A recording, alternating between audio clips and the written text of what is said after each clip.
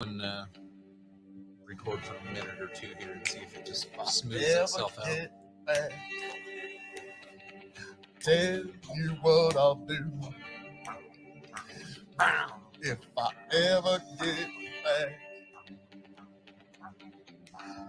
I promise to rehabilitate you. I'd like to introduce you guys real quick to our special guest. Just having him come into the room. Everybody, please welcome Tom Montgomery.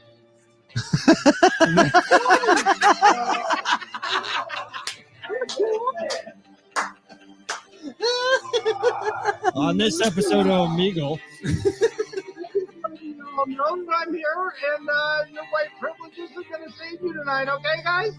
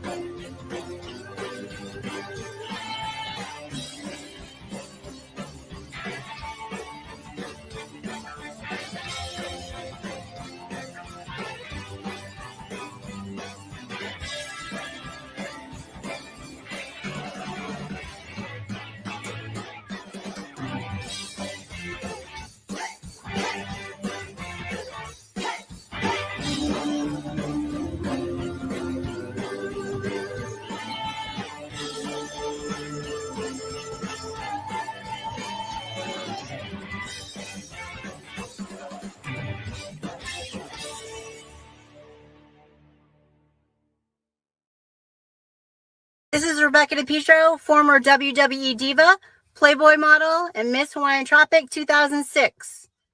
Shit, that was a long time ago. You're watching The Dog and Chicken Show. Like, share, subscribe. Also, a big happy birthday to Andre. That's right. It's time for The Dog and Chicken Show.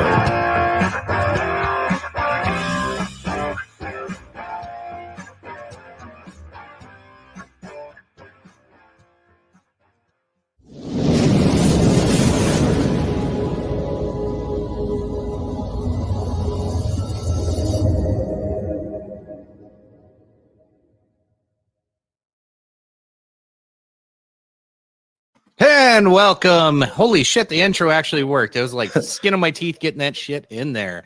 I have a question right off the bat. Well done, sir. Well done. Okay, yeah, sure. What's your question? Can we do intros first? No, fuck you. Yeah, go for it. I'll wait.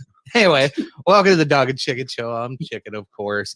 And in the center of the screen is Dog and Phil. Welcome, gentlemen. How are you tonight? Wonderful to be here. Wonderful to be here this evening. We have come together for our second annual tribute to the boss, Andre the Giant. This year, we are going to try and meet and then defy even the boss's record of 156 beers in one night. Now, folks, we're going to have to do a group effort because we are not the boss. We are not Andre, but we are going to do the best we can, and each one of us is going to raise a glass, a mug, a stein, a glass, a can, a bottle, whatever you might be having this evening of beautiful beer in tribute to Andre the Giant. I am the devilishly handsome outlaw himself, your king of extreme, Phil KOE. You can find me at KOE Nation on YouTube and Twitch, and also with this guy at the Revolutionary Wrestling Podcast. And without further ado, I will hand it over to Tony G. Folks, it is. He's right. It's going to be a group effort. We need all the help we can get. Send in your pictures. Send in your videos. If you send a video, save the video. Send the video. I can't screenshot a video. Pop it to us on Snapchat Messenger. However the fuck you want to do it, we'll pop it on the screen. It'll count towards the total. We're doing this in 3 stages, 119, 127, and 156, because those are the 3 supposed alleged amounts that Andre the Giant drank in one setting in one night. So we're doing this in 3 stages. First goal is 119. Looks like we're already at 22 until I get Lynn's amount that he's had so far. All right. Hold on. Bear with me. Is that the thumb guy again? I didn't know Tom was joining us tonight. Yeah, I was fucking with my phone. You may hear some ringtones going off later because I don't have that setting shut off. I was trying to figure that out, but I'm total right now 1. One. Sorry, I just started. Hey, that's all right. I'm only one in myself. Fair All enough. right, Fair so- enough. Oh, sure. Are we skipping Kevin's intro because he has No, a no, I was question? going to jump back to Kevin, but rightfully Go. so. Here, we'll just change the order of the room. Now Kevin's next. All right. Well, there you go. There you have it. God damn it. My name is Leonard Skinner to some of you folks. I'm drinking some Guinness to start us off with my Guinness shirt off. And then after that, I got me, oh shit, I blew up a camera. I got some PBR and the hat to match. So I went full on beer tonight. And I got to celebrate this shit because I like beer almost as much as I like whiskey. Fair. Other than that, Be a better showman than moi. Yeah. they just gonna have their own little conversation in the background. It's awesome. Yeah. So let's just let Kevin just carry us off. Yeah. No. Yeah, that's fair. That's a big no. I'm Kevin. We all know me. But immediately, I'm gonna Yeah, rudely Kevin talk Pickles. in the middle of it. so my immediate question is, how did you get the adult film actress girl to agree to do you're any gonna- of that? You're going to have to Did you ask not hear Tony. her? She's a former wrestler. dipshit. Yeah, but she literally said she's an Right. adult film actress. No, she didn't. No, She said she actually was a not at former all. playmate. Same thing. Whatever. No, it's No, it's not. That's way different. That Yeah, is way different. potato. Yeah. Potato. No, no. Swing and a miss. So that's the But It's like regardless, I don't- it's I don't it's know more like how a you- potato and a yam. That's I just don't know mean how you they're in the accomplish it, same is my ballpark, main but they're thing. not the same thing. She's Yeah, one it's of like my a- friends from TikTok. We've both been Oh. amongst that rebel fleet of people who've had an account banned. So, Ooh, you know, that's we're real hard all to do on badass TikTok. over on TikTok like that. Follow me at Tony the Rod. I know Lynn's got one as well. Yet to be banned. Lynn, what is your TikTok? Westlyn, the number 4. That's it. Yeah. And I don't have a lot of followers That's because it. I don't really care. Nice. But And Kevin, with that A+ that's it. intro, is there any social media platform that you want to shout out? I would actually recommend against it. are you on Twitch? Nope. Why aren't you streaming yet? Why am I not streaming? Yeah. Because I On have Twitch. you a-holes as family. That's fair. That's probably a good reason not Yeah, to. that's actually a very good answer. Kevin, why don't you stream? All my family would come in here and say stupid shit. So We would get you banned. Yeah. yeah. Very true. Very true. Very And true. last but certainly not least, we got the one, the only, the yanked one himself. Justin, how are we Yep. doing this evening? Doing good. Yanked Up podcast on YouTube, Facebook, Twitch. I don't ever use it. yankeduppodcast.com. We've actually just switched everything to Yanked Up Studios, kind of like what you guys are doing. And we also have Yanked Up Cooking now instead of grilling. So kind of nice. brings a whole weird feel to it. So Yanked Up Cooking with the K. You. Abbreviations come to yuck. Yeah. I don't Yuck. You. Good, but Nice. it's yuck. Well done. Well, check out Yanked Up Podcast, Yanked Up Cooking, Yanked Up Studios for all of your Yanked Up content. But, folks, without further ado, now, Lynn, what is your current beer count sitting at? Okay. Current beer cans at 1. Well, all right, guys. Now, Chicken, may I have the floor here? Sure. Get there. Now, for the first beer this evening, this one, an excellent beer. Prairie Peach, at least I'm hoping. Peach wheat ale. It's only got 5 ingredients: water, barley, wheat, peach, and yeast. And this is from the Thunderhead Brewing Company out of Kearney, Nebraska. So I always like to give shout outs to our local businesses here. I've had a couple of their offerings and I've not been disappointed yet. So you should be in for a good one. All right. So let's see. And Tony calls this flavor just because it's got Peach is a in it. flavor. Peach is a fruit. Let's It's talk not to wrong. folks at Crown Royal about that. Oh, Lordy. So let's see. Let's let that subside just a little bit. That looks just gorgeous. I have to Decent say. head, good color. Like that is just marvelous. I do have to say that is A+ in just its presentation. So let's see how this particular peach ale hits the palate.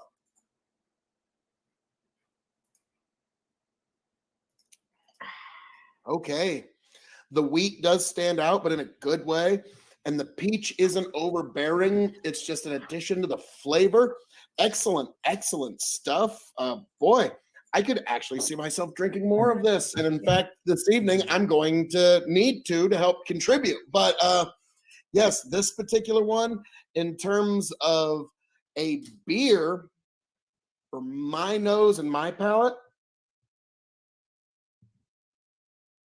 wow, that goes down too easy. As a beer, 1 to 5. On a 5-star scale, I'm giving that like 4.5, 4.75. Ooh. Yeah, and as an ale, which I'm not a huge fan of ale neither. Considering I'm not a fan, I'm going to give it the same score, 4.75. I'm not a big fan of beer at all, and this is one that I took down 2 big gulps, and that's the biggest gulps of beer I've taken down this year. So well done. All right. Ringing endorsement. I would use this in the summertime. I would use this talking life and truth with family. This would be a beer I would actually use, and it's a local boy. You get to support your local Nebraska businesses. So yes, Prairie Peach, and this is also a good beer for people who don't necessarily like beer. If you got somebody who's not really a big fan, but we all got to have. So yeah, I'm going to give this a definite recommend. And with all that, I hand it back to you beautiful people. Nice. Somebody's got like a microwave going off in the background, but that would that'd be the washing machine or the dryer. So let's explain real quick what we got going on here. We've got tons of different beers here tonight. We're going to do some reviews of them on the stream, but Phil's going to repurpose them later. So if you want to see individual beer reviews, get over to the KOE Nation. You'll get to see all the individual reviews later on after this evening. If you wouldn't mind, I'm actually going to pour my second drink, so pull me back up. sounds good. Add number 5 for me there, sir. All right. Nice. Well done, sir. Yeah, we started early, didn't we? Sure did. All right. So Tony G here with, this is a classic. This is one your dad, your grandpa, hell, anybody over the age of 50 probably has shitloads of in their beer fridge. This is a PBR. That's Pabst Blue Ribbon, folks. This is an award-winning beer, they tell me, and I'm just going to have to take their word for it. I've never been a massive fan of this, but hey, it is what it is. This is established in Milwaukee in 1844. Old-ass beer, tried and true recipe. I haven't had one in a long time. So I figured tonight is the perfect night to dip my toe back in the yeast waters of PBR. Red, white, and blue can. What's not to love? It doesn't smell bad. I mean, it smells, if you could smell yeast in a beer, it's a little heavy on the yeast, but it does smell like a decent beer.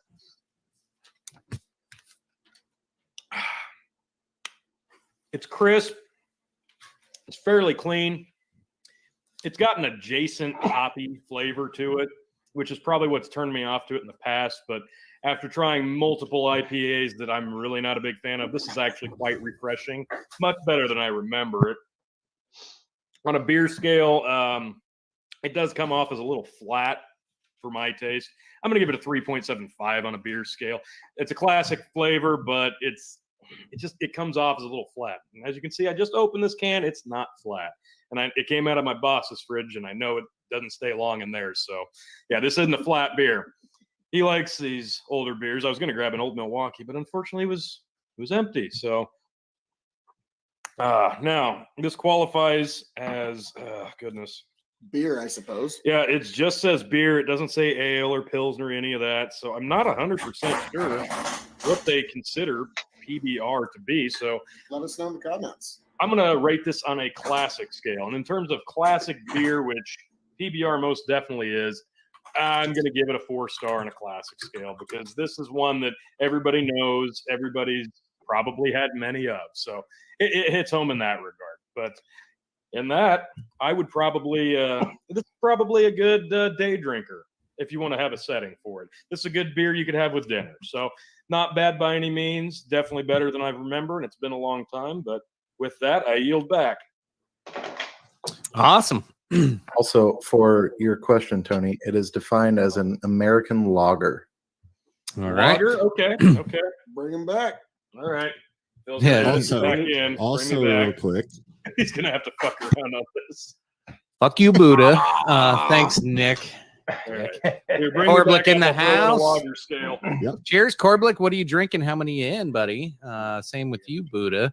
And we got a Lesto TV. Gross blue ribbon. Are we in college? Exactly. How we doing there, Lesto? Welcome. We are doing a tribute to Andre the Giant. We're trying to match his 156 beer record this evening. Bring one, bring all. If you're having a beer this evening, join us. And along the way, we're also reviewing beers because why not? This is the things that make life fun. And so, yeah, I'm not a big fan. I'm actually drinking a Prairie Peach wheat ale. So I'm a little bit ahead of tea on the curve in terms of at least craft quality there. I'll just go ahead and say it. But yes, thank you. Welcome, one and all, you beautiful people. Awesome. And unfortunately, he's there at work, so unable to participate, but appreciate you tuning in. Otherwise, I just poured my fifth. Now, I was going to jump right into an IPA, but I chose to go with something a little bit different real quick. So what I'm starting out with, it's a summer Pilsner from Breckenridge Brewery, so out of Colorado. Pilsners, typically it's your medium to lighter range lagers. Difference between lager and ale, of course, is basically after you go through everything in the fermentation process, it has to sit longer and colder. Pilsners are typically got a little bit more flavor. Sometimes you get a little bit more you can get a better flavor profile with them, basically because of the chilling process through the yeast sits at the bottom, it sits longer, so you get a lot more fruity flavors that can jump into Pilsners, maybe a little bit more citrus sometimes. But this one, I already gave it a sniff. There is some citrus flavor or citrus smelling in there. This overall, I've had a lot of Pilsners.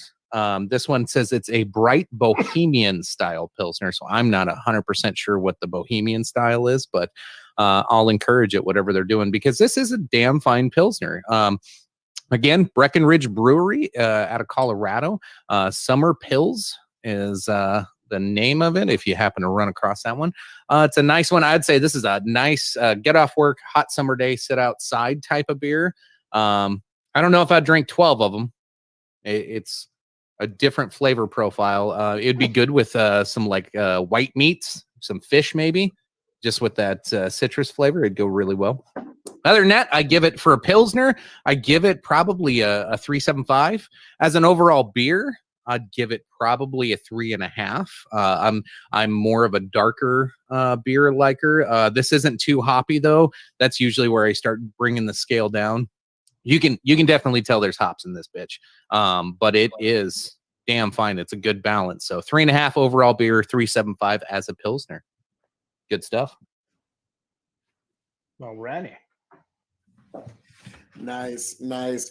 So we have jumped into the world of Pilsner. So Tony, We need to add one more for chicken, right? Yes, one more for chicken.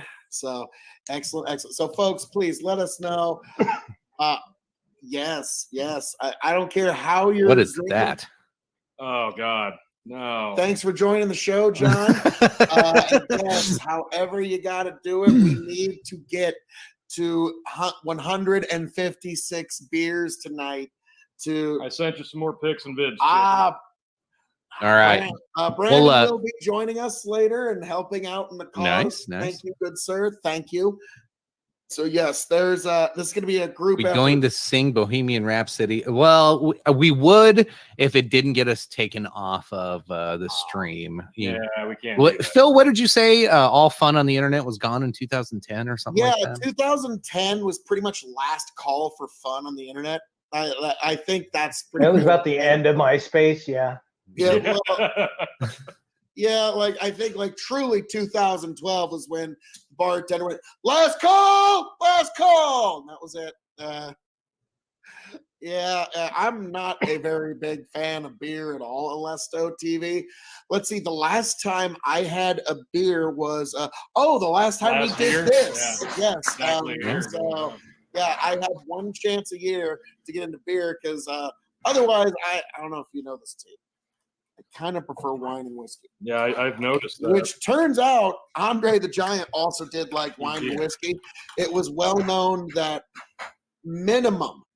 very minimum, he would drink at least 5 bottles of wine a day. And that was his minimum. He was known to go through a case of 12 bottles, and he would just drink it like you'd be holding a bottle of beer. You know what I mean? Like, because he had such big mass, and he was, let's be frank, he was from France, which is people are introduced to alcohol in France than they are in a lot of other cultures.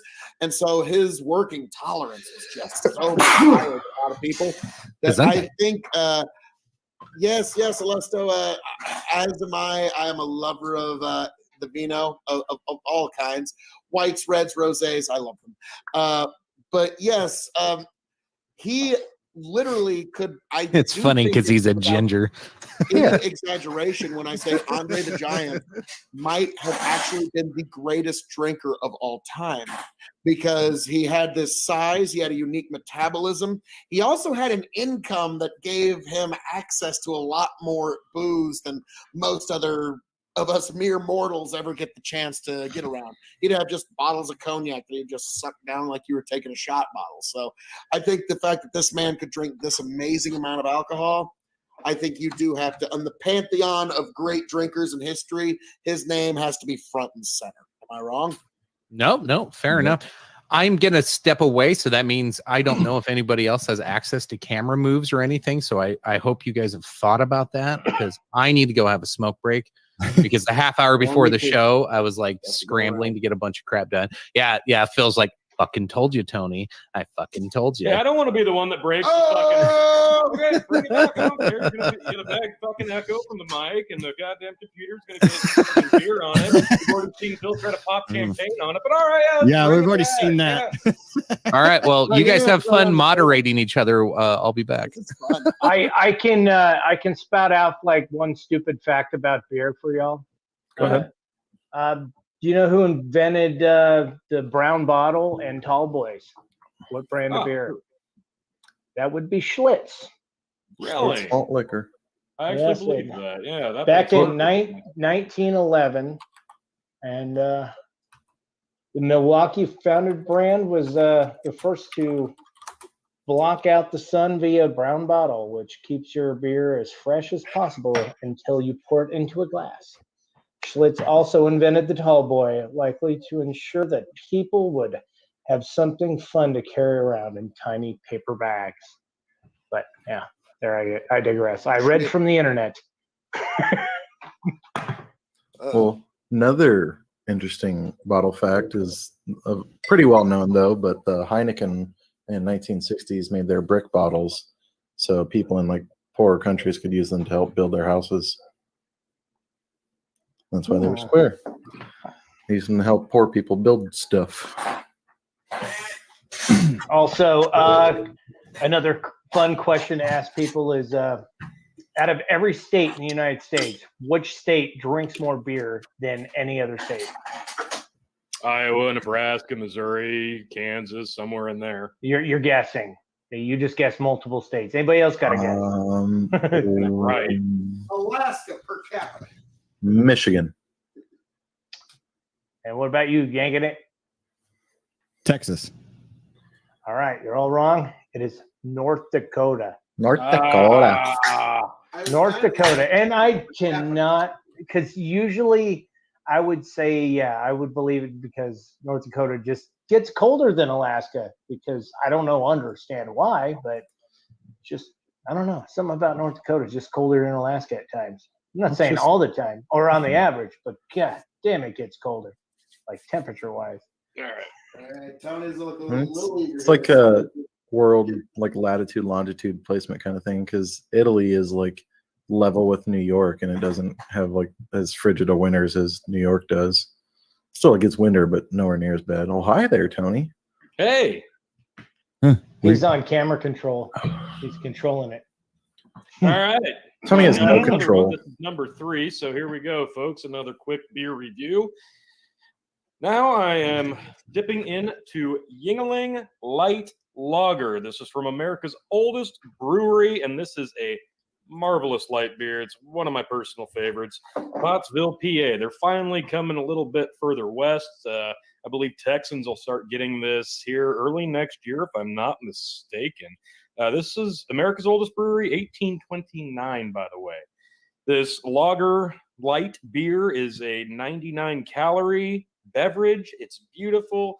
Cannot recommend it enough. If you like light beer, this is just marvelous through and through. I love their regular lager. It is one of my, if not my favorite beers that there is. So the light is also very nice. But without further ado, let's get right into it. It's very clean. It's very crisp. It doesn't come off as flat at all. It does lack a little bit on the flavor department. Again, it's only 99 calories. It's a light beer, so you're not getting a ton of flavor profile here. On a, I guess we could call it a light beer scale, I'll give this one a, I'm going to give it a 4 because it's so clean, so crisp. I love it so much. Yes. And as a lager, I'm going to give it a 3.5 because it is very light. Really good, but if you want a heavier beer, this one's probably not for you. But if you want something for someone who doesn't like a lot of different beers, this is a great light offering. So my hat's off to you. This is a great hot weather beer, or even if you go out to a bar and you intend to drink a lot of beers that night, this is probably a good one to pick. So no complaints here. Still one of my favorites. Love it. Can't recommend it enough. I yield back. Hey, nice. I don't have to go around now. So, folks, that was Tony's review. And with that, we yield back to all you beautiful people. Lynn, Kevin, Justin, do you have any other fascinating beer facts, or have you gotten in any more beers? I just started my second Busch Light, Tony, so I'm at 3 now.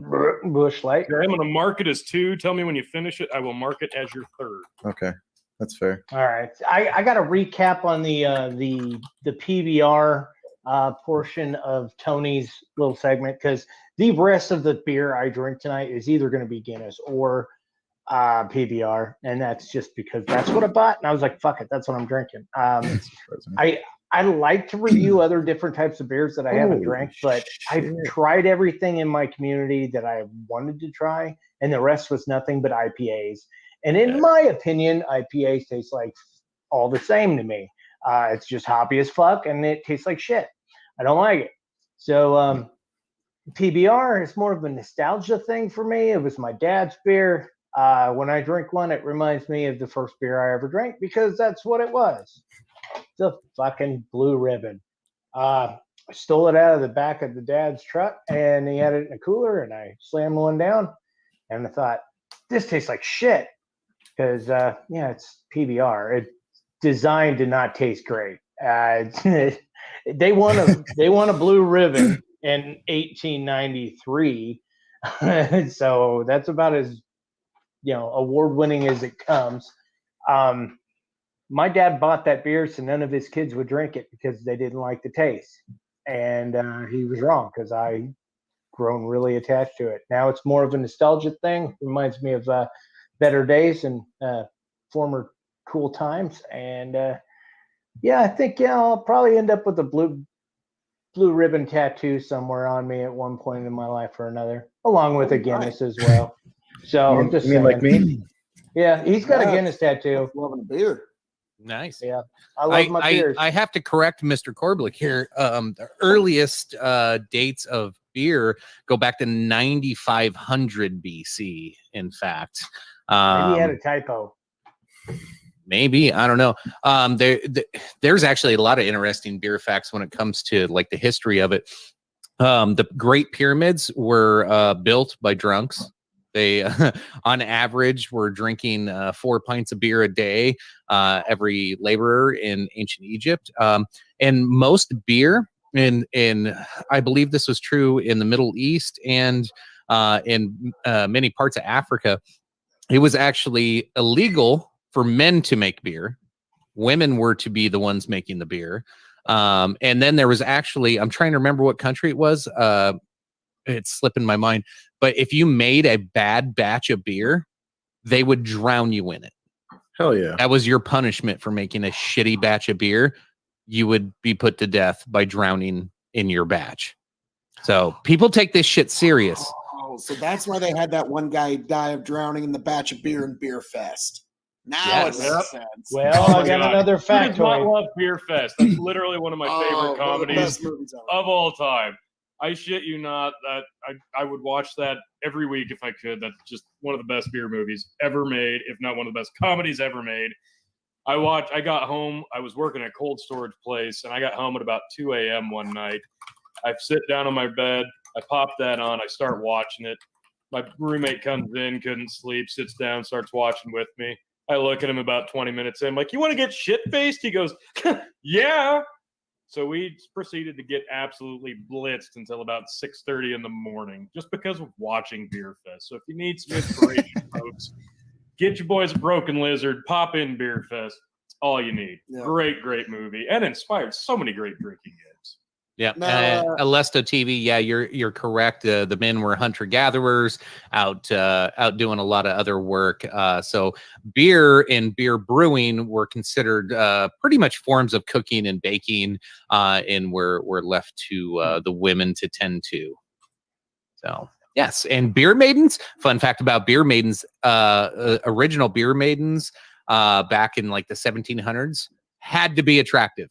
Like it was a pageantry thing. So really fascinating, especially for new breweries that were opening up. So. Body And the- shaming all the way back then, huh? Yep, and Damn the it. more.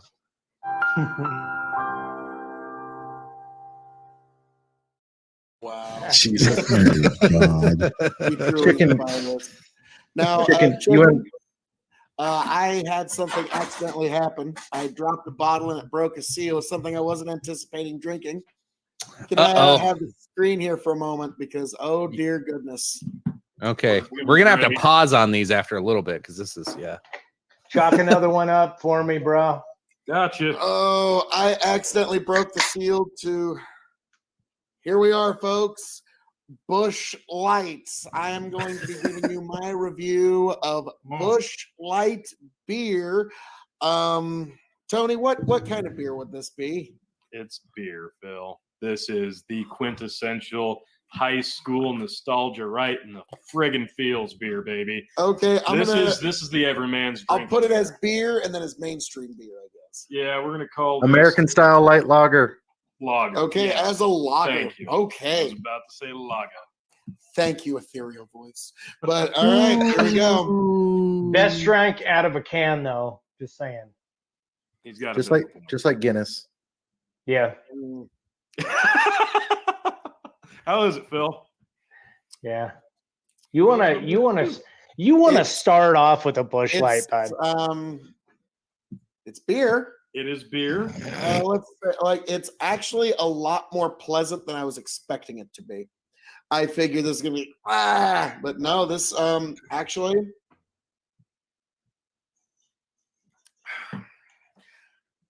a little hoppy, bit of a bitterness. I'll be frank, but as a beer, I'm gonna give this 2.5 stars, right in the middle there. It can be, you can do a lot with it. As a lager, I imagine there's probably a few better ones out there. So I'm going to give this 2.25 as a lager. When would you drink this? When someone handed me a beer and said, "Hey, would you like to drink this?" Or when you drop it out of the fridge when you're trying to grab a different beer and you crack the cap off and you're forced to drink it like Phil just did. Yep. So Ah. that would be when and let's see, Tony, let's see if I can do it. Oh It's boy. oddly specific, Tony. Ziggy Zaggy.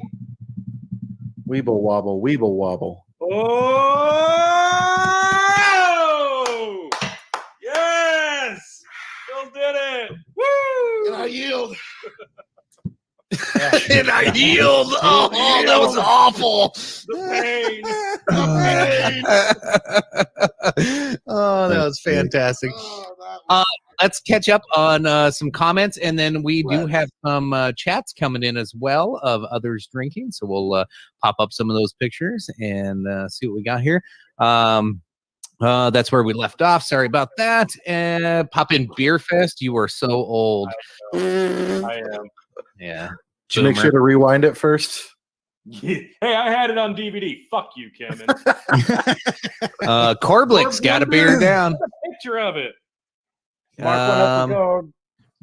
Alesto says he'd pay the extra $1 for Heineken. Yes, and I have a keg of Heineken over here that I'm sipping on when I'm done with my funky beers. A whole keg? Out of you. Well, it's one of those like half-liter kegs or I whatever. figured. Like the 1.3 gallon thing. I love it. I got a little kegerator and everything for it. Those things are Did, amazing. would, couldn't. Nice. Alesto, let's see, response. The sink would drink it because I could just chug it like Phil did. Nice. Yeah, man. Yeah, you got to correct your spelling on Good, that. If I miss, if you pop a Yeah, but- comment but- up and they say they're having a beer, make sure I get it for the total. Yes, Corblick, I believe, was the only one in that. Let's Yep. jump over. Let me make sure I got my messenger chat pulled up here, and we will jump over to whatever we got in there. Oh, also chicken. Yes. You overshot the beer or the oldest alcohol. It was only 7,000 BC, and it was in China.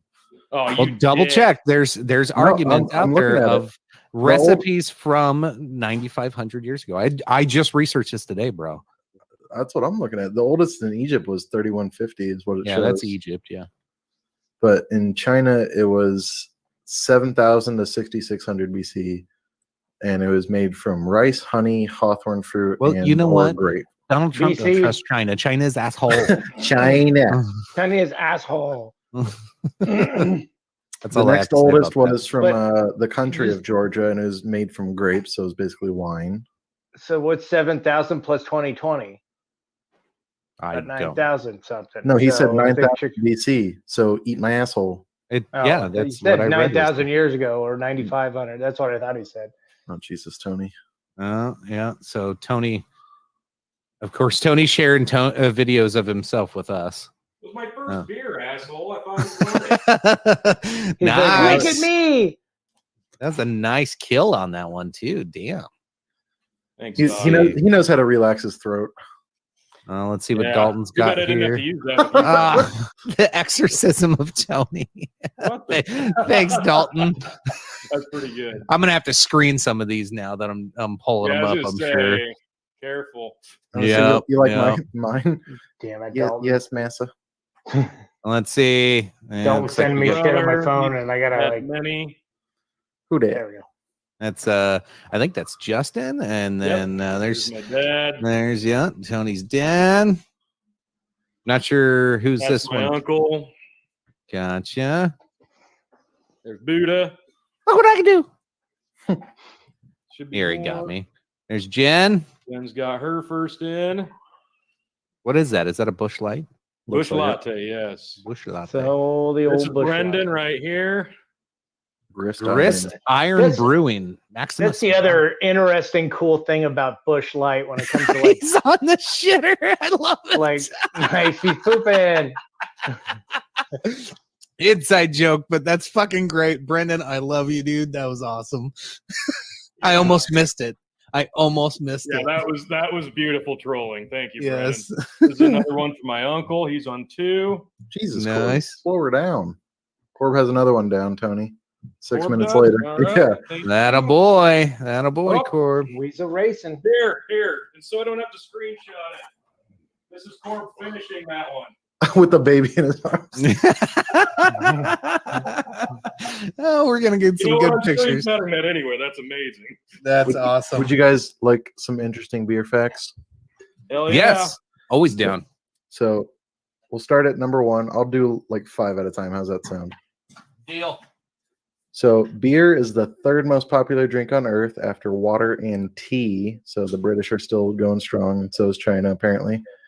Number 2, beer is by far the most popular alcoholic drink. In 2016, last time they, I guess, went around the world and asked, people consumed nearly 50 billion gallons of beer worldwide. Number It's a lot of beer. 3, yeah, it is a lot of beer. Number 3, beard. Beer is as old as human history. Beer brewing and drinking predate written language. Attaboys. And 4, in 2017, the average U.S. citizen over 21 consumed 26.9 gallons of beer. However, the United States doesn't even make the top 10 in terms of overall beer drinking. We're falling behind, fellas. And number We're 5, doing the good fight. number 5, the Czech Republic consumes the most beer per capita of any country in the world, and Yes. China consumes the most overall. China as asshole. China is asshole. The other fun fact, I don't know if it's on your list, Kevin, so I might be spoiling it, but on average, 50 million people worldwide are drunk at it, or is it million or billion? I don't know. I mean, there's only 7.5 billion, so Then maybe it's billion. But anyway, so like it's a huge chunk of the population is drunk at this very moment. I would say 50 million probably. We're gonna join them. Yep, Working we're on- well on our way. Working on 50 million plus one. Let's do And, this. and it, my little interesting factoid is a 15-foot high tidal wave of beer killed 8 people in London in 1814. Yes. When barrels of porter flooded the poor neighborhood of St. Giles Rookery, according to the Independent, the brewers were not charged as the jury considered the accident an act of God. So apparently, yeah, Interesting. somehow they flooded the town with beer and killed 8 people in the process.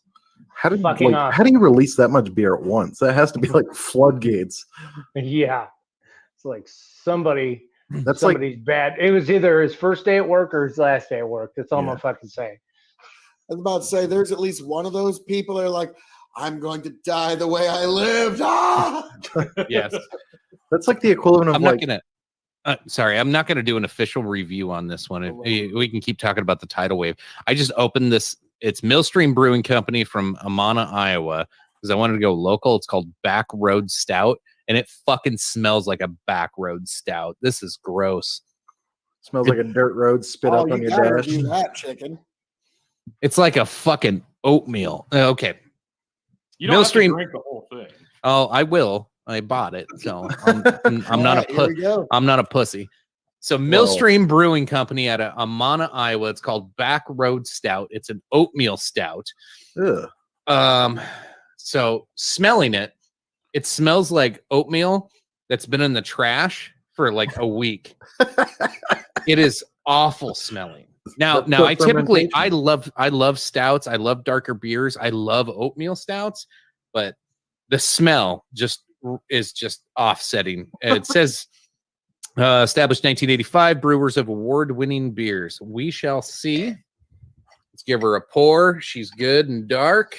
So they brewed Pabst Blue Ribbon and won that one award. in the And maybe 1800s? who knows? I was gonna say they could have been the award for the worst beer. So nice little head on there. It still smells rancid. It's awful. Let's see how she drinks. Surprisingly fucking amazing. That is a good stout. Okay. You do get there's more you can tell it's like, I don't know if it's just dark malt in there. It's probably baked. It's not so much of the charcoal. It's almost like a coffee taste to it, but the aftertaste isn't really there. It goes down really smooth. So as a stout, let me take another sip of that. As a stout, that, like I said, the smell is very off-putting. It's not at all what it tastes like. Now I'm getting a little bit more of the chocolate. Oh yeah, chocolate. Oh, there it is. Beautiful. I love this. This is a really good stout. If you can get past the smell of it, just don't smell this beer. Do you have your insulin off to the side of you? Yes. Black Stout Road from Millstream Brewing Company in Amana, Iowa. Fantastic. As a stout, I am gonna give this a 4. This is really good. I've had some better ones. This is one I could probably sit and drink all night. This would pair really, really good with a steak, any type of red meat, especially the bloodier the better. This would mix really, really well. Overall, as a beer, I'm gonna give it a 3.75. I could probably drink this all night. Like this is just a back step from Guinness for me. This is a really, really good beer. I'm gonna getting past the smell once again. The smell off-putting. If you can get past that, this is a really, really good beer. Local Iowa beer. I'm pleasantly surprised. Smelling it, I was very, very upset with it. I'm like, this is gonna be awful. This is really good. Cheers. Oh. Yes. Hell yeah. I love that. I'm gonna have to buy more of that. I thought it was gonna taste awful. I really did. It smelled terrible. It's like a cheese. Cheese usually smells really awful when it's really good, but when you eat it, it's like, oh, this is great. Yeah, this is great. All right. The fuck are these girls laughing at? Tony, did you add one for me? Yeah, you're at 6, correct? Mm-hmm. Woo! Well done. Okay. Oh, but I'll also tally him up again here in a second. Currently, we were at 41 when I did the total here just a little bit ago, so I'll get another one here in a second, and we will update. All righty. So, how many are you on, homie? You are making some spelling errors. I'm concerned. Don't overdo it. I thought he was at work. Alesto.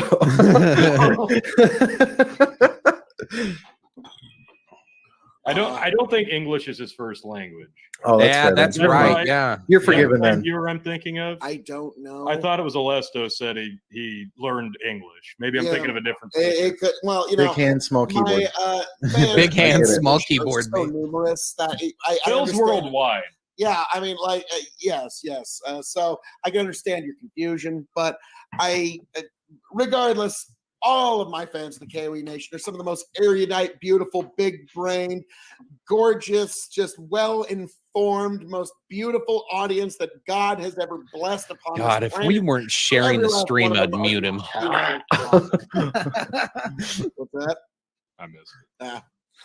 So I was saying if we weren't multi-streaming, I would just mute you at that point. But, but out of respect, I guess. I was about to say you got to. But yes, that would just be a crime against humanity there. But yes, and what do we got here?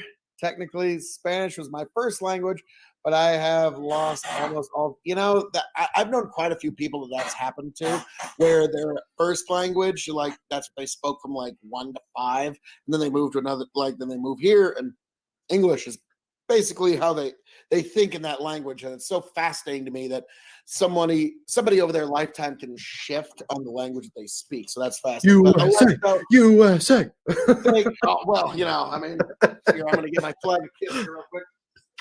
Yes, you know, don't get me wrong. I love my country, but Alesto, God bless you. And now, Chicken, if I may have the floor here. Are we doing another beer review? Okay. Yep. Okay. We're getting into it, and it's so defeated. I just want to drink beer and talk shit. But all right, let's do it. Go for it. So, folks, welcome one and all, and we're going to get into Brewing Company of Cross Strain, another Nebraska local, and this is their Fairy Nectar Hazy India Pale Ale. Now, I've had some Cross Strain products before. It's always impressed. Let's see how this particular one goes. So yes, it's hoppy. Hazy Pale Ale. This one's going to be a little bit hoppier. Yep, going to be lots of head on that guy there. Nice, a lot of head. A lot of head, but well, you know that's what they make bar towels for. Don't worry about it. So gonna let that settle down for just a little bit, but boy, howdy, is that heady? Yes, this is again. You said Fairy Nectar Hazy India Pale Ale, so you will grade on a beer scale and an IPA scale. Oh boy! Now between you and me, I kind of like IPAs as casking for whiskey more than anything else. Fair. All right, so the head beer trick: take 2 fingers, dip into the head. That will dilute the foam. He's trying it. Oh, that is a little hoppy. Very grain forward. There's some bitterness and some harshness here. On a 5-star scale, and yes, this is my third beer. On a 5-star scale, as a beer, I'm going to give this 2.75. 2.75. And as an IPA, I'm going to give this, honestly, it's not like I'm not a big IPA guy. So honestly, this is a, let me go in for a second sip here. Second taste. Man, there's a lot going on there. It's like I'm getting punched in the face with flavors. Like, I don't know how else to describe it. I'm going to go ahead and say that's a 3 on an IPA scale because it's not exactly a scale. Oh, when would you drink this? If you would drink this. If somebody that was a very good friend to me that I didn't want to offend were to hand me one and say, here, have one. Okay. I don't know if I would seek this particular cross-strain product. Let's call this a special occasion beer. Yeah, special occasion. There we go, like he said. So, yeah, folks, this was my review of cross-strain berry nectar Indian pale ale hazy style. And with all that, I yield back to you beautiful people. Awesome. I do have an IPA I'm about to open. That'll be my last review for a while. Because I have some stupid IPA facts. And be fun. Oh. Well, one really cool IPA fact, really. But all right, let's do it. I hate IPAs. This is awful. I'm drinking a Coors so of the we got Light. Tastes West light Coast and beery. 6'6" I'm stealing that line. Indian Ben. Pale Ale. So this comes out of Okoboji, Iowa, around Spirit Lake, Iowa, north of the state.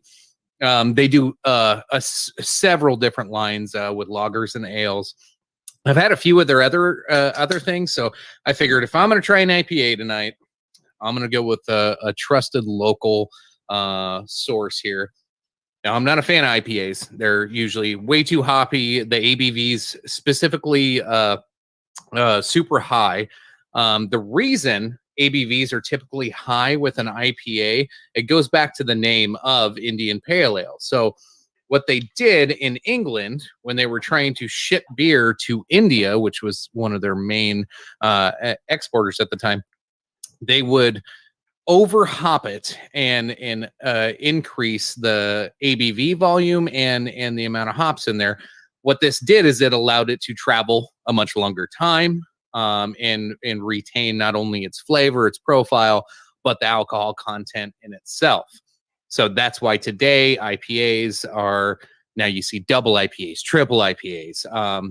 And it's just a contest to see how strong or how high of an ABV you can get.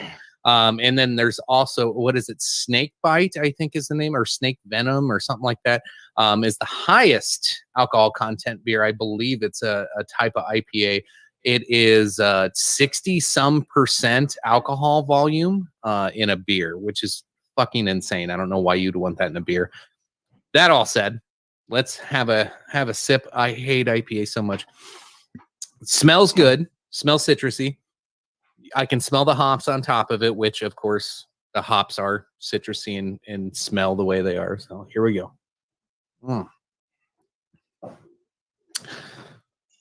Okay, not bad as an IPA. I'm glad I picked these guys. They're going to get a favorable rating on it as an IPA.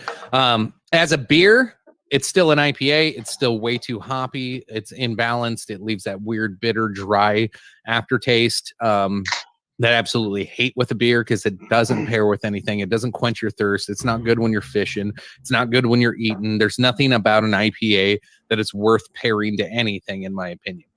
However, this one does taste really good. It's not overwhelming with the hoppiness. So as an IPA, I'm going to rate it as a 4. But I hate IPAs, so as a beer, I'm going to rate it as like a 2.25. Yes, 2.25 as a beer. But as an IPA, it is very, very good. So well done, West O Brewery in northern Iowa, Okoboji, Lake Okoboji. That's a great place to go, by the way, to vacation. Tony, narc me up for another one. All right, Kevin, are you still? Oh yeah, good? don't forget to knock me up on that one. Yeah, I got muted, but I told you to put me down for my thirds because I finished my second call Okay, boy. you're on 3 chicken. You're in 7 or 8. That's 7.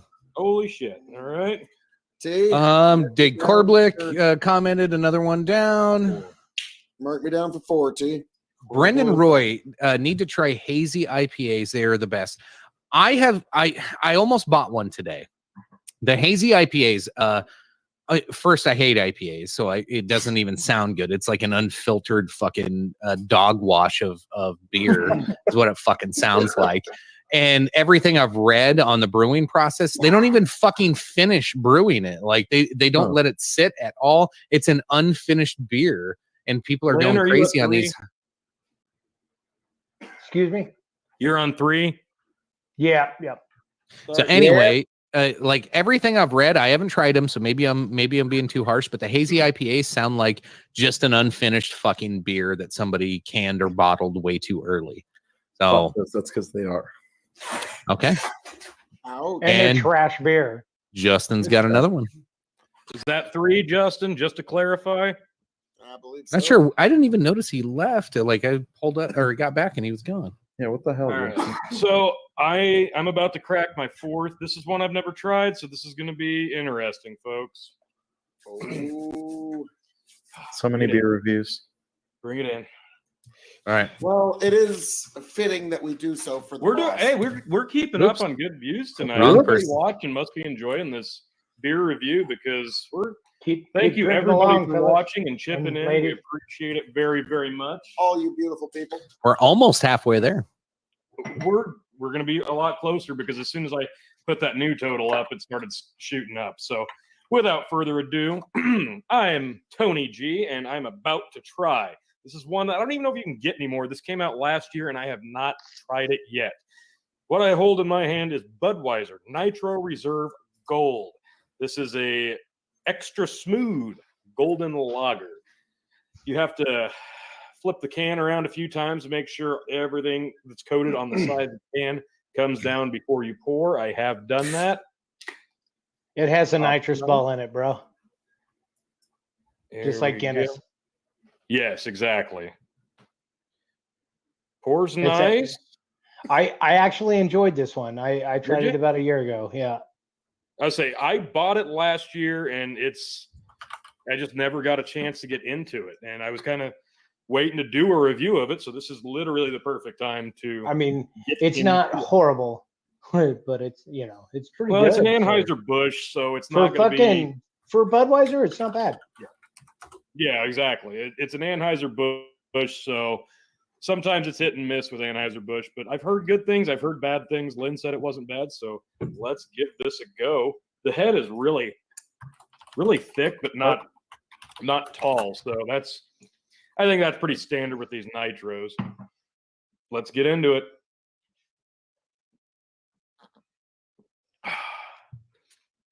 Oh, wow!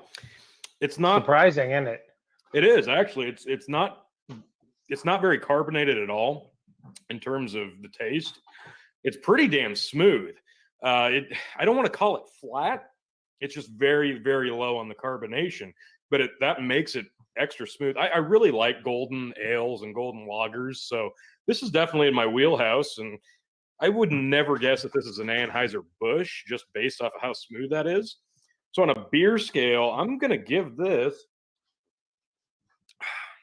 I'm going to say a 3.75.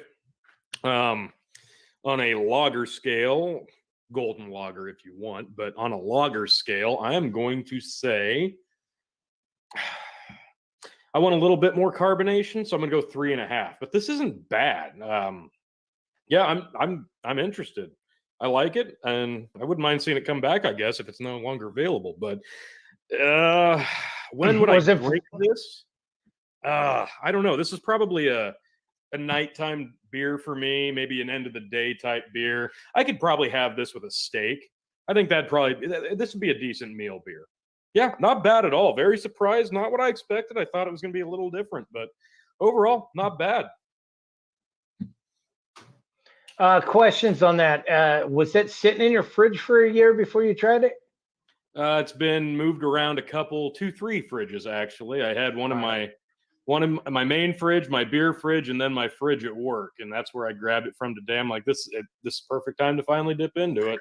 So maybe the flat that you're getting is based off of the fact that it's sat for so long. So Sure, you that might have could to be try part a of it. brand new one and see how that goes. But That's totally fair. That makes sense. I left this Diet Coke out for 3 weeks and it's super flat. Can you believe that? You should probably put it back in the fridge.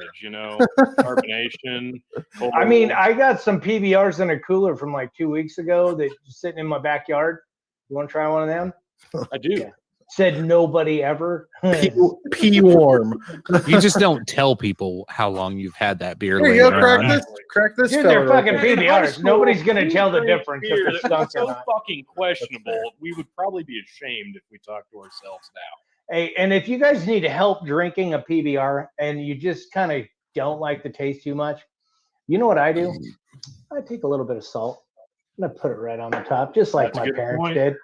My And you put a little grandpa salt used to on your do that beer with and every beer he drank, he put a little bit of salt in it. So I don't know fucking what heaven. we're- Oh, Well, was that Lynn? you just Heaven. you can leave. Heaven. It is. It's great. Yeah, I can't pronounce either of the names that you just posted there, Alesto, but yes, I've tried both. I think it's the Weihenstephan. They actually make that in those mini kegs. Whenever I job. see one of those, I buy the mini keg. Well, let me try. Like, I is will. it Go ahead. Weihenstephan and Weizenbier. Hefe Weissbier. Weissbier. Weissbier. Hefe Far Weissbier. There we go. from pooping. Yeah. Hefe Weissbier and Weizenstephan. Like, there we You go. get, Yeah, if I any know- like I know 90-year-old that- World War it's II like- vet it's is like I'm watching right this, there. they're getting It's like I'm right there flashbacks in right your- now. Yeah. Yeah. Basically, yeah. It's Ah, fucking there we go. Filled off Schitler. Filled up show. Yeah. But the salt thing just Sorry. reminded me of the No, waiting for Phil to drink a stout, and then he gets like a little black, like Hitler mustache when he's done. No, Oh, but the Lord. Phil's salt like, thing made don't me- paint that picture in anybody's head. Yeah, yeah. So moving along from that Um, very unpopular guy are- in the 40s. from Yeah, Canada. yeah. Let's not talk about him. Are we going to talk about Andre or not? Like, it's his fucking birthday and shit. Do you have any Andre factoids to tell us there, bud? I can look up. Oh, I got. I'm No I'm a- videos. I'm really- well, Last year we did videos of Andre matches, and a whole bunch of our shit got flagged. I had to edit the Yeah. fuck out of it. So And people We show left. pictures of him. I don't even know. Like, I think people know who he is. I would Like, He he's was- one of the he most was- famous human beings. we of all can time. show pictures. I think we can. But what a lot of people don't know is that iconic WrestleMania 3 match that he had with Hulk Hogan. A lot of folks don't know he was going through a lot of back pain. That singlet that he had, that iconic black singlet, was a very rare thing for him to wear. And he actually had a back brace on underneath it because he was needing some back surgery afterwards. So everybody knows the iconic moments, but they don't really know how much the guy had to put himself through to actually get himself to that payday. And also another iconic thing about Andre's drinking was Hulk Hogan went to talk to Andre the day of, and Andre had slammed an entire 175 of Crown Royal before the match had ever even started. And again, you need to understand that when you do the math on Andre the Giant's metabolism, 2 beers is the same as no beers to Andre the Giant. Like, it literally, his blood alcohol level would actually read 0.000 if he were to drink 2 beers. That's a big man. He has such a high metabolism that if he were to actually drink an entire slab, it was at 36 cans, he'd be under the legal limit after an hour. Jesus. So he could just metabolize alcohol so fast. But that was also back when Crown Royal was this big, la-ti-da drink. And now it's one of the most ubiquitous things you can find. But yeah, Andre could, whether it was blended whiskeys, whether it was wines, whether it was beer, that guy is undisputed the best. Like, there's nobody that can Not even close. beat him when it comes to volume. and it was well known. He would, if the barkeep was going to close up that night, and they didn't want, you were allowed to drink your drinks, but then you had to go home. Andre, he said, "All right, bartender, 40 vodka tonics and bucket of ice." And the bartender had to stand there until Andre and his buddies had drank in all 40 of these vodka tonics. And so, yeah, Andre, he had an amazing appetite for liquor. And I dare I say, I don't think any of us mere mortals will ever match that. His level. bar tab. His Yeah, bar oh, tab. like I said, the combination of his income was also a very big factor, because who else would have been able to afford? Like, even if you had this gigantism, you might not be able to afford it otherwise, but Andre could. Yeah, pull up comments here, T. We're missing some of these beautiful people. My beautiful people, the KOE Nation. Diseases. Yes, it was. Yes, in every way. His liver was larger. His metabolism was greater. He was at his death 520 pounds. Can you believe how massive that would have to be? And so, yeah, he was A big guy. giant amongst men. Another one down. Thank you, Brandon. Thank you. Boy, we are stacking them up. We are bringing them down. But yeah, can you imagine all of the beers that you're drinking, all the beers we're drinking together collectively? That is one human downing that much beer in a single night. And Ric Flair, even just in the Southern Territories, recalled one night that they thought was pretty impressive when Andre drank 106 beers. That was just, a pretty big party night for Andre. So yeah, he would he loved to perform, but he loved to party afterwards, because Andre, you got to remember, there really wasn't a place he called home for years. So for him, home was the party, because people would cater to him, because he's Andre, wouldn't you? We would all cater to Andre. So that's yeah. I put the comments. There will always be some, Tony. My beautiful KOE Nation, I love you all. And Big Bucket Empire and Revolutionary Wrestling Podcast. You need to be checking them all out, liking, sharing, subscribing. But yeah, Andre the Giant also, when he was in the movie The Princess Bride, which is how a lot of people know him. Never seen it. Who's like just a connoisseur of the great, amazing thespianism that is Fred Savage. As an actor, he embodies what you want basically from a human being. Fred Savage is like top 5 in terms of actors of all time. Let's be honest. Mostly for his work in The Princess Bride. That's legitimately an amazing movie. And I'm all kidding aside. Anyways, great movie. Love that movie. And Andre loved doing that movie. That was one of his. I think that was one of his proudest things. There are stories of him making other wrestlers watch. Have you seen this? And you'd make people watch this movie over and over and over because he was so proud of it. And I think that probably had to do with the fact that he was in such pain from his years in the ring and his affliction, but something that didn't require him to go in the ring and take bumps. This was a very nice change of pace for him, but he was very proud of it, and it is a classic. Yeah, and yeah, well, you mentioned the pain he was in. Yeah. The scene where he catches the princess, she actually had to be suspended in wires because at that point his back couldn't carry more than about 100 pounds, which granted for the rest of us would have probably been like a 20-pound load limit.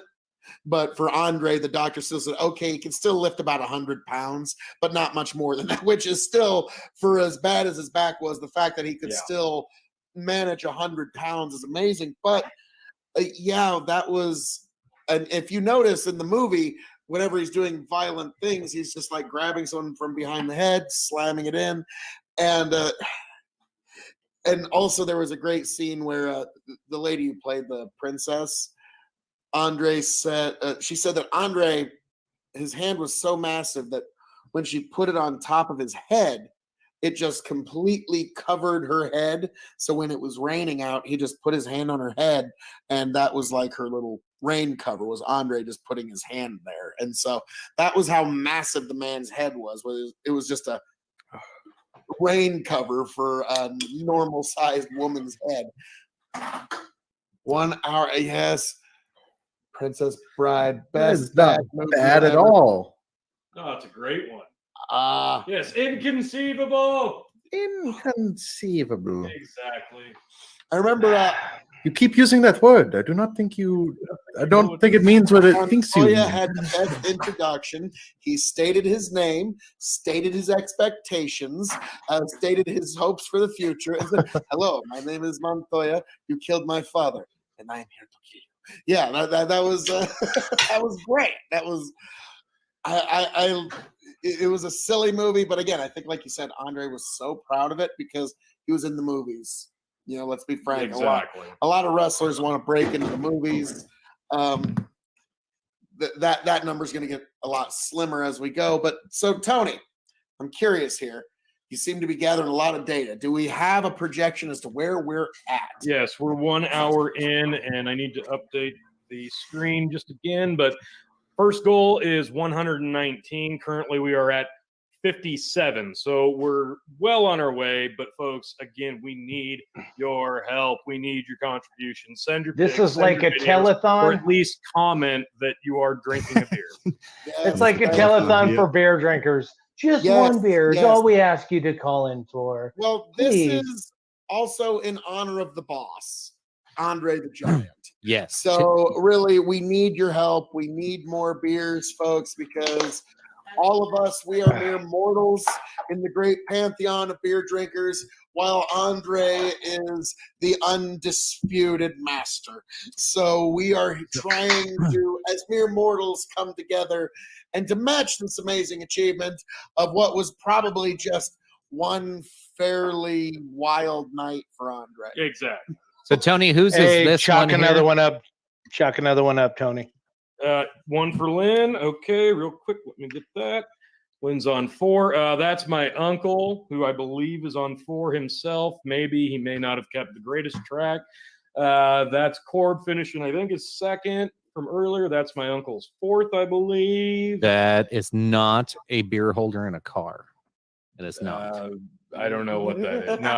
No, that's probably, no, that might have been his 4th. This one might have been his 4th. It was no. gotta get a I know what koozie. this was. This was in it was a golf cart. It was in a golf cart. Yeah, We're good. absolutely. Golf cart. He's clearly on the lanes. A Raiders Coors Light. Interesting.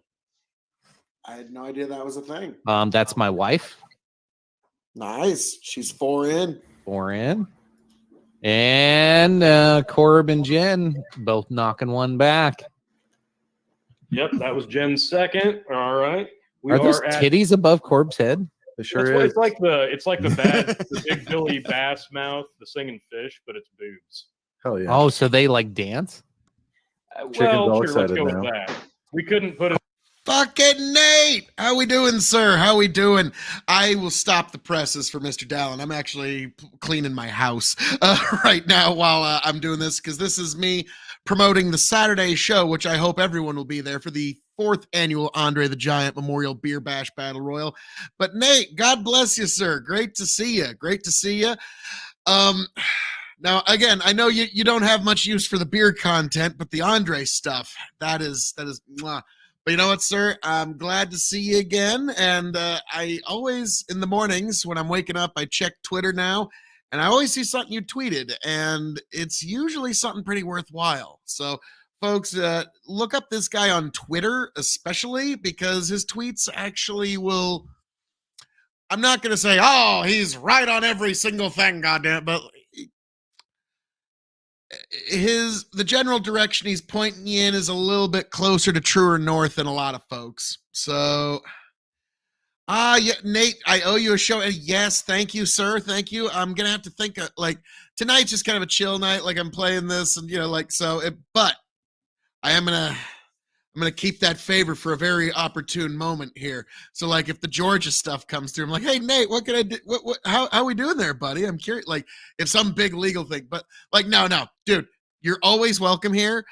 Definitely no hard feelings. You're an attorney and a father. The fact that you have as much time for like coming and playing with us jackasses is actually pretty astounding. So no, the fact that you've got like we always appreciate when you swing by. And yeah, it happens. There's been a couple of times I've had to drop out of the street. So yeah, no, shit happens, life is real, and you're good people, so don't worry about that at all, sir. But yeah, I'm looking forward to we'll have to get together sometime, and next time I'm in Omaha, I'll have to let you know. Me and my daughter always go to the Henry Doily Zoo, so maybe we'll meet you up there sometime, because oh boy howdy, my responsibilities in the farm have become much more, and my life has become a lot more busy. But yeah, actually, you just caught me while I was cleaning the house, and I'm actually boiling some asparagus, and oh, that's going to be good. Actually, speaking of which, I need to get back because wife is about to drop baby boy. Oh my God, God Almighty! Well done, sir. Well done. Congratulations. Another baby boy. Now, from the pictures of the first 3 that I've seen, like, man, you got nothing to worry. Like, there is no dispute, denial, or anything. Like, all 3 of them looked exactly like you in one way or another. Like, whoa, damn, those kids look like. I shouldn't talk like that, but hey, that's Nebraskans out in the rural West. But like, so yeah, well done, and you got number 4. Good for you, sir. Good for you. I'm happy for you. And yeah, that'll be an amazing moment for you too. Like, it's those moments really do kind of crystallize what matters. Like when my daughter came into my life, that was changed everything. So yeah, it's, man, another boy, 4 boys. Well done, sir. Well done. Like my grandpa would be thinking, wow, he's got a full farm workforce right there, ready to go. But yeah, like, and I still owe you an invite out to the farm one of these days. Like, just one of those, like, when am I going to have time? It's usually going to be in the fall. Unfortunately, that's when I'm going to have the most time. Let's arrange a marriage between your girl and my oldest. Like, I'm sure she's just going to love everything about that. Like, you did what, Dad? And I'm sure even your boys will be like, you did what, Dad? Like, no, it's all gonna be fine. It's gonna be great. It's gonna be fine. Oh, that is marvelous. That is marvelous. Yeah, for some reason, like, those things, they seem to make sense in the parents' heads, but then when they try to explain to the kids, it doesn't seem to never seems to work out there, does it? But no, God, that is hilarious. But no, now Nate, I actually do. I'm going to keep playing this for a moment because I have my stovetop on high to boil the asparagus. And I have to go check on that real quick. So watched pot never boils, but an unwatched pot will always overboil. Corb, you don't have to, like, we don't have to post it on here, but you can send it for the post show. Yeah, like, just saying. I'm not sure. I don't know what his first movie. I know he was also in Conan. He was in Robin Hood, wasn't he? Was it Robin Hood? Which one was it? It was one of those. Who were you asking? What movies was Andre in? The Princess Bride. He was in Andre the Giant, the movie. Conan the Destroyer. Trading Mom, whatever the fuck that is. Mickey and Maude. I don't know that one. Some weird keyboard. Some weird Also the big French foot on the movie. $6 Million Man show for an episode. Yeah. Oh, I'm looking. Wasn't he in like Robin Hood or Robin Hood Men in Tights or something like that? No. I don't believe so. No. you're just thinking of Princess Bride. Maybe I was. That shows you how much inflation has happened in our world. Like, we need to rebuild this human being from the ground up with the greatest technology. That will take like $6 million. He was in the Zorro TV series. Okay, I gotta say, Gotcha. like, Nate, you put some thought into this. Like, wow, they can live in Lincoln, halfway between. Well done, well done. That's some serious planning. Now, me, I'd love it because my daughter's not going to live like 10 states away because my my great uncle Clayton had a great quote, which is so true. He said, sons, thing about sons is, they'll stick around, they'll help on the farm, they'll help in the business. Daughters, on the other hand, eventually some jerk comes along, scoops her up, takes her away, and then you hardly ever see her ever again. Maybe a couple of Thanksgivings and Christmases here and there. But yeah, daughters, they're just the treasure of your life. And then some jerk comes along, scoops her up, and she's gone forever. So that's something I'm trying to keep central in my mind. That's why I'm trying to just enjoy the time that, because she's not going to be little forever. And even now she's growing and blossoming and becoming her own person. And so I'm just enjoying it all I can. I will throw in season Husker tickets in the dowry. Nate, that like football, obviously. I gotta say, folks, this is a new one in KOE Nation history. Being solicited for dowry and arranged marriages, like that is, Nate, I gotta say that this is a new one. The new ground has been broken here.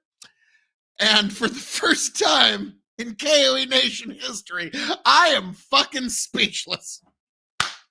Well done, sir.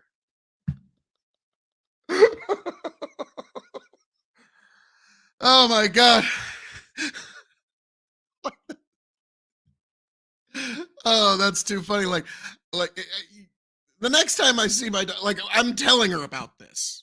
She's gonna and I think I'm even gonna sell it at first, oh yeah, it's totally a thing. Yeah, totally. And it's all gonna be good. It's all great from here, and just watch her eyes get wider and wider and wider. So no, I'm fucking with you, Jesus. Come on. But wow. Your wife thinks you're distracting me too much. That might be fair, but that's some funny shit. I'm sorry. That is ridiculously funny. That is never that wins. We can't have that much fun on the internet. No, we can't. But yeah, I'm just trying to imagine bringing that story. Hey, kiddo, don't worry about it. It's all gonna be good. You can live in Lincoln, and just her eyes are oh my God, what has happened? That would be brilliant. But now I got to go stir the asparagus again. But oh Lord, Mr. Dallin, that is one of the funniest things I've heard. And I'll throw that in for the dowry. The fucking dowry. What? Wow. What is this? 1726 Spain or some shit? Yes, the dowry, and our houses shall be joined in marriage. And then together we will conquer Austerlitz. Wow. That is new. God bless, Nate. God bless. Holy Lord. That was amazing. That was amazing. But I gotta Andre the Giant was in Sorrow. It was one episode, it looks like. Nice. A lot of wrestling movies, of course. Well, about the greatest wrestlers and whatnot. They're usually probably talking about Andre. Cyndi Lauper, The Goonies Are Good Enough, Part 2, video short. Andre the Giant, uncredited. It was a music video. The Goonies Are Good Enough. It was a music video. Yeah, but Mickey and Maude, Conan the Destroyer, Great American Hero, The Monster TV series. The Fall Guy TV series, BJ and the Bear TV series. I'm a child, I'm sorry. That's all I'm getting. No Robin Hood anything. No. $6 million man, he was Bigfoot for 2 episodes. Nice. Now, I hope you're still within the sound of my voice, Mr. Dallin, because I was going to tell you that if I know in your lifestyle you do not drink alcohol and at all in any way, shape, or form, and I don't have a bottle handy. There's one over there. But one thing to keep in mind is something that's just a prepper thing, and also it can make old fabrics new again, is if you get a bottle of unflavored vodka, just regular old vodka, just the cheapest shit vodka. You put it in a misting spray bottle, and say you've got an old vintage coat or a nice old dress. You spray that down with the vodka, and as the vodka evaporates, the body pollutants and the old cigarette smells and all the stuff will actually will evaporate off with the fabric. And if you do that enough, you ostensibly have new fabric with even old vintage clothing. And the other thing that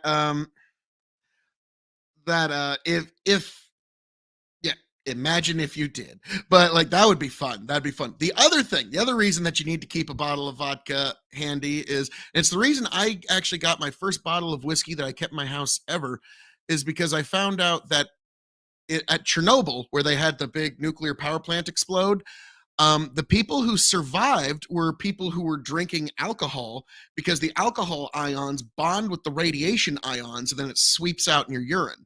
And so like literally my plan was like, if like the nuclear power plant in Omaha went up, or if we ever got hit with a nuke and it was, we survived in the fallout, you have to literally start drinking alcohol to prevent the negative health effects of the radiation poisoning. And literally at Chernobyl, the firefighters were the only ones who survived, because they're like, yeah, this is a bottle of bourbon, but it demonstrates, fuck it, good day to die, Valhalla and shit. Like, and they were just like, because they figured they're gonna die, but they were one of the few who survived.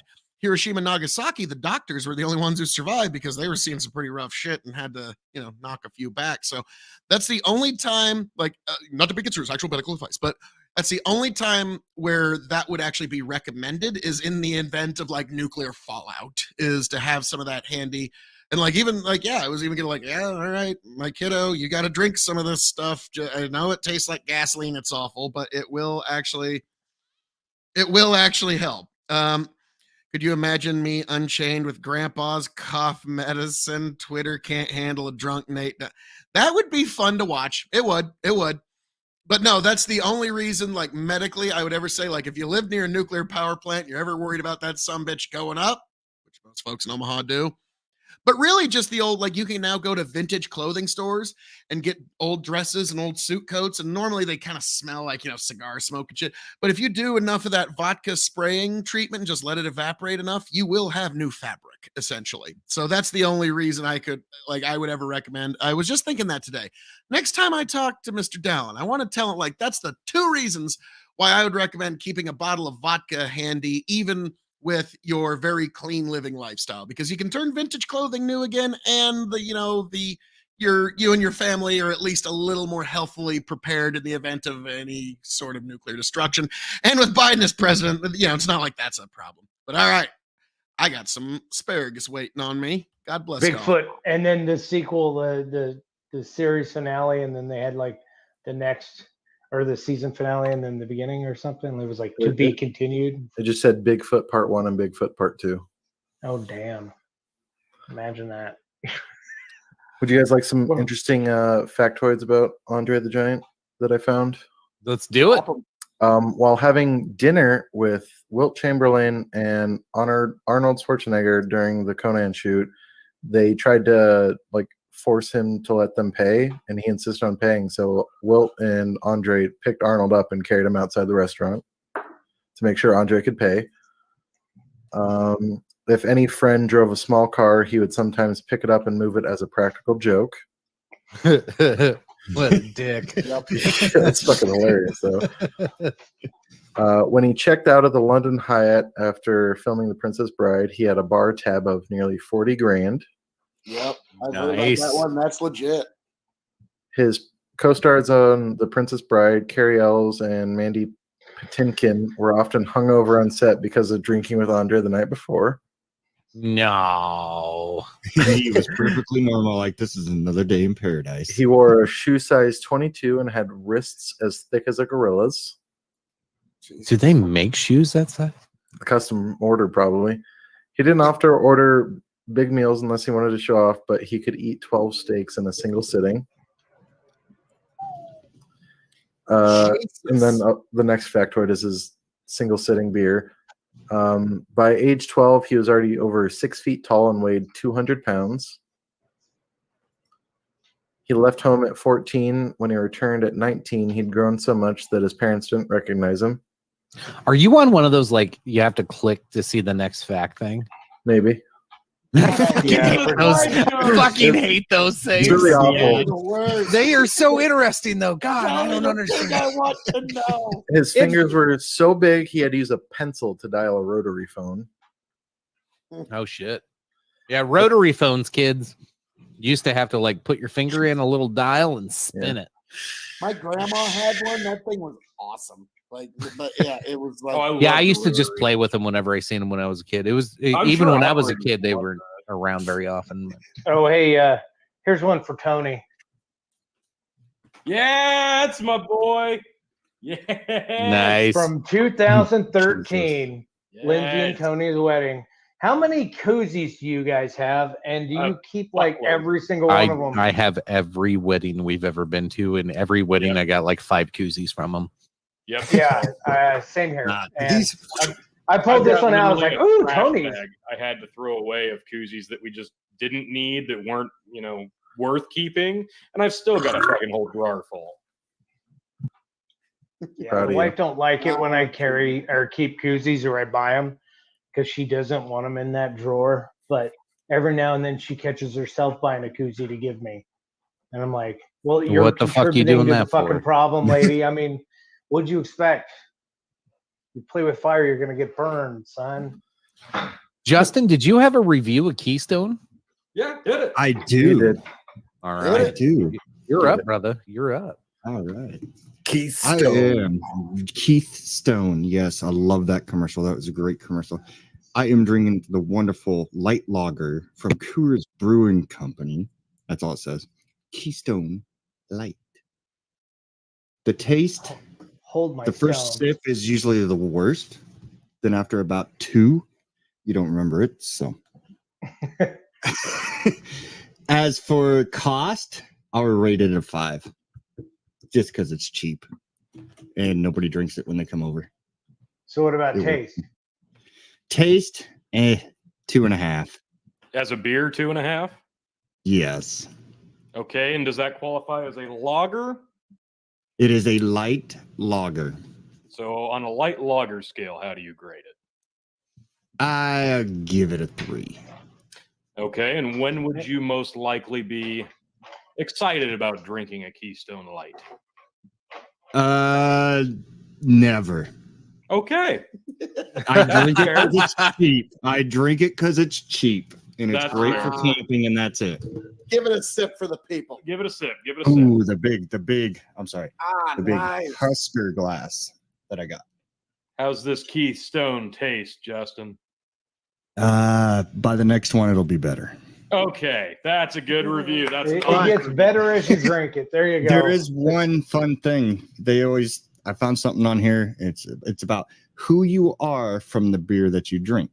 So I found one, and I'm going to go with Tony on this one real quick, because Tony and Lynn were drinking PBR.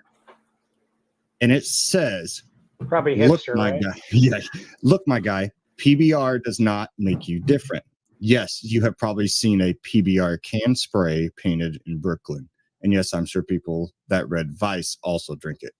But refusing a Bud Light for PBR you paid for yourself makes you an asshole. You're not different. You're not special. You haven't discovered the latest trend. You just like the way the can looks. Yeah, so that's just pointing my God, straight this to is- your. Yeah. This is some snobby dickhead who never drank a beer before, like fucking 10 years ago. I mean, like ever. Yeah, it's a He's- reporter yeah, it's like- completely missing the point. Just missing the point. All Right. Yes, there's some fucking Zoomers out there, and there's some millennials that are drinking PBR for the fucking irony because it was cheap, and they were like Right. cheap ass millennials, and they were like, "Well, I'm gonna drink the cheapest shit they got," and it backfired and became one of the most expensive beers out there because everybody was drinking it, so they Yep. just hacked up the fucking price. Then there's motherfuckers like me. I'm 40. I grew up on this shit. I Dude. hit a I nerve. fucking I grew up on it. There is no such thing as a millennial fucking making something cool, man. They just made it more expensive. That's all I'm gonna get at. Right. But there's also other ones here, like Keystone Light. It just says Keystone. It says people who drink Keystone by choice fall into 2 categories: broke college students and liars. It tastes like piss and doesn't get you drunk enough. But hey, a 30 rack will only run you $8. So fuck it. This is de facto beer of ramen eaters and Bernie supporters everywhere. Oh my God, he made it political. I He have, made it political too. I do. Dude, whoever this writer is a I have fucking a- prick. I have will a send Keystone you the Light link. story. One for Chalk one Corb. up, Tony. I got. Oh, that's 5 for Corb, I believe. And Justin, are you still at 3? No, I'm at 4 now. 4. Okay. I do. My parents were uptown, man. We had Solitaire 4 phone. You would push a button and it would auto rotary dial in the background. That's That was called yeah. Pulse. Every phone in the 90s had that option where you Yes. could switch it to Pulse Yes. and you would hit 4 and it would go doot, doot, doot, doot. Like it would, yeah. So it Yep. treated it like a rotary phone. I don't understand the love it. purpose for it. I'm sure in like Europe it made sense, but here I was like, why is there a pulse function for your All phone right, so- number? Like, Who remembers when you were calling like an automated thing where they said, Alyssa. for those with a rotary Jesus, rotary thank phone, you. stay on the line and an operator will assist you. You remember that shit? Yeah. Oh, God, Yep. yes. For was like- such and such, press 1. For such and such, press 2. If you are on a rotary phone, please stay on the line and an assistant will help you. So yeah, they stopped doing that shit. well, I don't know. Well, they stopped doing that shit about the time people stopped having fucking home phones because I Yeah. don't. There's still people out there that have them, but yeah, it was like that was the weirdest thing. I didn't know what a rotary phone was until I heard that, and then I had to start asking the question like, what the fuck are they talking about? I have no idea what this rotary thing is. Yeah. And in the 80s, I think we had a phone for like maybe 3 years out of all of the 1980s. And when we did, it was a rotary phone and it had the longest cord ever.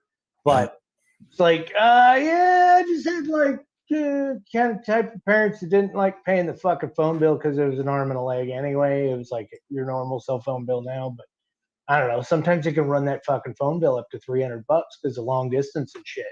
So, Oh, God, yeah, there was a yes. reason why we didn't have a phone. And my dad had a phone where he lived, and we would go over there and do that phone call thing with the payphone. And we'd call him collect.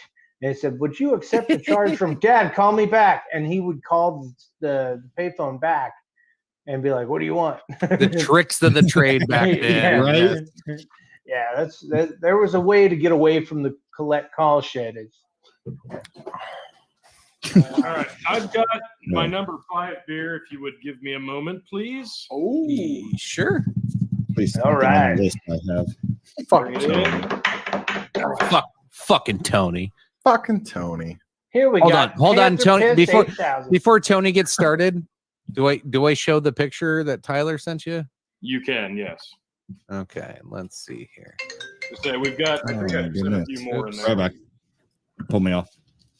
Fucking iPad. I'll pull you off. Come on, there we go. So we got a Mike's. Is that a beer? I'm gonna count it as a random. no, that's fine.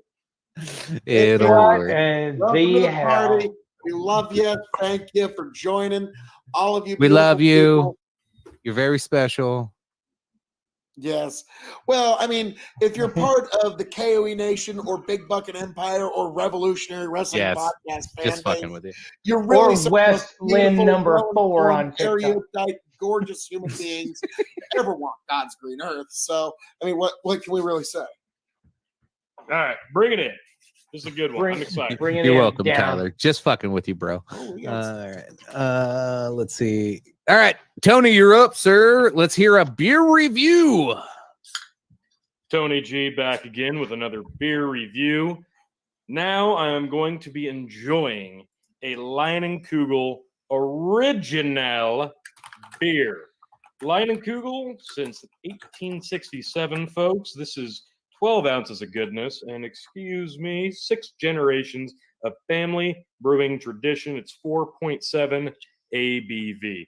I happen to love Leinenkugel. The red was always my favorite. The 1880 Bach was another personal favorite. They've got some shandies that other people prefer. I'm not a big fan of those. They go in a lot of different directions. They've got a ton of different flavor options. This is just the original beer. So here we go. It is a twist off. 2 points taken away for Twist Top. Actually, has anybody had a key to use tonight? Because I don't think anybody has. I have one. I've been out of cans all night. There you go. See, cans and bottles for me as well. This is number 5 for me. So since this is honestly, I don't think I've ever had the original Leinenkugel. I've always done the red lager, the box, the creamy dark ales. They've got so many different options. It would take you forever to get through them all. And I don't think you'd want to do it in one night for sure. So my first time. Did they with this make one, a Snowdrift Porter, or was that?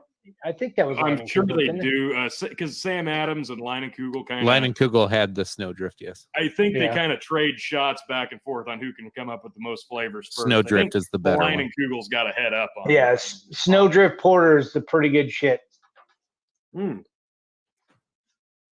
It smells as you'd expect a beer to smell. Nothing fancy here, so let's get into it. Oh, it's a very straightforward beer flavor.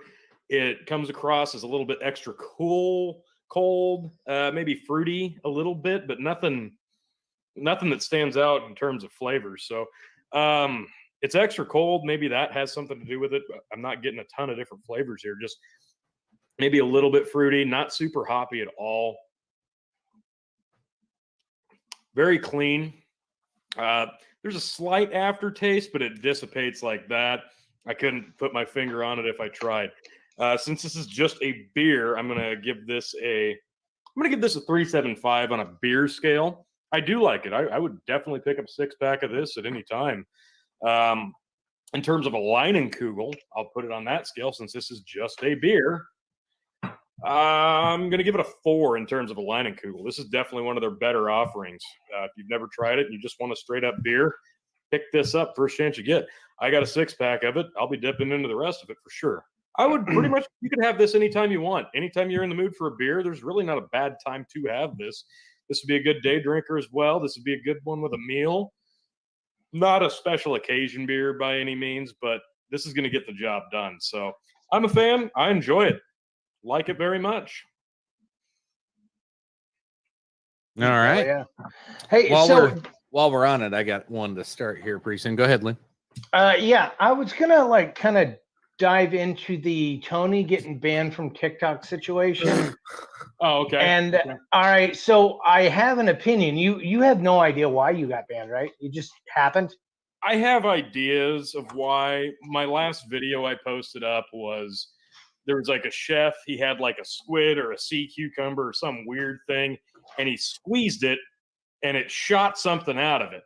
So then I stitched that video and I put it on a selfie mode and I recorded a video and I sprayed hand sanitizer in my face.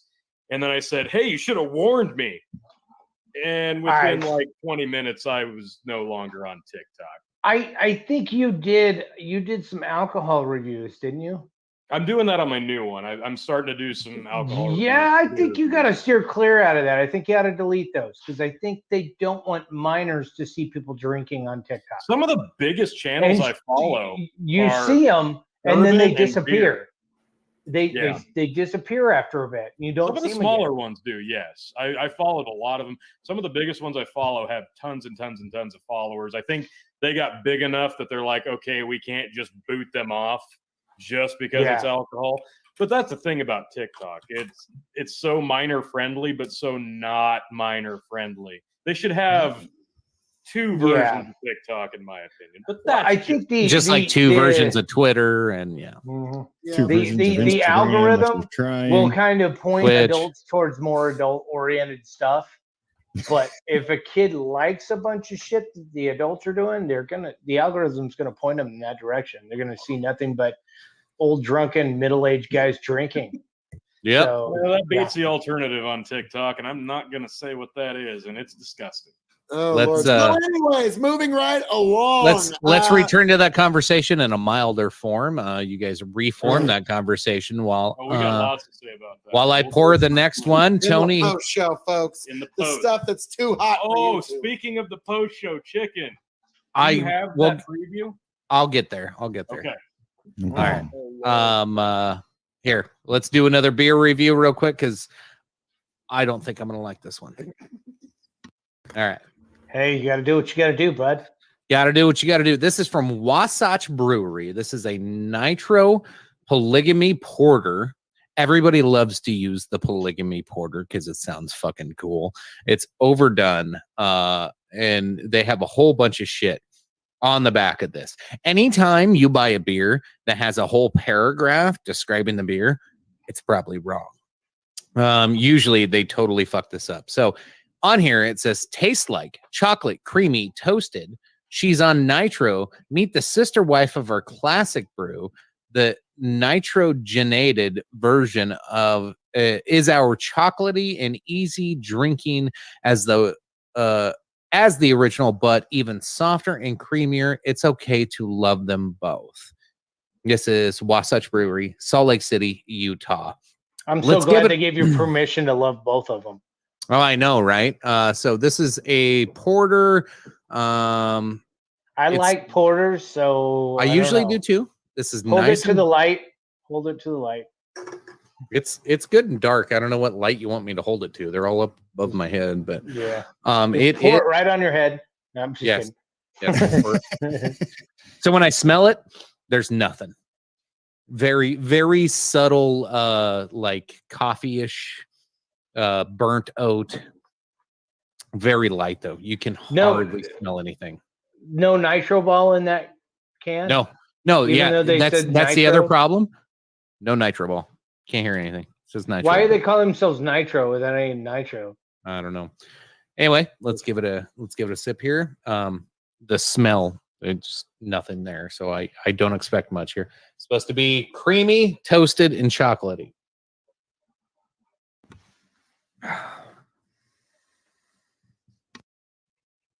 Oh, I get the creamy, and not in a good way. It's like Save that sound clip later, Tony. Waka waka. Waka waka.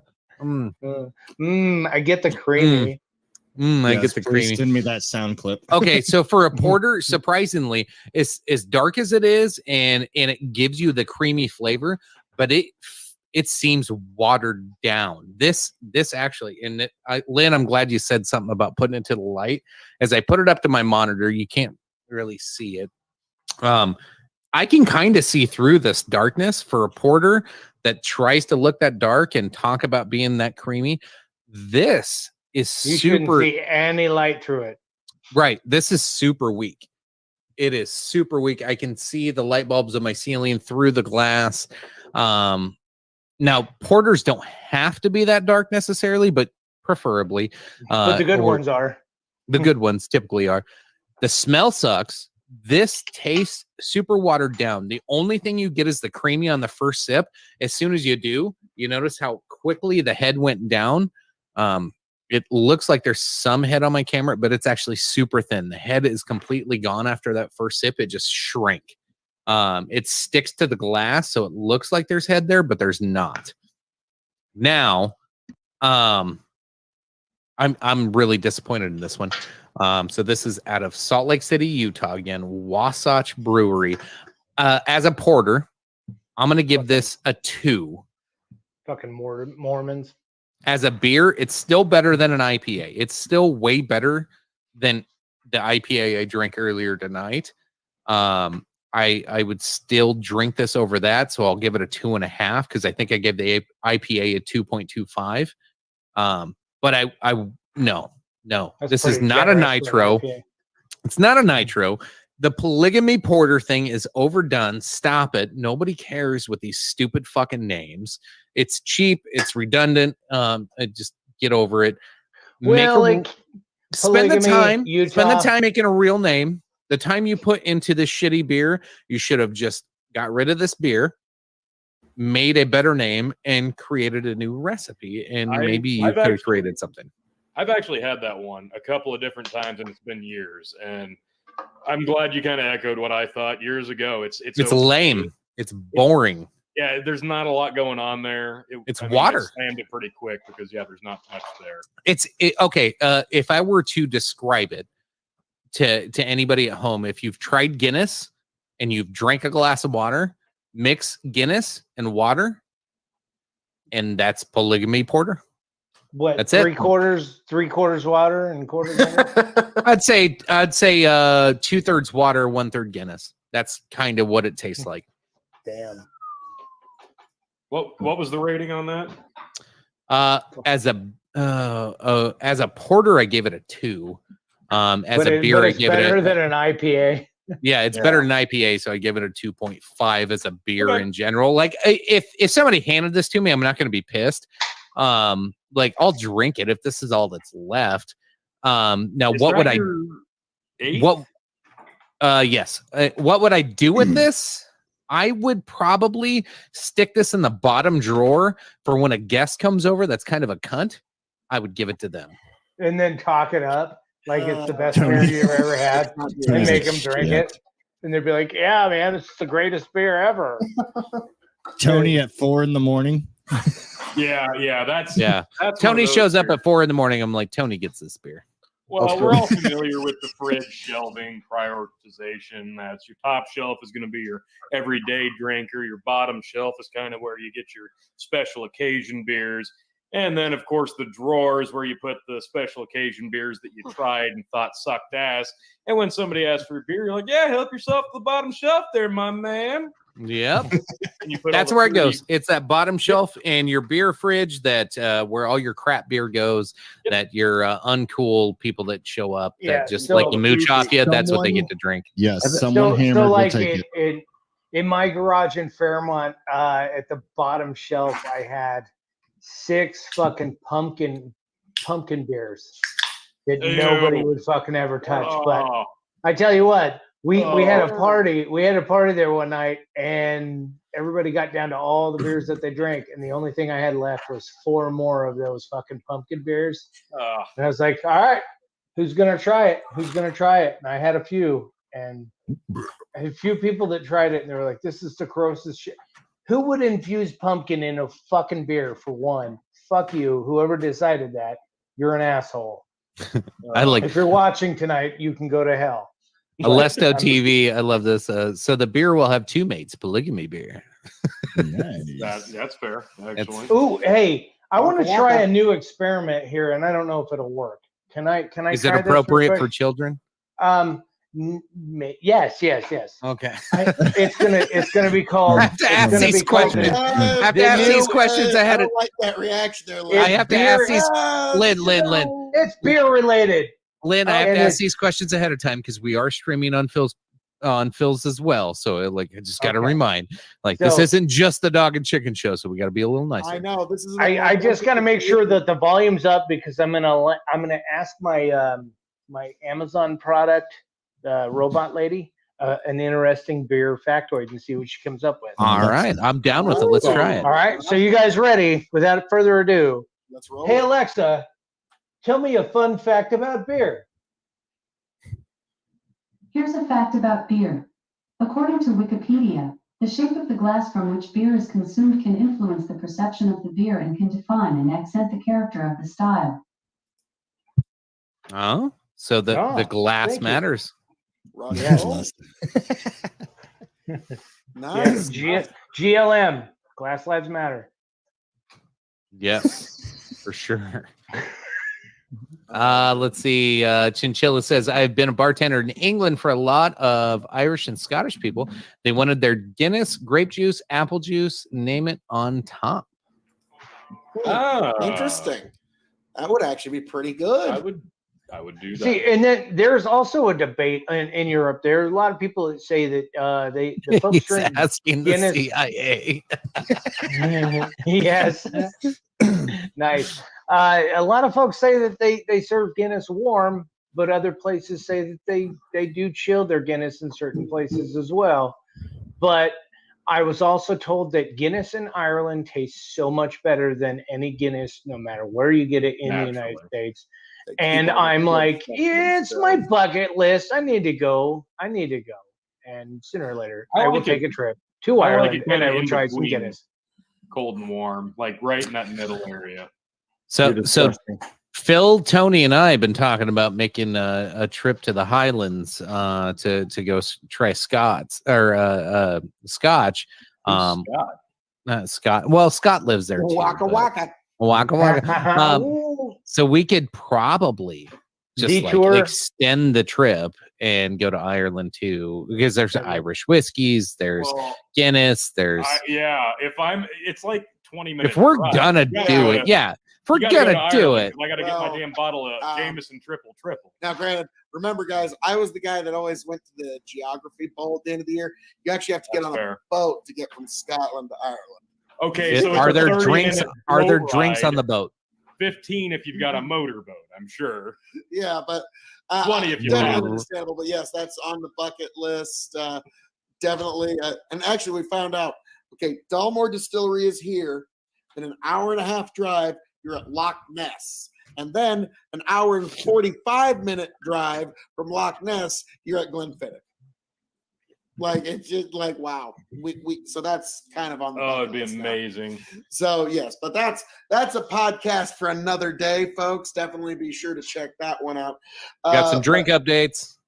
Hey, Urus, motherfucker. Let's see. All right, I'm in. Perks of working the beer business. This can be Yingling Raging Eagle just before they completed the label. Seems like a good occasion to crack it open. He's Yes, got some brother. notes.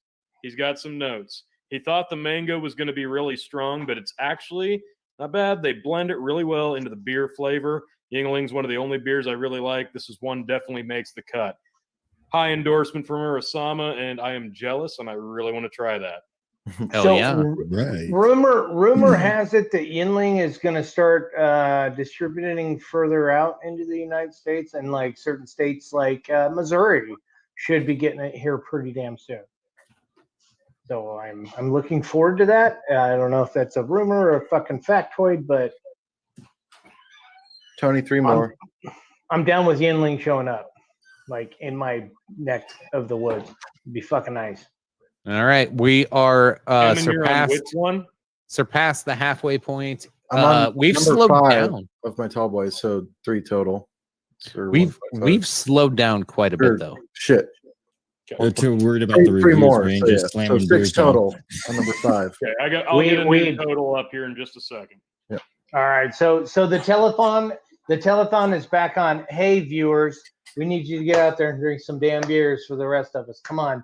Hell yeah. You could save us sick puppies and keep us from fucking staying up until midnight. All you have to do is crack open a beer, take a picture, let us know you're drinking it. Come on. In the arms of an angel. Fly Oh, away. Only you can save us from staying up too No, damn late. so- Drink a beer for us. So we talked about this. We didn't get serious about it, but next year I think we need to be serious about it.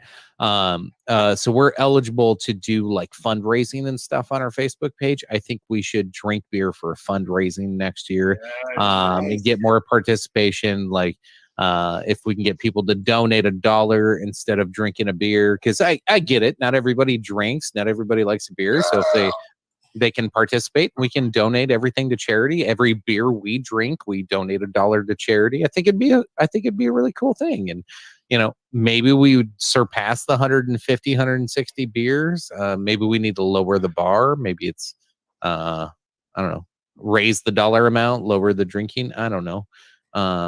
Whatever benefits people most and still gets us drunk and helps the world. I think that's a great idea for the 3rd annual Andre the Giant beer drinking.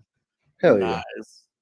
Oh Lord. We yes. can make it political and just make it to the, No, Lord, no. This is the no. one night a That's year the we get to 4th walk away annual. The 4th annual will be political because that'll be in 2022 or 2022 election season. Yeah, it'll be ramping up around that time. So Yeah, yeah. There you It will sneak its way in whether we like it or not. But so for now, but for tonight, this is Andre's night. That mofo. Now this is a real story. I don't know. I was asking Tony, should I tell this one? Should I tell this story about Andre on air? He says, yeah, you kind of have to. So, all right, Andre the Giant, he is a big sumbitch. And if he didn't like you, he would actually do this. He did this to Jake the Snake Roberts once. He stood on his hair, grabbed his arms, and just yanked him up and just like almost yanked his hair out of his head. If he didn't like you, he'd throw you around. Hey, little fettuccine 69. We are drinking beer in honor of Andre the Giant. Join us if you would. We got little little fettuccine. Yeah, we got a little fettuccine, the OG of the Revolutionary Wrestling Podcast. But yeah, so Andre the Giant, him and Bad News Brown didn't get along. Is that fair to say? That's completely fair to say. Okay, so one night, Andre the Giant, he would sometimes sit on somebody, and if he didn't like you, he'd fart on you. Okay? Yep. Yeah. And then he's a big son of a bitch. What are you going to do? And, well, okay, this was... You ain't doing nothing. Let's just say this is the last time Andre did this particular joke because he trusted a fart too much. And he took a giant-sized shit all over Bad News Brown, and he immediately rolled out. I think he vomited, and just like, yeah, that was like, and I was like, oops. Is that how he got his? Is that how he got his name, Bad News Brown? No. I mean, it's kind of ironic. No, he saying. had the name before. It went with. Yeah, But- yeah. I mean, but- like, now, granted, like we all kind of thought, like, wow, that is a very weird, like, syntax. That like his name's Bad News Brown, and that's the one guy Andre accidentally shit on with a giant-sized shit. Like, and that was what everybody described it as. And so, like, oh my god. So It was that- some bad news, and it was Brown. yeah, it was bad news. Yes, that is all true. Tony. Tony, is, put your Joe Biden glasses back on. There you go. Watch it. Here's Bad News Brown. That is Bad News. Bad News Brown was actually pretty badass. yeah, I he always was a enjoyed- bad motherfucker. Oh, I yeah. would not have fucked He with was him. a monster. He was one of the few guys that could legitimately shoot. And People actually have and for YouTube those who videos don't about know, this. Shooting was a guy that could legitimately fight in the world of professional wrestling. Why That's didn't they what call him it- Pink it Eye, was- Pink Eye Brown after that? There was, good lord. Well, yeah, there's, wow. That's not quite the same song, though. But yeah, in wrestling, there's workers, the people who do the act of wrestling that we know of, and then there's shooters, the guys who could actually fight. If a fan tried to take the ring, you could count on the shooters to beat their ass. And so that was what the Bad News Brown had quite a few stories of having to beat some fans down and try to take the ring. But that was a real story. And guys, it looks like we've got some. Hey, how we doing? It's a there? shitty Shitty situation. situation.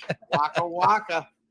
All right, bring it in. This is going to be a good one. I'm so excited, guys. All right, bring it in, chicken. Oh, God. Lord. Oh my God, abundant Jesus. Bring it in here. All right. I'm. Are you Tony going to G. review Bud Light? Hold on. Really? Yeah. Who needs a review of Bud Light? I'm sorry. I have to Dude, put my I've fucking never had it foot down. before. Yeah, we- Tell me how it is. Fucking asshole. And the May I got to be a dick. I had to get that out because, like, I'm just going to have contempt this whole time. I don't Okay. care. Saying what everybody in the I have audience is You're thinking. not drinking it. No, I'm not because I'm a man. Because he has a penis. wow. Here. Oh, you're a man, so you wouldn't drink it because it was in your fridge. Oh, there was one rolling around in the bottom of your fridge. I'm not drinking of that because I'm too hip and too cool and too awesome. I'm not going to drink His, that. I'll let his my wife was Well, drinking. let him go, Lynn. Let him go, I'm Lynn. chicken. La-di-da-di-da-da-da. Shut the fuck up. Bring it in. Thank you. Here we go. I mean, I'm come on, Tony man. G. Shut the Come fuck on, up. man. I'm Tony G. This is my review of, yeah, it's here. We're doing it. Bud Light. This is not We gonna be choose a truth kind over facts. Shut up! This is not going to be a kind review. Warning, spoiler alert. Here we go. And for those who enjoy Bud Light, I'm sorry if this offends you. Kind of. The fact that I'm pouring this into a glass is actually pretty respectful for something I used to enjoy back before they went ahead and fucked it up. Now, I've been told this used to be made, not with rice, and now it's made with rice. Those of you who used to drink Bud Light and it tastes like shit now and you get a headache the next morning, apparently that's because they make it with rice now. So that might explain a few things. But this is Anheuser-Busch Bud Light. Phil, go ahead and take a big gander at that. What are we dealing with here? What do we got? What do we got going on here? Hit me with It says Bud Light, Yes. Anheuser-Busch, Yes. always brewed using the choicest hops, Bullshit. best barley, Bullshit. malt, and rice. Strikeout. Yes. Okay, Well, we knew so the rice. It's not telling me what kind of beer it is. Yeah, it's a lager. Okay, so a light American lager. There you go. So we're going to grade this as a beer and as a lager or a light lager. So I don't drink a lot of Bud Light these days. Here we go. It's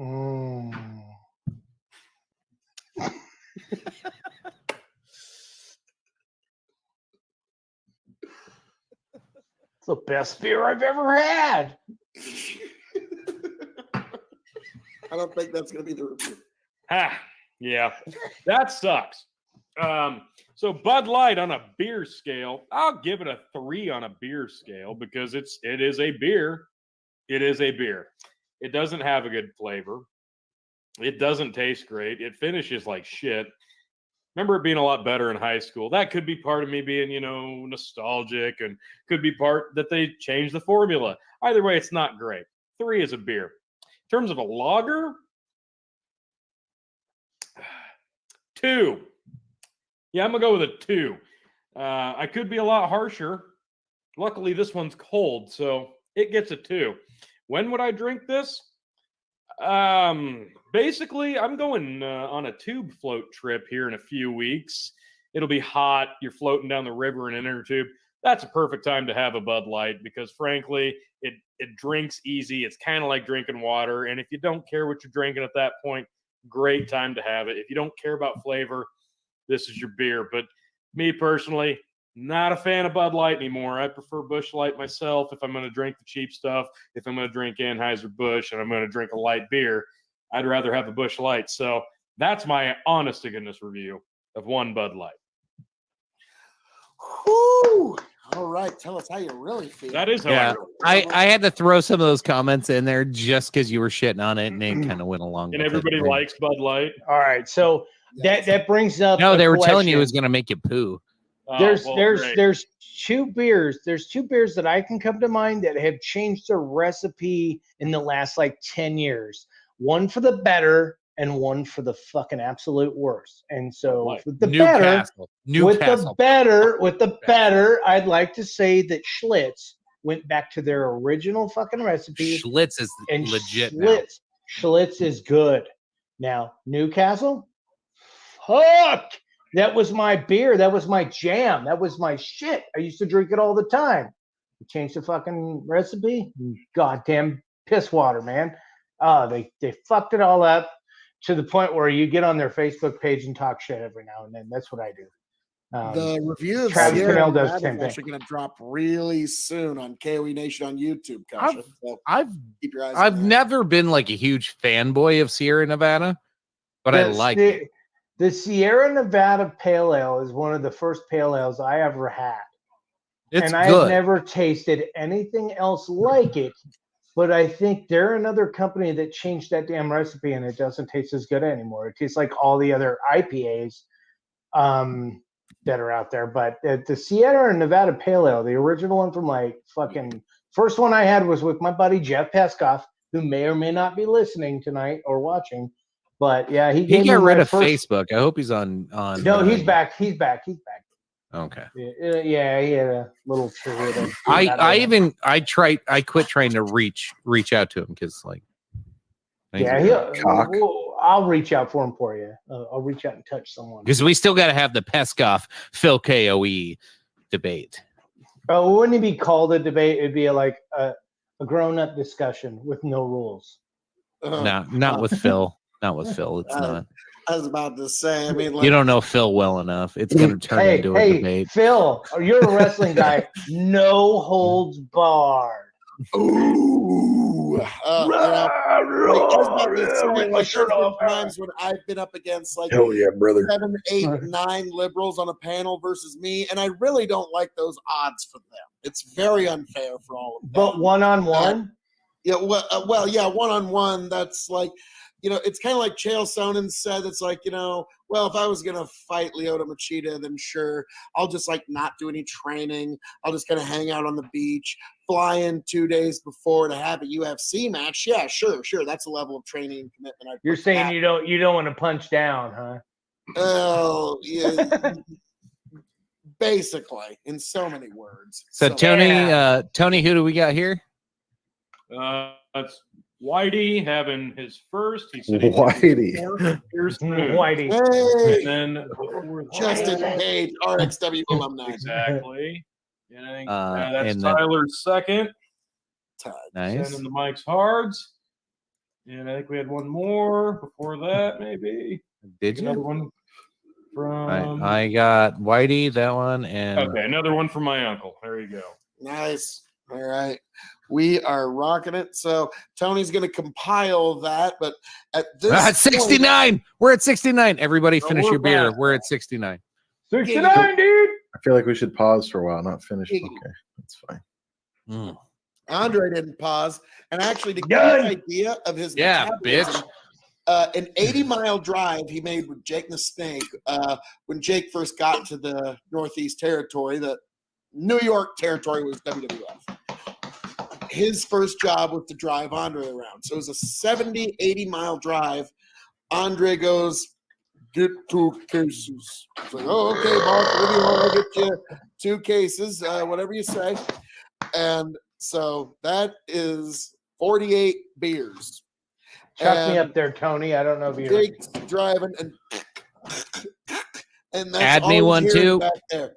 And by the time he gets to the 70-mile drive, Andre gets out of the back of the van, and Jake goes like, all right, don't worry, champ. I'll get the rest of your beer for you. There was none left.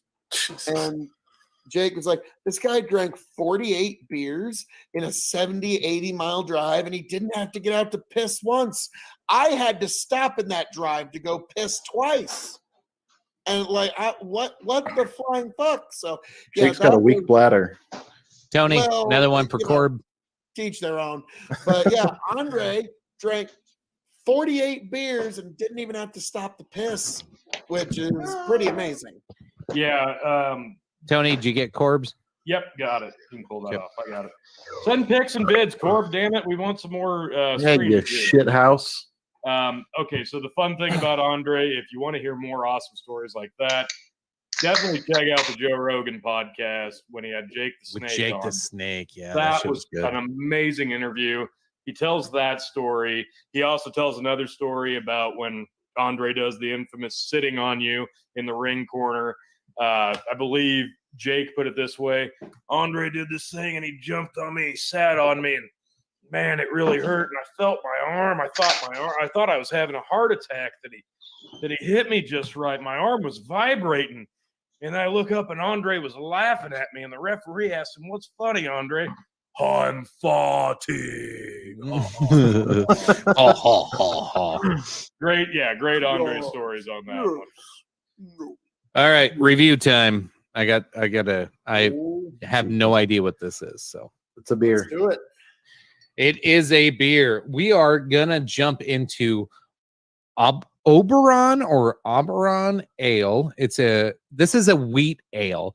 So as we're going through the different ales and lagers, I wanted to give a wide variety of different spectrums of both. This comes out of Bell's Brewery. This is Comstock, Michigan. American wheat ale. We're gonna give this bad boy a pour and see how it comes out. See if it's filtered, unfiltered. Not the greatest pour that I gave, so the head is probably a little my fault, but you can see chunks floating around in there. That is very typical of a wheat ale. Even filtered, it's tough to keep the wheat out of the final product there. So when you think of different wheat beers, you're always going to have a little bit. This one, surprisingly, it's got big chunks. That's not necessarily not normal, but there's some big chunks. A couple of things that are concerning me just looking at this already.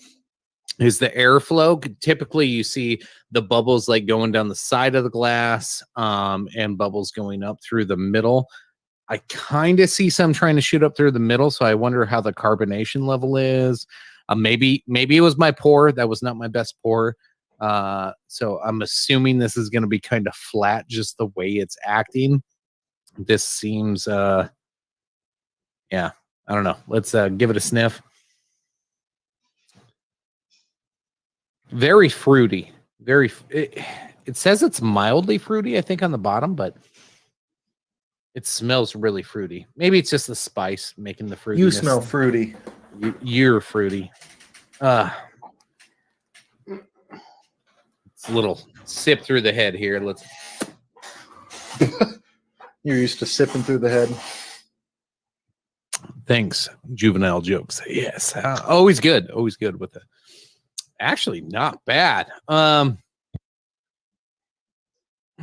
What does this remind me of? This is actually pretty good for a wheat beer. This is actually pretty good, especially with the unfiltered. You cannot see through this thing at all. For a wheat, I am not a fan of wheat beers at all. This is really good.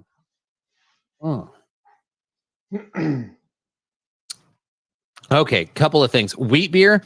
If we're gonna go on that scale, I'm gonna give this a 4.5. Which is this is one of the best wheat beers I think I've ever had. As an overall beer, I'm gonna say it's like a 4.25. I honestly, what I would do with this, I would blend this. This should go with a black and tan. It's got such mild, subtle flavors. I get citrus. I get other fruits in there. There's like a weird tang. And then just after having a darker porter that kind of sucked, maybe that's why I think this is so much better. It's because that porter was fucking awful. But I'm getting the mix of those flavors. This would make an excellent black and tan. Now I don't know how well it would hold up because even after, look at this, like there's no bubbles in there. It's really hard to see, but there's little sediments of the wheat. They're not moving. It looks like gelatin in here. They are not moving at all. So I'm curious how this would work with like a Guinness or anything and making a black and tan and how it would mix. But this would mix super well with a dark beer. Outside of beer with food, honestly, I think this would go good with any meat. Probably more so with I don't think chicken, probably more of a pork or a beef. Something that's got a little bit more of a robust flavor, barbecue type stuff. Chicken probably too light. Probably not going to give it compliment it as well, but it might. I wouldn't cook with this. I don't think I would cook with this. I would just drink it. This is good stuff. Cheers, folks.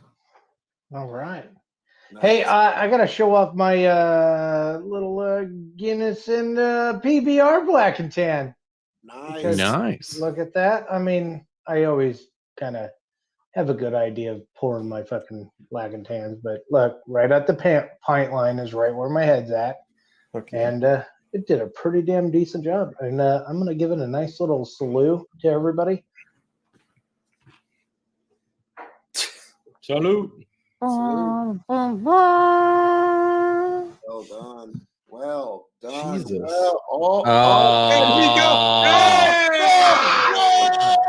Yes. Proud of you. I like how you lick your lips. You mean my facial hair? Woo. Oh Lord, that was awesome. Well done. Well done. He could go. Oh, okay. Wait. Now I gotta fucking pour another. I have no idea where we left off in comments. I'm gonna scroll down just or Did scroll we get the Macho Man comment? I'll start with Oh that. yeah. Hey Tony, put me up for another. When All you're at right. how many? That'd be 6. You're the one marking it off, I Tony. think that's 6, bud. That's what I thought. Double checking. All right. Chat about Macho Man Randy Savage. Are you going to do a video on that? Phil, I'll let you take that. Oh, there's a lot of controversies around the Macho Man Randy Savage. The Macho Man. None of them Sorry. substantiated, but I will say Tony, that one for Justin. when you talk about the Macho Man, you're talking about the cream of the crop. And when you get in there, American Dream, you're gonna know that the Tony's getting Macho possessed. King What is happening? is the one who brought you down. And with that, I yield. Wait a minute now. Are you sitting here telling me that somebody else has got the madness? Oh, there's nothing that makes my blood boil more than when somebody else tries to claim the madness. Oh, yeah, because the madness lives and breathes through the Macho Man, Randy Savage, and that's me, brother. Oh, yeah. Don't let anybody else. Yeah, brother. Oh, step into a Slim Jim. So, hey, chicken, I don't know if you can pull this video, but it was like a mesh of like Brandy and Macho Man. It was Macho Man, Brandy Savage. You remember that video? Yeah, anything that's actually got any WWE character in video, no, Oh, can't play it. God. Unless it's a God. TikTok. They pursue their copyright. They don't fuck around. like harder than Microsoft. Okay, But it was Like, somebody doing a Macho Man like impression and singing well, to why Brandy. would you like- need that when you got Phil KOE, the Macho Man, right? Literally a guy Yeah, doing a right fucking impression. there. Anyway, comment. You were fucking awesome. Love you guys. I'm just gonna assume that's to everybody. So cheers, Yes. because that Thank you. consumes more alcohol on all of ours. You can Yes. use some And, You just got a and big you, pump if you want to pull them up again. you can drink a beer and help us out. Please Thank you. put yours up Yes, there. we need more people. All of you in the audience, we know there's plenty of you out there. Please send in, or even in the comments, if you're Here. having a beer, you're having a mics, you're having really anything, any libation in honor of the boss. Let us know, folks. I see We're Cooner. close. Tony, Did you have a Tony, beer where's the banner? Which banner do you have running across? I can't find it. It's in banners. I don't. Bruce Yeah. banners or The beautiful banner. And really, what it It's on should RWP. yes, on Okay. Revolutionary It's in that one. Wrestling Podcast, where you should all go like, share, and subscribe so you can see not this weekend, but next weekend, Tony G, Phil KOE, and Chicken as we review Double or Nothing. Oh, it's gonna be great. It's gonna be great, folks. So There. yeah, I added my phone number. This is a temporary phone number. You can send pics to if you don't want to do Facebook, you don't want to do any of that. You can just send pictures to that phone number. no And- dick pics. No dick pics. No, that out. Well, yeah, no dick pics, please. Well, yeah, think about it for a minute. But he would love to see the goat. Okay. Oh, Jesus Christ. Good Lord. That's not where my mind was somewhere else. And then Lynn's like, dick pics. I'm like, well, no, what? Yeah. Okay. You know what to do, folks. I don't was need trying to to help you, explain bruh. this any fucking further. no, Jesus. I know what you're saying, Kasha, and I do appreciate. I mean, I am pretty much the boss of the ground I walk on, and I'm pretty damn awesome. I'm a lord of the Scottish Island, but even I got to acknowledge the real boss. It's Andre. If Andre were to walk in this door right now, into anybody's door, you'd all be like, "Welcome." I'm getting a machete and a shotgun. No, welcome home, boss. What? You're just gonna make How many, it Brian? back with that, okay? Brian, how many beers have you had? We're trying to Scariest reach. zombie in the world would be Andre the Giant. Oh my god, dude. Okay. How is some Brian, zombie movie not Brian, done how many beers have you had tonight? We need a count so we can add it to the total. All right. that? Yes, we need to know how many beers. Boom. There you How many go. are you on? Oh, Brian Cunard is on 9 beers. So that's helping. Living on the Wow. edge. Hey, Brian, Thank shout out you. to Brian Cunard. I saw him My a man. few weeks ago at the Prime Rib Dinner in Fairmont. Entertaining as always. Thank you for the end of the night. That shit was awesome. When we all got Justin, kicked out of the what is your Legion count? together. It was awesome. I am getting ready to go to number 4. And I ran to the gas station real quick to pick this up. And it says, my lights really, it says, give me s'more. Ooh. Oh, it's gonna be "Oh, a awful." s'more. Oh God. It's a I man. s'more break drink. it. But hold on. As I'm looking at the can, It's got a penis on it. What? What the fuck? It's got a sticker. Whoa. That's it's a cool. different. Whoa. So the alcohol content, according to the sticker, is 5.2%, and the alcohol content, according to the can, is 9%. False So I don't- advertisement. It is, and every can is this. So they made a bunch of this, and went oops, and threw a sticker on. So That's cool. I don't know So why. that's- did they throw the sticker over the can after they made the s'more shit? And they're like, "Hey, we don't want to." we're gonna find out. That's gotta we gotta be find illegal. it. Does it right? taste like s'more? Or does it taste like It is. fucking stout? Yeah, I don't know. It is like, illegal. You what's can't the- do that shit. But yeah, that's the sticker. It's Yeah. just Folks, let us know if you've ever seen that before in your life, but not. That's fucking crazy. Give Justin the floor. it's from Nebraska Brewing, wherever the Okay. heck, La Vista, Oh, no. Nebraska. And let me read the right label according to this. It says this unique flavored brown ale introduces campy favorite s'more to craft beer.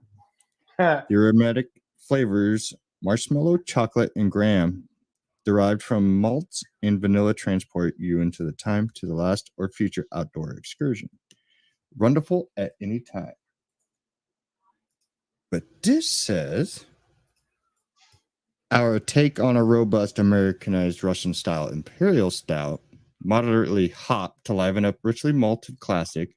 This is the base beer from our insanely popular barrel aged reserve series variants. You've worked hard, you've earned this. So I'm hoping You it's hope the you get s'more the one. second one. Yeah. The fuck.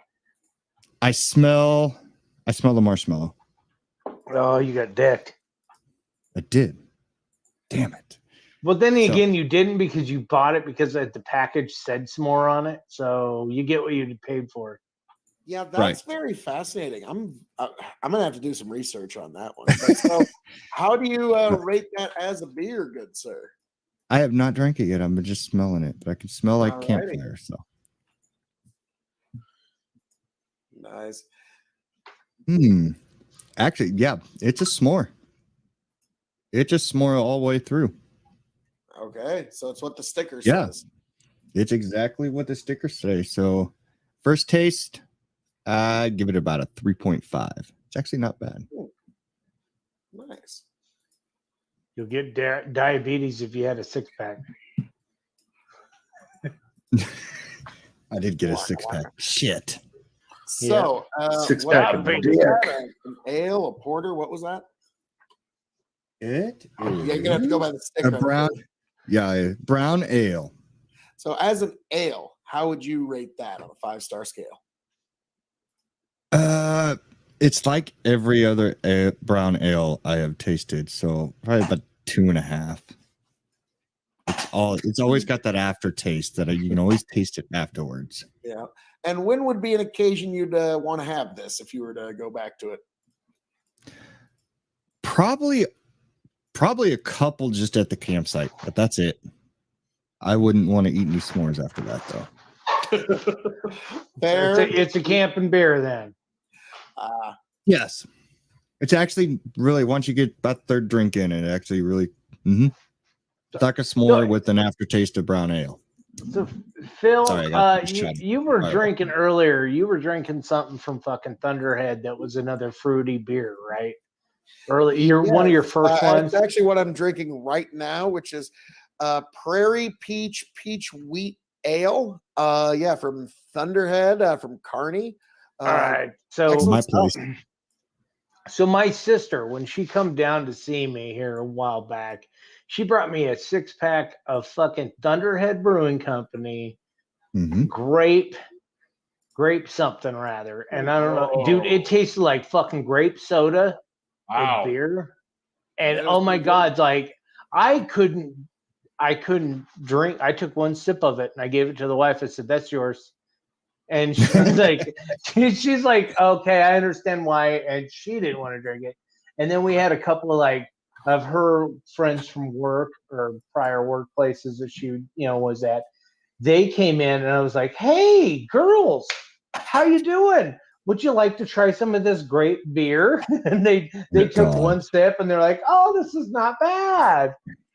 And then they left half the fucking beer. It's like that is the Right. worst fucking beer. I don't even think anybody that I could fucking even fathom would Right. drink one Thunderhead all is the way through. actually based where I Thunderhead's a live right good now. brewing company, and No, I and don't they- like to shit on great Thunderhead. bar. And I've been to Kearney, and I've actually went there and I fucking drank their beers, and they were great. Don't make Mhm. great beer. No, if you're in God, Thunderhead no. Brewing Company, I'm gonna say put your hand out. No, you stop it. Fucking I've had- no great I like their beer. peach though. I've had a couple from Thunderhead. They had one called Corn Stalker, and it was like a Yep. farmer with a big 10-gallon hat and a bandana Oh, in yeah. a cornfield. That one was really good.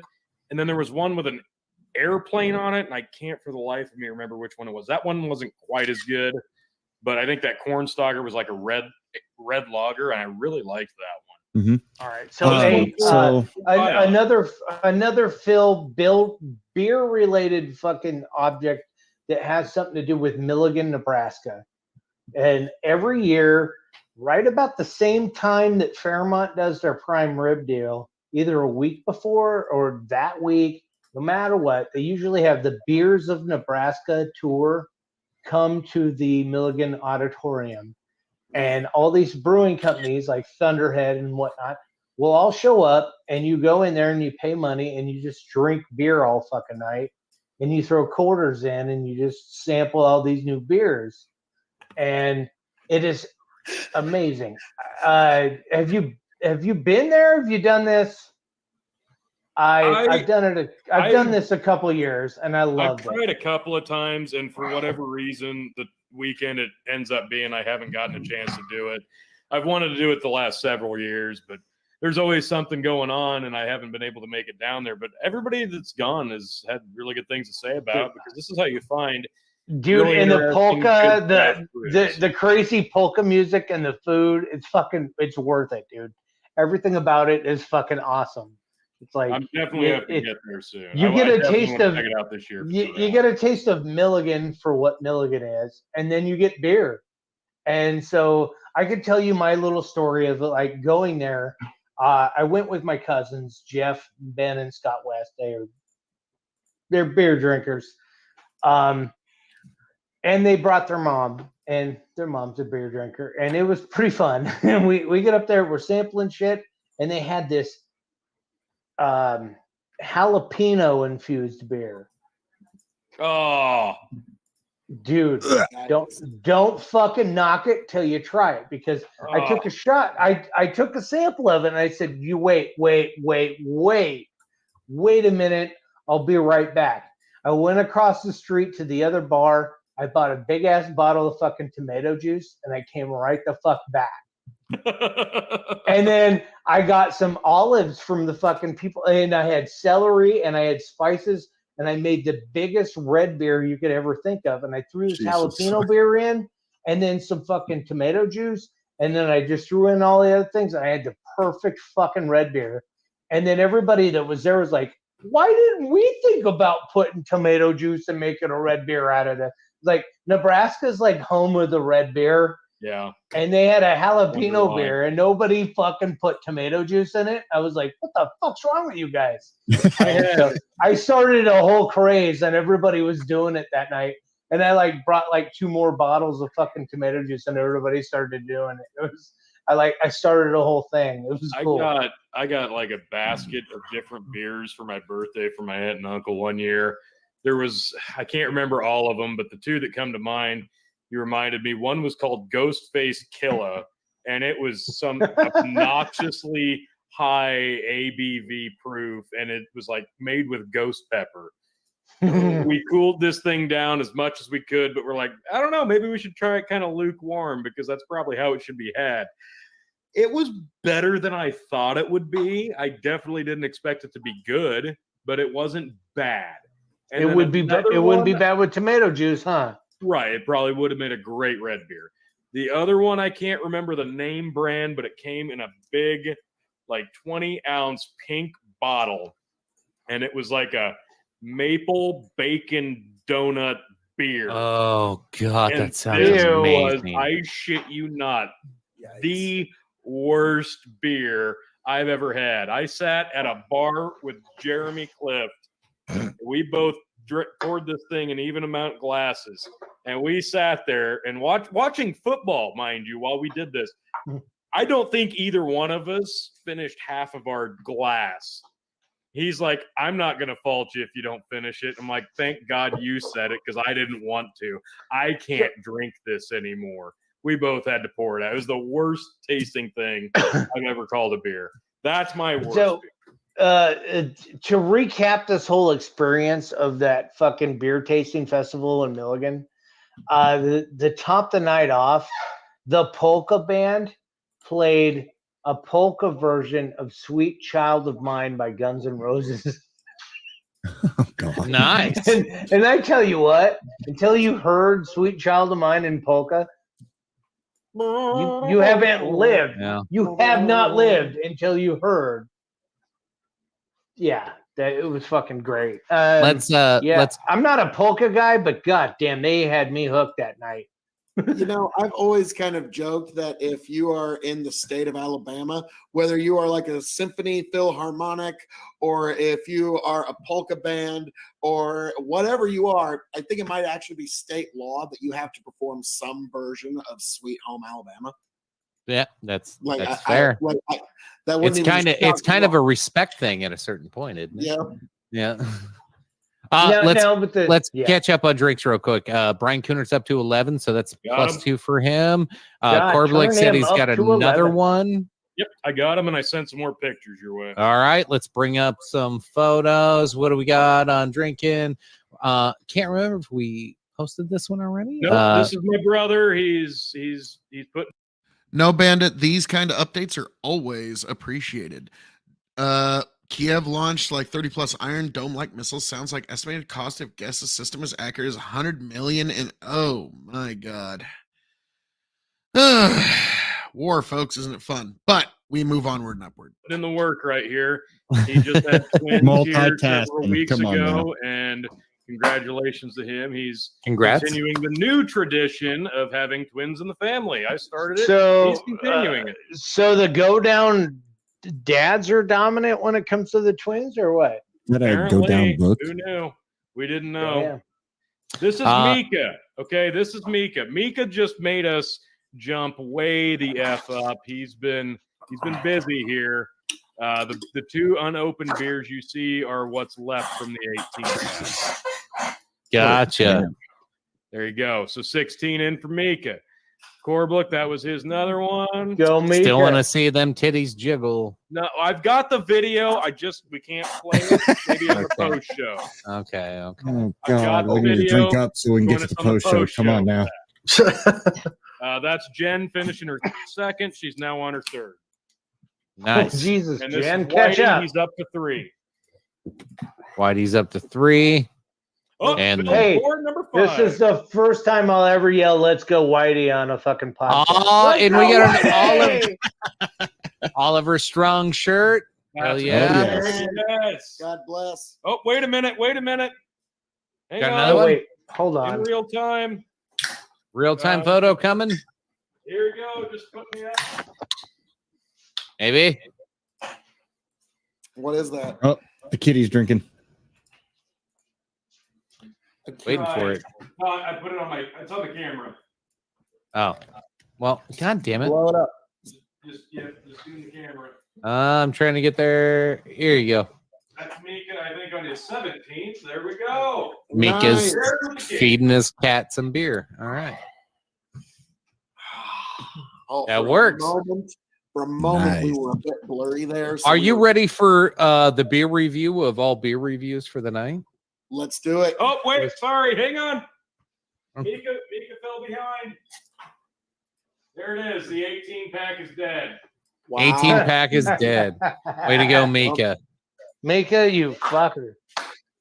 That's his shower You beer. beautiful, he says. beautiful bastard. Shower beer. Well done. He You know, says, everybody not deserves even my spot, cat. Eddie, but why should you have to go to the actual spot? Just put a 6-pack on the back of your Feed toilet. somebody else's you know, cat. You're good to go. Not even my cat. Yes. I'm Cheers. gonna have to get a new update. Just turn your shower up to like the really hot water setting. You're good. All right, chick. All right, here we go. We got Stella Artois. Not what you typically think from Stella Artois.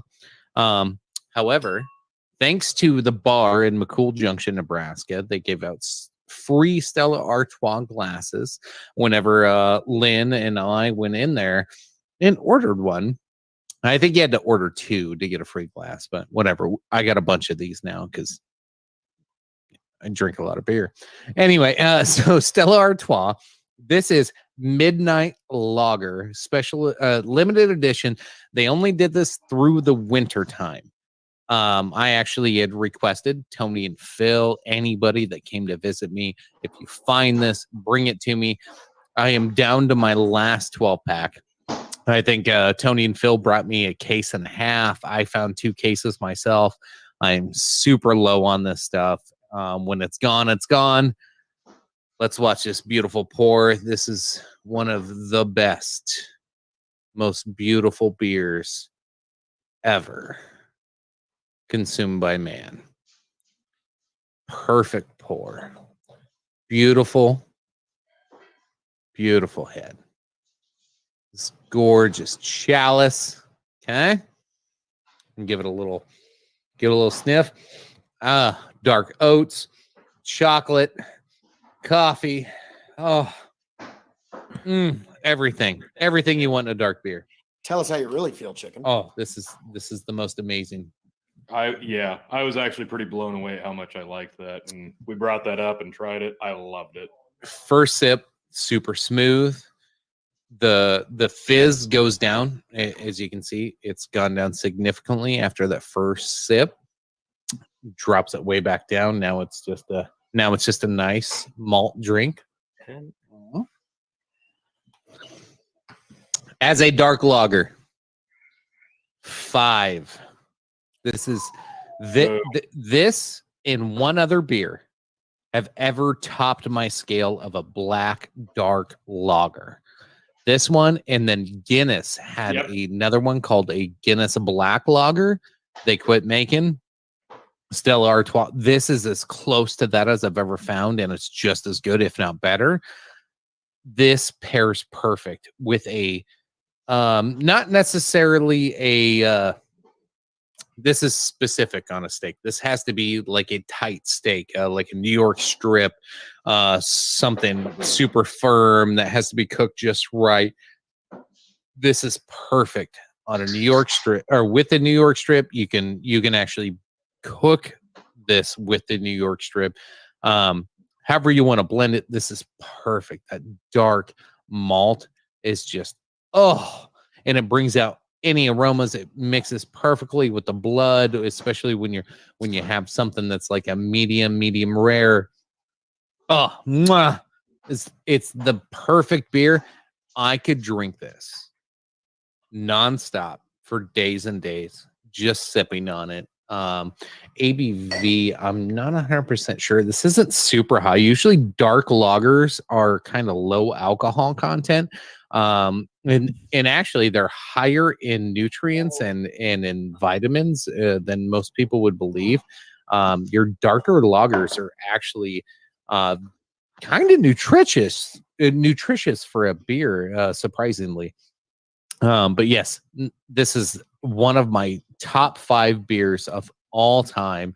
Stella Artois Midnight Lager. Please come out with this again next year. They brought this out for a winter release only this year. Yes, fantastic. Anytime you find a dark black lager, try it, buy it up. the darkest lagers you find they're almost like a Guinness Okay. coffee, but they're smooth. They're more palatable than the first time I ever tried like a Guinness. It was too much. And it was hard for me. Now, like my taste buds have changed. I've gotten used to it. This is great, especially as a sipper with a steak. If you're out with your wife or girlfriend or just out on the town, you don't want to just like slam beers down because you know the Bud Lights and all that garbage shit that everybody else drinks. It's so easy to just swig it down. This is a gentleman's beer. This is when you sip, you have life stories, and you slowly sit and have good conversations with. This is like the snobbiest beers of beer, but it's so fucking good.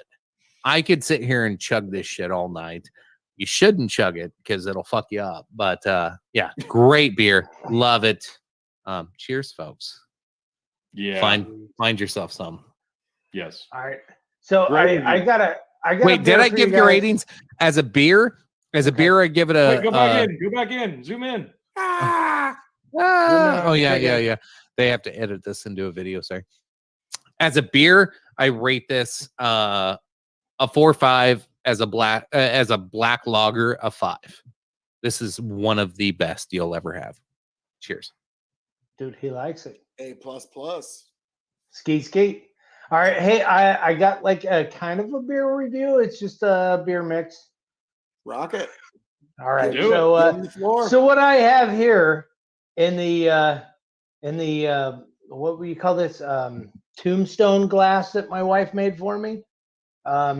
This is a frosty mug of PBR and some tomato juice. Mix in with some farm dust, a little lemon pepper, and just a dash of fucking hot sauce. This will fill my fucking gut, and it'll taste so just so amazing. I can already tell you, I can smell it. It smells great because it's got all the right ingredients.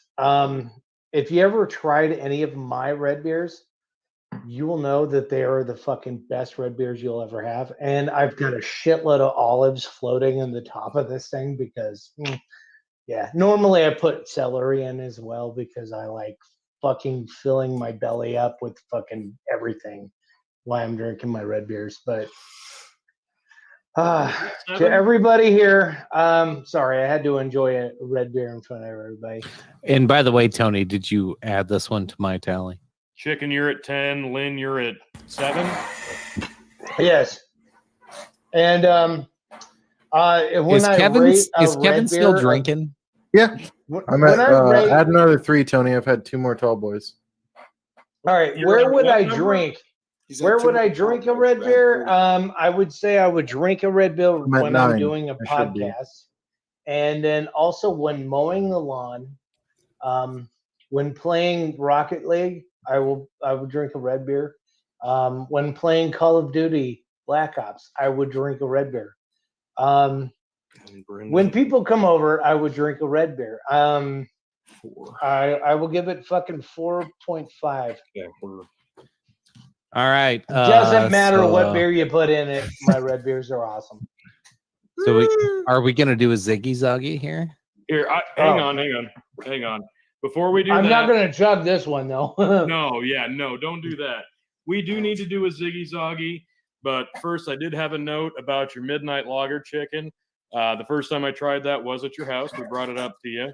And my first TikTok at Tony the Rod on my new account, Tony the Rod, was reviewing the Stella Artois Midnight Lager. I'd pop it up, but there's music, so we can't do that. Go check me out there. And Lynn, I can verify you do make some great red beers. And I did want to say something about a blended beer that we used to do back in the day.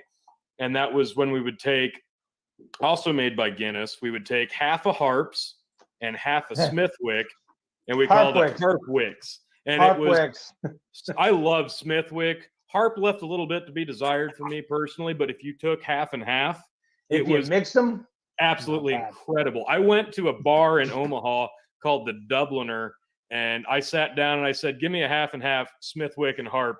And the gal looked at me like I was crazy. I'm like, seriously, do it. She's like, I've never had anybody try that. I'm like, it's amazing. I promise. It's called the Harpwicks. My buddy did it, and he fucking Exactly. invented it. And it's friggin' outstanding. So, There's- on that note, Here's an unrelated thing that I invented back in the day when I was in the Army. So what I would do is in an MRE, the meal ready to eat that the Army would fucking prepare for you, right? They would give you a little sample packet of Taster's Choice, which was the fucking little coffee thing. And you open that up, and if you put that directly into a can of Copenhagen snuff, and you mix that shit all up, I called it Westenhagen. yep. And you get the exact amount of caffeine and nicotine that you needed for the day. So you wouldn't need to drink coffee. You just put a pinch of fucking Copenhagen with the fucking Taster's Choice in it. And I usually put 2 or 3 packets in with a full can. And I called it Westenhagen because, you know, I have the best last name ever. And I'd put it in this little can right here. And yeah, you get your caffeine nicotine fix all in one dip. But yeah, totally unrelated, but still fun factoid. Good All right. story. I got one. I like mixing good shit. Kevin, there's somebody behind you. All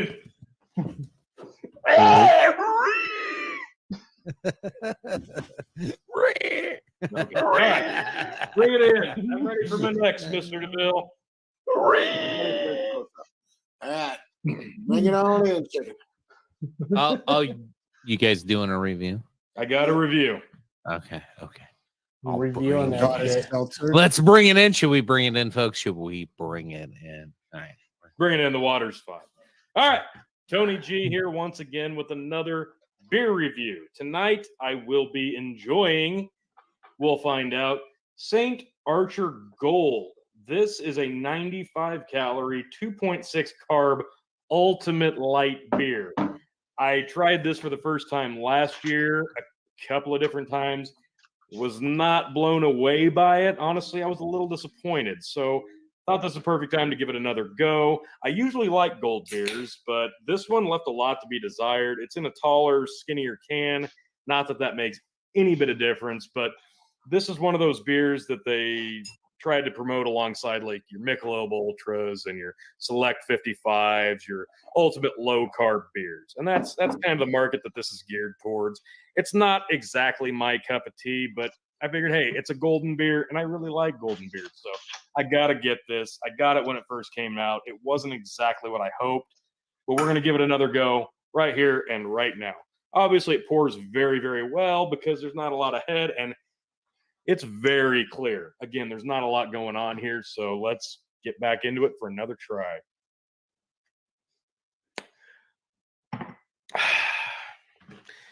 This tastes like beer. This tastes like beer, and a tasting note. It tastes like if you took a drink of a generic random beer from like the store brand of like a Costco or a Sam's Club, the generic brand of beer, but with a dollop of honey. There is a small sweetness on the finish, which is actually kind of nice after a very disappointing front end. So it tastes like what the fuck you call it? Natty Light with some honey in it. Yeah, that's actually not a bad way of putting it. It's not terrible. This is a good. You want a good. If you are so hard up for beer and you need a breakfast beer, this is the beer for you. It's light. It'd be great day drinking beer. It's not going to get you shit faced after one. This would be a great breakfast beer if you so find yourself needing one. As a beer, I'm going to give this a 2.25 because there's not a lot going on here. The honey gives it that extra quarter star. As a golden beer, I'm going to give it another 2.25. This leaves a lot to be desired, I'll be frank. This is for people who don't want to drink a lot of beer, who don't want to go out to the bar and have a lot of pilsners and draft beers. This is something you just want to socialize, have a drink. Don't want to put a lot of calories into the body. This is probably a good beer for you. This isn't my cup of tea, but I can see why this would be appealing. The dollop of honey at the end, actually kind of pleasantly surprising because I didn't expect that. So not bad, but definitely not great either. Not for my taste anyway. I yield. On right. a scale to 1 to what do you what do you call that? Yeah, did you rate that one on the scales? Yes. Yeah, he did. He said Okay, he okay. put it like 2, which is generous. 2 1/4.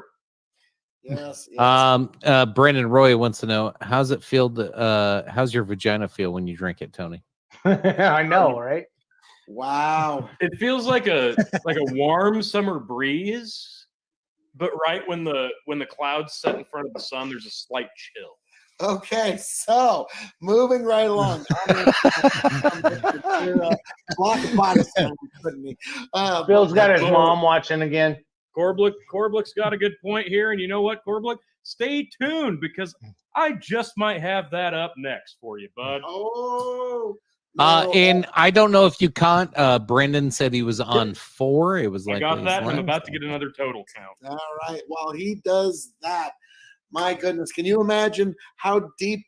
Now, we've already crossed the 106 beer threshold that Ric Flair saw Andre the Giant do in one night. So we've already crossed that, folks. We are well along our way, but we are not there yet. This is where we need to pull together that second wind, where we can pull together, where we I can might come need to share together again. as a community. Revolutionary Wrestling Podcast, Big Bucking Empire, KOE Nation, Oliver Strong, all of you beautiful people come together. We need just a few more to honor the boss and for all of us to come together, because this has really been quite a happening this evening. And yet, where are we at, Tony? Hang on, get through that. Okay, Oh, Tony, I need help understanding whose pictures these are as well. Let me So see. Whatever's double fisting. Oh, that was Brendan's. That's Brendan. Brandon. Okay. That's Corb, and then and another there- Corb. Yep. of course we got 2 Well done. Corbs. Well done. Oliver Strong representing. Well done, the man. Yes, Oliver Strong. Thank you. God bless. So what is our official Just number? a second. I'm getting it. Oh, Oh, we're gonna. The suspense is killing me. Okay. Folks, we have officially surpassed the first tier goal of 119, and we are at 123. We're very, very, very close to the second tier already of 127. Oh, So man. just need another 4 to hit that milestone, folks. Please. if you're What's the final watching, milestone again? 156. But last year, I think we hit about 174. That was our goal. Yeah. That was our total for the night. So right We now we're at hit that? 123. Holy shit. Everybody's still watching. We're Please almost there. send us the pictures of the beer. Send us the videos. We need it. We need it. we need Justin, it. Justin, can you drop the link to that? Yes, I can't right now, but I'll send it to you in private. There we go. Thank you. Thank you. Hey, Alright, so Justin, that- can you send it to me in Messenger and yeah, I can just post it from there too. Sweet, sweet. Thank you, thank you. But yes, all of us beautiful people coming together, and yeah, we're gonna try to find a way to bring this beer drinking to go out into the world and do some amazing things with the power of our beer drinking here at the Big Bucket Empire, the KOE Nation, the Revolutionary Wrestling Podcast. And on that note, here we go. Oh God, Are we ziggy-zagging? Yep. we were gonna let's get people in Hold on the on, hold on. Ziggy Zoggy. You can't be a selfish prick on this. I'm out of this. I need a regular beer. I mean, I I'll need a take a refill. Fireball, but Oh, not hey, fireball. and hey, let me go ahead and shamelessly 3 promote beers. the Oliver Strong hat No, that I'm wearing. what to Hey, the left, to the left, buddy. nice. Well done, sir. Well There you go. done. God bless. I had to All run right. upstairs and grab it. All right, if we're So gonna that's- Ziggy that's Zoggy, I'm going Hold on. with the shitty beer. Yep, All right. exactly. No, don't ziggy-zaggy that, Lynn. Oh, Lord. Tony's I'm gonna grabbing Ziggy something, I don't Zoggy know what. a Budweiser Select 55. Well, I only have like this much left of the red beer left, so I'll Tony's ziggy-zag getting it. a frosty Hang on. mug. If we're gonna do this, we're gonna do it right. Tony's got a frosty mug, and he's got a beer that's been in the freezer. Let me just ask, what's everybody's total so I get this right and I don't miss anything? I just finished 10, so you I'm were on keeping 11 now. tabs on me, so I don't know. Just add 5 more when we're done here. I've never had anybody track how much I drank in a day. This is Yeah. kind of You did weird. last year, actually. Yes, you did. So I know, it's so The weird. chicken's on 11. I really Lynn thought grabbing someone would have another? like a blood alcohol level blow thing. Am I in 7 or 8? Fertilizer. I think I'm in. Yeah. Lynn, you're on 7. This will be 8 if you're going to do one. Yep. Okay. Justin, Put me down. you're on 5. God, that's horrible from last year. All right, Cameron, folks, what are you at? folks at home, 9. load up a new beer. Oh. Folks at home, load up a new beer. We're gonna ziggy zaggy. Good old fashioned. You don't. Somebody in the comments, let me know. You better fucking remember ziggy zaggies. Oh, if you were a fan of the Man Show or a fan of great Oh, cable yes. television in the very, very late 90s to very, very early 2000s, then yes, you know the Ziggy Zaggy. When it was And it's was coming, Jimmy Tony, Kimmel and Before Jimmy what was Kimmel become a Paul's- douche. The salt. Yeah. and then and a little bit it was Joe Rogan too. Yeah, Rogan was on the Man Show. Yep. Jimmy Kimmel. Kind of. Yep. Like Remember that. original Man Show was Joe Rogan and oh God, what's his name? The original Man Show was Adam Carolla and Jimmy Kimmel. Correct. And then Joe Rogan and Doug Stanhope kind of showed Stanhope. up as that ship was going down. That was my introduction to Joe Rogan. Corolla. Adam So, Carolla. all right. Hang on. I might be able to show this. I can't screenshot it. It got sent to me on Snapchat. This is the beer. Hang on. Pull me up. Pull it up, chicken. Get this beautiful mug on the full screen. I mean, you got it, chicken. There we go. Oh, Pat! Oh shit. You fucking rapscallion ne'er-do. Oh, I haven't seen Yes. Pat in like fucking 10, 12 years. Oh, Pat. I can't hear it, but Fuck you, cat. Motherfucker. All right. Thank you, Pat. Motherfucking Got it. Pat. Got it. Yes. All right. We got an extra one. so Nice. old college buddy for Tony and Phil. For Yeah, those that don't know Pat.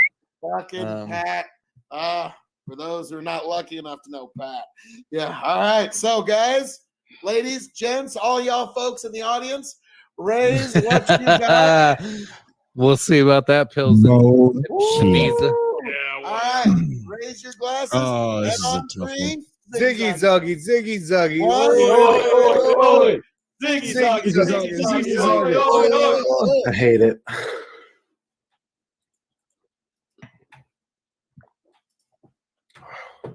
holy fucking ice.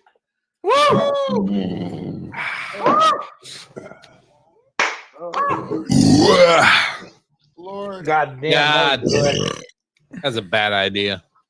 Hey, no, you mean it was a bad idea that became a good No, that All right, so that overall. Tony, oh God, Tony, that get- tasted like shit. You got your tallies up, don't you, fella? idea? Well, we can't really speak to you. And also, all y'all save your cans and send me pictures when it's Yeah.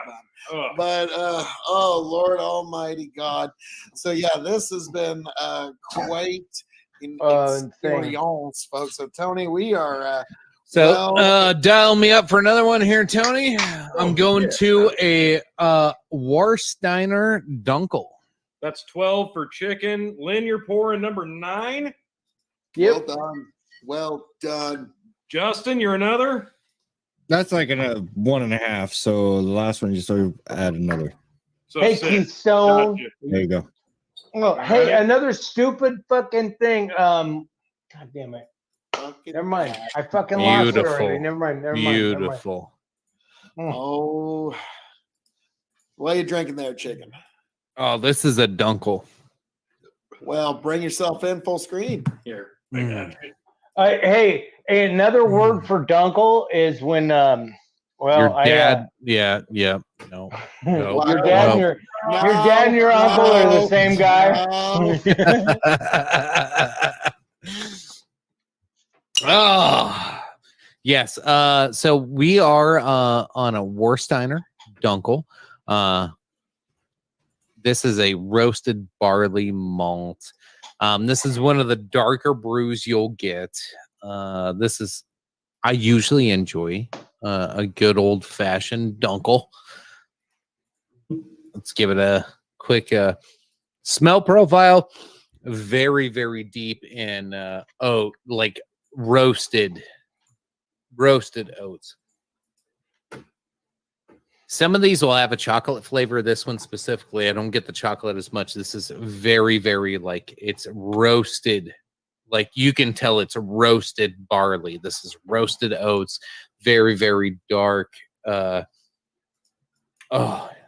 smells great. Let's have a sip.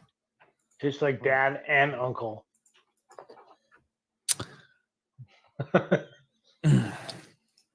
Not as good as I remember. The smell is amazing. When you smell it, you're like, oh, this is going to be a very rich, very thick type of beer. It's kind of watered down. It's not going to be like a stout. I expected more. I know it's not a stout. I kind of expected the same like feeling of a stout. So maybe that's because I'm 12 deep, but giggity. But no, she said. It goes. The only thing I don't like about Dunkels, they don't have. They go flat really fast. They don't keep the what do you call it? The CO2 levels that most other beers have, especially on the lager side. Dunkels really lose a lot of that carbonation right after they're poured. A lot of times they're better to drink out of a bottle. It might sustain it a little bit better. As you can see here, I've only had 2 sips out of it. There's like hardly any carbonation on the top. There's not a lot of bubbles floating around in the glass. It is very stale. Now, this could possibly be, it's been a while since I've had one of these. It could possibly just be an old batch. So maybe I'm giving it a bad one. Let's see. Best before November 21. So it's not that old. It's got till November before the expiration today. Yeah, we got 10 months or not 10 months. Jesus Christ, I don't even know the date. I've had enough to drink. Anyway, yeah, it went flat really fast. It still has a good flavor profile. It's not what it should be. So as a lager, I'm gonna give it a 3.5. As a beer overall, I'll give it the same, a 3.5. It's a good beer. I would probably pair this. This would probably be a good one right before bed and a long day. You just want to go to sleep. You want something that's relaxing to just like slow you down, not get you excited, not want you to like have another drink. Like I want a good drink. One, put me to bed, be done. This is it. Warsteiner Dunkel roasted barley malt. Cheers, folks. There you go. Yeah. All right, hang on. I got a video. I'll 12 deep. Yeah. All right. Hey, Kevin, have you done a beer review yet? No, I mean, No, he's Phil clicking on already- his mouse and typing on his keyboard all fucking night. Phil already reviewed Busch Light, so there's not much Pull point up for me the to do Tony anything. G. No, you got to do your own review. No. You just like, hey, Hold on. go, BLM, blah, blah, Busch blah. Light matters. This is what I hear from Kevin. Well, it's not loud enough. And you disappeared. He deleted himself. So it's just us now. All right. Ah, the inmates that run the asylum. All right. All right, here we go. So you're saying I can get away with some stuff? Everybody watching us, there's a cheers while they watch us. Watching us do the chug. Ziggy zaggy, ziggy zaggy. Oi, oi, oi. Lovely. Everybody join it in. So we got 2 more. Excellent, excellent. I'm glad. I'm glad. That's good. That's good. Well done. I get so So, excited you know, slamming my keyboard, making fun while- of Kevin. I actually I- exited the. We page. know Yeah, this. and you went right back to your webcam microphone really quick. God damn it! That's Let what you me fucking get- get for being a smart God. ass. Let me make sure I've got So, all of our screens count just right. One Chicken thing breast, is, well, Me? I No, I'm at gotta 9. ask. I gotta ask everybody in the lobby. When you're mowing a lawn, what beer do you drink where you're on the riding lawnmower and you're Pretended to be fucking mowing your frozen. lawn? I drink When you're whiskey. when you're mowing the lawn, you're drinking whiskey. Yep. All right. Well, I drink I love drink how you say PBR. riding the lawnmower because I have a push mower and it takes me like 25 minutes. I got a small Get a ass fucking yard. rider, buddy. I got a big Yeah. ass yard and it takes a fucking hour and some change. I got a small ass yard. I go, is it gonna rain tonight or tomorrow? Yeah, I better just mow real quick. And it takes me about 15 All right, minutes. So all right, so if you had a riding lawnmower in a big enough yard, what beer would you drink while you're on that riding lawnmower? Whatever's in the house, the Because- Keystone Light. Cause my go-to is fucking PBR because it's a perfect summer fucking drinking beer while you're outdoors doing shit. If you want to drink a beer that's not gonna fucking completely dehydrate you and turn you into a turd, yeah, PBR will So- fucking it won't fuck you over too much. So No. PBR is like the legitimate of like King of the Hill when they're all sitting out back. Yeah, Oh, dude, it's a beer that you don't want to get like completely dehydrated from drinking. What's I would what's the drink beer's that at name the from river Family in the Guy? summer.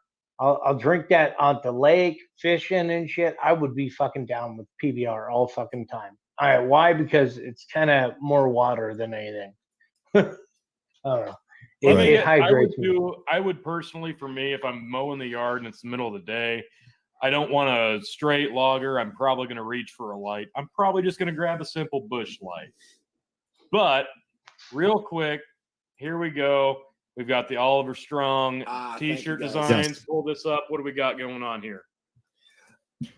There is every single type of product that you can find on here. I think there's like 117 types of different products, different colors, everything, which includes all of us, which is the Big Bucket Empire, KOE Nation, Dads Worldwide, Yanked Up Podcast.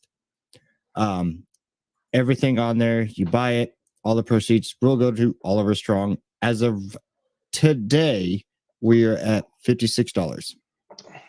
Nice. Fantastic. Dude, Thank you all very much. get her That's- done. I got my Yeah. hat. Let's Yeah. go. Everybody wants a Oliver hat like Strong. this. I appreciate that, all you guys. That's really that's You even got a little handkerchief for the dog. You have coffee mugs. You have masks. You have Seeing a everything. backpack on there. Yep. All right. So, hey, if you're watching this, get on that website, look it up, do it. definitely check it out. All right, I'll Hashtag drop Oliver- the link in the chat for everybody as well. If everybody wants this hat as cool as this, just go out and buy the hat or buy a shirt. Go buy a whatever the hell they got. Yeah, there's a lot of shit you can buy. There was a lot of options. I picked a hat because I'm a hat guy. Right. Just so you know, sweatshirts actually donate more money. Just saying. Just, You know, thank you all. just so much. saying. Just- The that's- fan. It's just the fan. Holy bajunkers. So Holy bajunkers. Tony's got a new. Oh my update. god, that link pastes so bad. I am so Dude, sorry that for was everybody in horrible. the chat. What happened? I don't know why it I posts think you like want in that. private. We Shout are out- yeah, do that one. 3. Count them, folks. 1, 2, 3 hours in, and we just hit tier Number 2, we are officially at 134 beers, surpassing goal number 2 of 127. The next stop, I believe, is did I say 156. 156. So we have to hit 156. After that, we're just going for a personal best. So those of you who are still with us, we thank you very much. Definitely check out the Oliver Strong link. Hey, I just Anything else, we reposted the appreciate link. help. Ignore the first one I dropped. Just reposted the link. That first one. That's Facebook trying to like get you to go through them to get to the same link. Right. Like it's fucking Facebook being douchebags. Yes, every dollar that is made on that website right now will be headed towards Oliver Strong. Oh my god! I'm gonna give it till Even that one was garbage. September 1st. Hello. September 1st. After that, goes straight to him. My name is Mark Zuckerberg, and I like sucking penis with my There butt. you go. And anyway, Waka waka. yeah, in a video game. So, Exactly. anyways, Podcasters I coming don't to know how the unite video game makes that and better, selling but for some t-shirts. reason it does. So I've got Corblick. Are you still watching? Because I'm about to pour my next one. What's second stage? You got first stage goal was 119. What's second stage The goal? second again? stage was 127, and we're already well past. All right, so can you update third stage goal? Third stage goal is 156, so we're well on our way. 156. So let me update that. Third stage goal.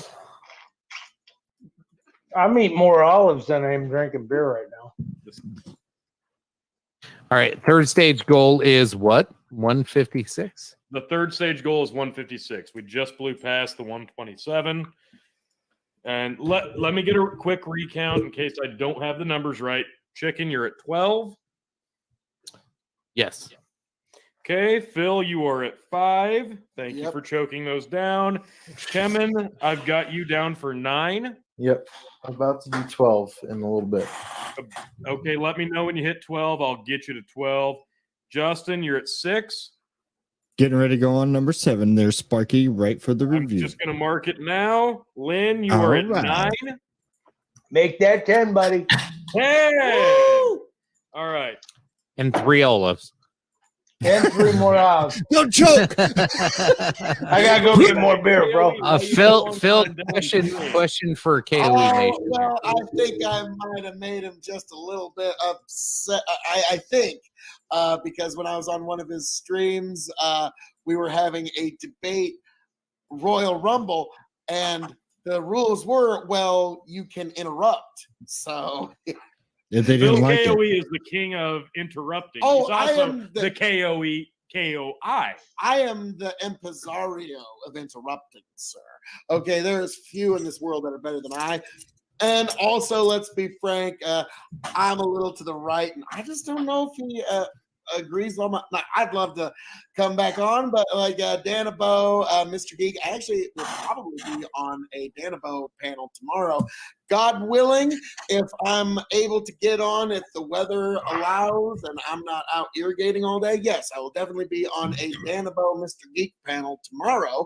So definitely check that out. I believe it'll be 7 p.m. Eastern Standard Time. I'm definitely looking forward to that. But, you know, it's just one of those things. I think once I accidentally called out Prime Kais rather than Dylan Burns on his own show, my days there were numbered. So, but I hope you and Dylan can patch things up because I do enjoy the hippy dippy, and especially when yours truly, KOE Nation, is on it. Exactly. Oh, well, thank you. Exactly. But he's missed. He's missed. I know. You are missed. I know. Like, you know, when I would show up, you know, the ratings would just go up immediately because everyone is doing like, oh shit, Phil KOE. So yeah, definitely check out KOE Nation YouTube. I always loved watching Phil KOE on the Dylan show or this and that. And then you see all the other streamers that are streaming, and I'm like, got them all, pulled them up on all these screens I got. And I'm like, one screen says, fuck that guy. The other screen goes, I love this guy. The other screen is going, I want his drugs. And Dylan, if you're watching, why have we not done a wrestling related battle royale? Like, that's what I'm waiting for. Come on, man. we gotta do some collaboration. I know you're a Mark, we're Marks. Come on, we gotta do something fun here. So Dylan, when you see this, and I know you will, somebody watching on Twitch, make sure to get the little clip, put it up on the KOE Nation. Dylan, let's do some wrestling stuff. But yes. I have Corblich. You've been waiting for this. Pull me up. Pull it in. All right. Can you pull yourself down afterwards if I go smoke? Yes. Yes, we can do Okay. He's You're really going you're down. up. All right, boys. Have fun. All right. You're up. Tony G. YOLO. This is Tony G once again here with another beer review. And this has been one that's been requested quite a bit. Let's be frank. Everybody's been waiting for this one. The masses have been clamoring. This one has to be done, and I'm excited for it because I enjoy it so much myself. This is Michelob Golden Light Draft Beer, folks. This is one of the best golden beers that there is, okay? This is a marvelous product. This is an Anheuser-Busch. Don't let that throw you off. I promise this one's actually worth seeking out. It's light, it's crisp, it drinks nice, and you're not going to break the bank here. You're not going to regret drinking. This is a nice one, okay? Good head. Golden beer, this is one of my favorites. And I know one of the people watching right now is a big fan as well. I just poured this, not a lot of head. Pours really nice.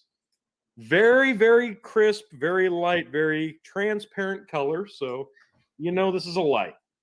I'll be frank, I loved the regular Michelob Golden Lager beer, just the straight golden, not the light. Loved that stuff. I have not seen that in years. First time I tried that, I was on a yacht in Minnesota. Setting couldn't have been better. Just beautiful scene, out on the open water, on a gorgeous boat, drinking a quality beer. The light's not too shabby either, so here we go. Very crisp. There's almost on the front, almost like a taffy flavor, if that makes any sense to you beer drinkers out there. It's not sweet, it's sweet adjacent. It's very crisp. It finishes so clean. I really, really like this stuff. As a beer, I'm going to give this one a 4.5. I love this stuff. I know there's people who agree with me, some that probably think I'm absolutely out of my mind, but as a beer, 4.5. I love this stuff. As a golden beer, I'll go 4.25. It is a little bit light. It's a little bit light, and you probably want just a little bit more out of a heavier golden ale, golden beer, golden lager. Maybe not quite what you would want, but it's definitely in the wheelhouse. This one for me, like I just said, if you're out on the water, if you're on a fishing boat, if you're on a yacht, doesn't matter. This is a great beer out on the open water. You're taking in the scenery. You're enjoying life. This is the perfect beer for that. Cannot recommend enough. If you can find it and you haven't tried it, definitely pick it up. You know what I'm talking about if you've tried it. I yield back to you. So that was another golden beer. I've noticed you do tend to really favor the golden beers, and we are back. them. So, and then there were 3, because 3 out of 5 ain't bad. So, yes. We are there. Time to eat 10, man. This philosopher king with another bit of undisputable truth. Every show is that much better with Phil KOE. I mean, like, no truer word has probably ever been spoken in any language or potential way of communication. Jay, How much do you pay your fluffers? Oh, you know, the KOE Nation, you know, what can I say? I love them. They love me. It is a symbiotic relationship. Jay Bully Boy, at a minimum, Dylan needs to make KOE the permanent announcer for the Hippy Dippy Championship. You know, that would probably be for the I best. got this one real quick. Look at all Brandon kinds is- of fluffers in the comments, man. Brandon is Wow. asking, where did you find it, Tony? He's referring to My the Golden drawing- Light. my- Brandon, I found this specific Golden Light beer in Hastings on Burlington at one of the many various gas stations. I'll have to drive down Burlington to tell you exactly which one, but I could probably point it out on a Google map. So hit me up in the DMs. Slide It on was in a there. construction site, Porta John, all the way at the bottom. Well, now, Lynn, to keep that in mind, you just got to realize my public adores me and I adore them. Oh, KOE dude, Nation hey, is the hey, most you don't beautiful, have to brilliant, fluff me, man. brilliant, I'm bright, good. marvelous I'm people good. that I get any it. audience has ever been blessed with in God's green earth. I get it, man. I get it. I'm getting fluffed. I I get it. know, like, and don't get me wrong, Big Buck I came Empire, 12 minutes ago. I don't Publisher know what you Wrestling guys are doing. Podcast. We're all beautiful people, but the KOE Nation is also That's 15 one seconds of to your the life. greatest places that you could ever I mean, hope and aim to dude, become. if I went out there and like just went to the hippy dippy broadcast and I like spouted facts for a while, I'm pretty sure I'd get some fans too. It's not hard to shoot fans to a bunch of hippies. I just facts straight up. I mean, dude, you did good, but all you had to do is like speak truth, and like the people that like And you they were like- loved you. Yeah, I The mean, people I get love it. Phil. I get it, dude. I watched that and it's like you didn't have a lot to fight with. You know, it was just a bunch of people that were spitting out some shit, and you were like, "Here's a fact," and they were like, Fuck. "Yeah, Phil, you got me on that one." Yeah, Like, it was, it's like, dude, The you were walk like, of shame from having to back down from all the facts that this motherfucker's spitting, it's embarrassing for some of them. They're not used to it. They're never ready for it. And they always have to circle back, if you know what I mean. Wink. But it- Side note, Circle back. KOE Nation, YouTube and Twitch. folks. yeah, it's the right thing to do. But yeah, what can I say? When I go into those panels, you know, it's unfortunate that too many folks that you can kind of already tell what they're going to think about things before you even get too deep into it. It's like, oh, what do you know? You're in internet. with social. your Wow, I've been with your running cringy American flag in the background. Yeah, Oh God! I see you here with your. No. But yeah, What? and Yeah, we're not yeah, going there. yeah. We're not going there. Yeah, No. But so yeah. The Union Jack might be for some people, but hey, it is what it is. Hey, Here we are. I'm gonna take a moment. Actually, see this beautiful flag. I'm gonna take a moment. I'm actually gonna give it a kiss. Oh, I love this flag. That's how much I love it. And yes, it's. And what's really funny is I've noticed this when there's some folks on the panel that are getting really like mean and nasty. What I say is like, you know what? I tell you what, I'm just gonna pray for you. And then they go, well, let me get even meaner, nastier. You know what? I'm just gonna pray for you that much harder. And it's the strangest thing. They don't know how to. Yeah, I'm like, if somebody insults you and then you retort back with like, I'm gonna pray for you. Yeah, it's very hard to keep. Very Yeah, hard to continue Like, to be unpleasant. you were supposed to call me a piece of shit lefty. No, Instead I'm of- gonna pray for you. We love I'm gonna pray for you. Don't worry. Oh Lord, but yeah, that's that will be hopefully me tomorrow on Danabo's panel. We'll see if we can figure that out. But oh Lord Almighty God, so I'm gonna let. Oh, my dog's giving me that. I want to go outside and go pee look. So I'm gonna be right back. You're you talking to beautiful Tony, gentlemen. right? dude. All right, so when Tony, it you gotta go comes to outside. Tony, shit, you gotta go outside. Come on, let's go outside, Tony. when it comes to shit like that, I can't get on a debate forum, dude, because like, dude, I don't have enough in my Right. fucking brain to do that shit. I'm a straight off the cuff. I'll just tell you what I'm thinking at the time, and it may be 100% wrong, but at least that's what I'm thinking at the time. I'm trying to be honest, but yeah, like We talking Phil, about I'll give Phil- Twitch debates? I will I give got a lot Phil. to say. I will give Phil 110% because that motherfucker thinks about shit before he says it. Me, No, now you tell me some shit. I'm like, boom, this is what I'm thinking right now. And it could be the most wrong thing you can ever think of. But that's what I was thinking at the time that I said it. But Phil kind of puts a little bit of thought into it, and I'll give him a little bit of Jesus. I will thank a little you, bit good of a towards it, but not me. I'm not that way. I'm just always off the cuff, and I just say what I'm thinking, and it might work sometimes. A lot of times it backfires, but it is what it is. It's like Can I say what I really think of Twitch? it sucks. What? No. I will can't respect hurt you Phil's. directly. I will respect I'm Phil's sorry. platform the best I can. Thank you, sir. But yeah, I mean, Twitch, I've noticed. So Phil's like, nope, chicken, shut the fuck up. I'm gonna just go ahead and just I'll just circle say back. The folks that Circle moderate- back. the folks that Dude, moderate it these takes- guys- Let's cut chicken off right now. He's about to say some bad shit about Twitch. Honestly, in Twitch, their terms of service is great or not great. There's a lot in there.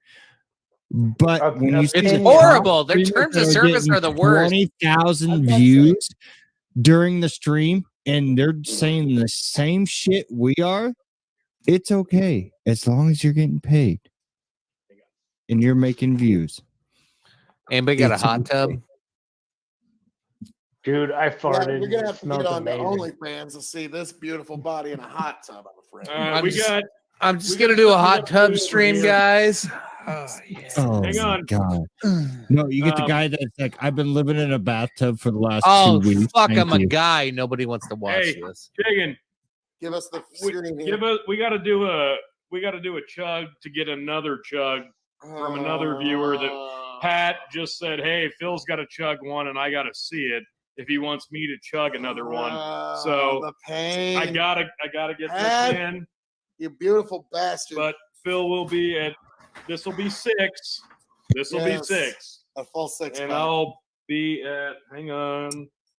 1, 2, 3, 4, 5, 6. Phil's gonna be hungover in the morning. We all will be. We all will. I'll get it. I'll Oh, I double know. check. I gotta be up at Second, but here, 4:30 in the this is morning. for Thank Pat. you. Chicken, I gotta drive to Nebraska Chug tomorrow, video. by the way. If you wouldn't mind. Oh, you gonna be in Lincoln tomorrow? Bastard. Oh yeah. When are you going that way yet? I'll or are be you gonna there. go Yeah, we're Saturday? gonna go there tomorrow night. Yeah. Okay. Boom! Yeah, we'll talk. We'll talk. It's a live stream. I'm not gonna fucking bring out any information that gets stalkers. You know how many people I got stalking my account? 0. But I don't want. I one. got it. Ridiculous. I got another one here. Ugh. What do you got going on? Hey, Okay. Justin Modes, how we doing? I've had this before. It's called Kona Brewing Company Big Wave Golden Ale. It is actually, what did I say? it? Actually, Modeled somewhere. Actually, shush. Brewed by Kona Brewing Company in Colorado, Fort Collins. are you Fort friends with my Collins. brother Brant? Maybe. Actually. Actually, hold on. Let me do another shot of fucking fire. Basically, it's the best beer I've ever had in my Yes. life. From Kona, Hawaii. I've had it. It's been a while. It's been a I have my while remote control here. since I Dude, could I've got one of those. I'll drink do this that next. beer out straight. A Kona? Really? Yep, I've got it. Hakuna I'll go Matata. get it. So Justin's doing his review, and then Tony's gonna do his review. All right, bring it Yeah, up. pull us both. Can we put two of us up? Competing It's on the reviews. News at 11. Yeah, potentially we can. You guys can do Simo reviews. simultaneous I'll just It's a remove good everybody. one. I'm gonna remove Oh. Kevin now because he doesn't say anything anyway. Let's do it. Well, You he's got it. just chatting on his Okay. computer anyway. Me and Lynn are gonna disappear, and you guys do your review. Hell All yes. right. Yeah, just took off Phil. All Feels right. like pop that motherfucker. Here we go. Tony All right. G of the Dog and Chicken Show, Revolutionary Wrestling Podcast, KOE Nation, and of course, Justin Chris, the Yanked Up Podcast.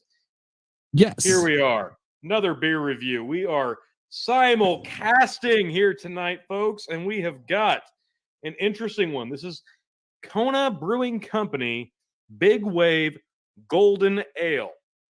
As I said before tonight, I have a lot of love for golden ales, and this is one I was actually pretty excited about. I'm actually looking forward to this. I have been waiting to try this, and this, again, perfect night to try it. Justin said he had one. I'm stoked. I can't believe we have the same one. This is going to be great. Give it a beautiful sniff. How does it smell? Oh, it smells golden. Not a golden shower, but golden. Actually, Is I get a little bit of hops there. Honestly, it's very not strong. bad. Very crisp though. I'm liking the way it smells, so I've got expectations. They're very high. I do like the bottle, Liquid Aloha. The bottle's cool. It's a bit of a short neck bottle, and let me see. Is there an ABV on this? I didn't see one. Not that I see. So no, I do not know the ABV. Year-round, the waves that roll onto Hawaiian beaches are some of the best in the world. Catch the crest of a breaking wave and ride it all the way in. Our sun-drenched Big Wave Golden Ale is a smooth brew inspired by what makes Hawaii great. Catch a wave. I've never been to Hawaii, but this is probably the closest I'll get in this foreseeable future, Justin. What are we thinking on this one? Oh, the smell is good. The smell is nice. Okay. The taste? Oh. It's very wow pronounced. Very boom. The first sip I really thought was very, very hoppy. Mm-hmm.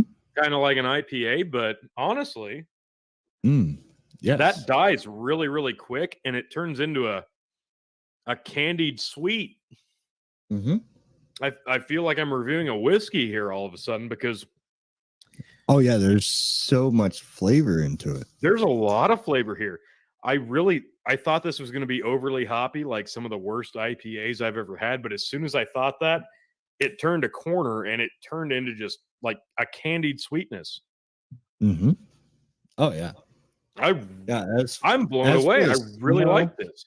The smell is like a 4 for me. There's some fruit there. There's some candy there, and the finish is actually very refreshing. I think this has got to be drank cold. I don't think you would want to drink this warm. No, hell no. This is really good. I'm glad I have 5 more of them. Same. I really am. Justin, what are you thinking on a scale of 1 to 5 as a beer? As a beer, I would actually give it a 4.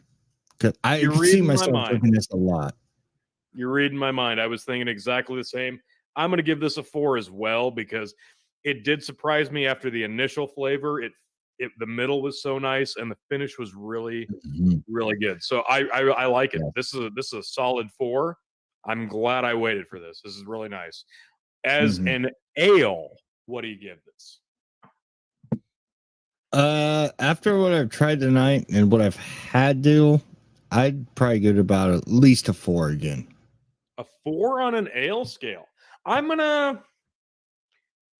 actually gonna go just slightly above you and give it a 4.25 because sometimes ales are really, I don't want to call it grainy. I don't want to call it stale. Sometimes ales don't really drive the point home. This one drives the point home. I'm going to give it a 4.25 on an ale scale. I really like this. This is one I would definitely pick up again. When would you reach for this? This? Oh, this would be a great one. Just after a day of being on the lake and just grabbing good old Big Wave and just having a good one. I think this would be like a perfect fishing beer. If you want to go out on a canoe or a boat or stand on the side and just cast a rod, I think this is a great fishing beer. I can't say enough good about this. Something water related because obviously Hawaii party, but this is really nice. I really like it. I definitely recommend this one. This is really good. Love it. I mean, brewed in Colorado or whatever, brewed and bottled in Colorado out of Kona, Hawaii. Loving it. Keep doing what you're doing. They've got okay, more good. offerings, and I can't wait to try them. Very Exactly. good stuff. Big Wave Golden Ale, Kona Brewing Company. Thank you. Yes. Pull it back. All right, let's bring everybody back in. And we have Jen and Corb joining us. Jen, she's like, hey! What up? Oh my god. Oh, she finishing one. Tony chalked me up for another one. Hang on. I was about to say. Chicken, you're on 13. Hang on, pull me back in. Sorry. Yep, we got to have full screen because I was about to say I believe there was a stat. Tony, bring me up for one too. Okay, just a second. Are you on? Yeah. Steven Seagal. Danny DeVito. Cheers. What? Is this Steven Seagal and Danny DeVito's birthday or what? Cheers. Yep. Hat down for 2. Hey, good night, Mika. Appreciate you. Thank you, Mika. We couldn't have done this without you. Literally. Literally could not have done it without you. Oh Lord. Oh, dude, this night has just gotten me bloated. There, I know, right? This is why Jen. I've drank so much whiskey Okay, in hang the on, last hang on. 8 What months did I and miss? no Dude. beer. I missed Chicken. You said another? Yeah. Yeah. Lynn's got said one an more extra, thing. and I got an extra. Okay, Lynn's mean- at 11, and I got Chicken at 14 then. Oh my god. Look at this fucking OnlyFans. man meat. OnlyFans. OnlyFans. Look at this goddamn OnlyFans. shit.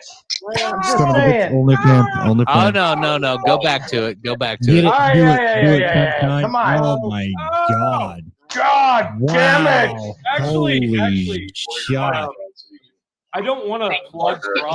that we're That's not just actually straight up. Hey, doing. anybody, Manscaped. Why did you give that away? That should be All right. going on your OnlyFans. That needs to go on OnlyFans. hey, I don't think I'd have many fans.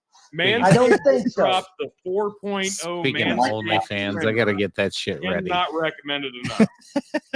I've got the I don't- 2.0. You should definitely get the 4.0. Trim that up, baby.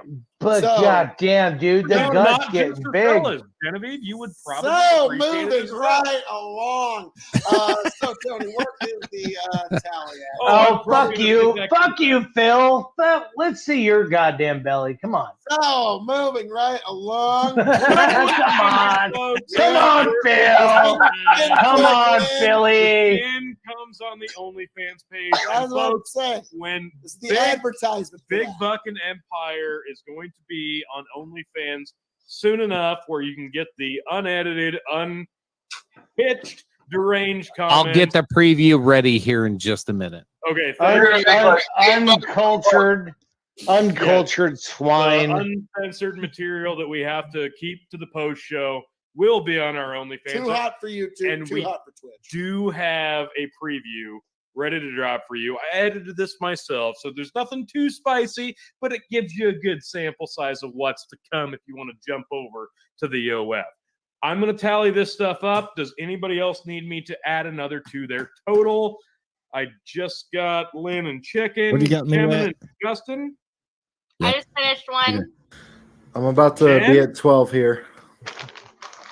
Oh, Okay, hey, Kevin's back. Oh, welcome back, Kevin. I've been here. Justin, you're at 7, and Genevieve, I've got you at 4, right? Correct. Thank you much.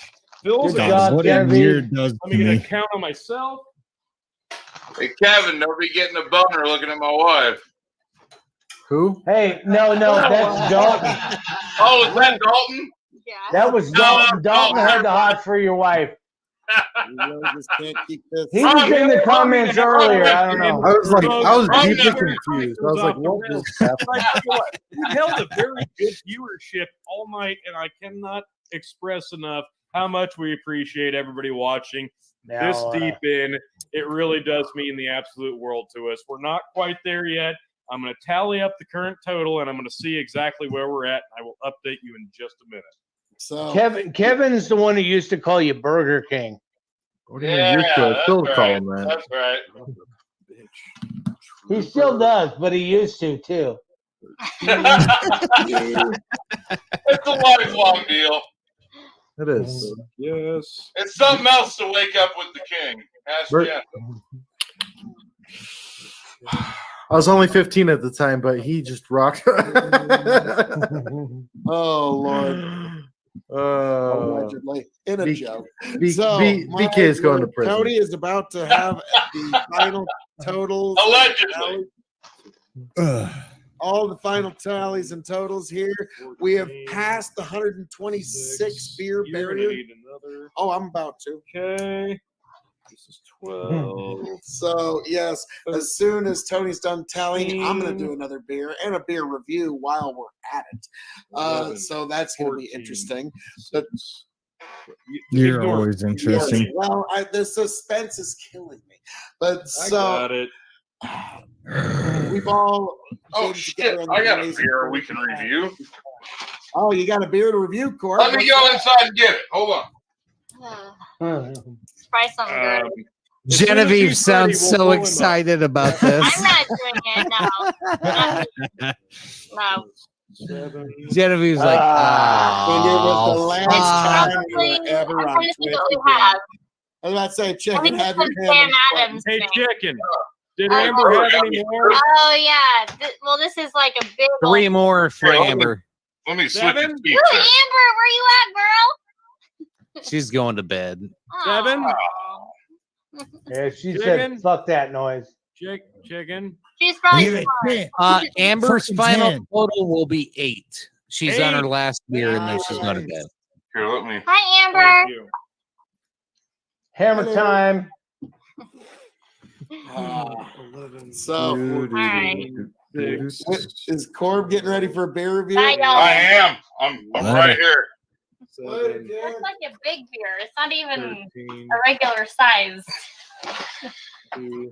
All right, everybody, let's Okay. get Corb the floor. And This your official is beer review. America. This is Trader Joe's 2019 Vintage Spice Ale, dark ale brewed with spices, 9% alcohol per volume, $7.50. Do it. It's got a twist top on it with a cork. Shit's fucking Chug. fancy. Chug, chug, So chug, chug, chug, Genevieve's chug. brother is what, a general manager or regional manager of Trader Joe's, and he got me this 2 years ago for Christmas, and I've had her in the fridge ever since. He said to let it age a year, so I've let it age more than a year, which I probably shouldn't have, but we will try it out and we'll see how it is. Oh, Ooh. she's fresh. Okay, what do we got Dude, that here? was a hell of a pop. Fresh. It smells pretty fucking good, actually. What do you got out of there? I got hints of Beer. definitely smells like tree bark. That's all I got. That's all it smells like, tree bark. Let's give her a taste. It's spicy. Oh fuck, that's pretty good. Oh my god, that is really good. Just a It, quick question, Corbett. It says on the back here, it says, unique and limited edition, this Belgian-style spiced ale is crafted once a year as a special treat for those who appreciate flavorful, bottle-conditioned ales with character. Our vintage spiced ale is a rich, dark, and full-bodied ale with a fine, generous, coffee-flavored binge foam.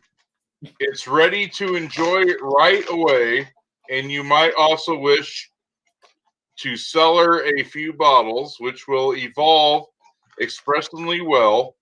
developing more complex flavors as the years go by. Well, fuck, I don't know.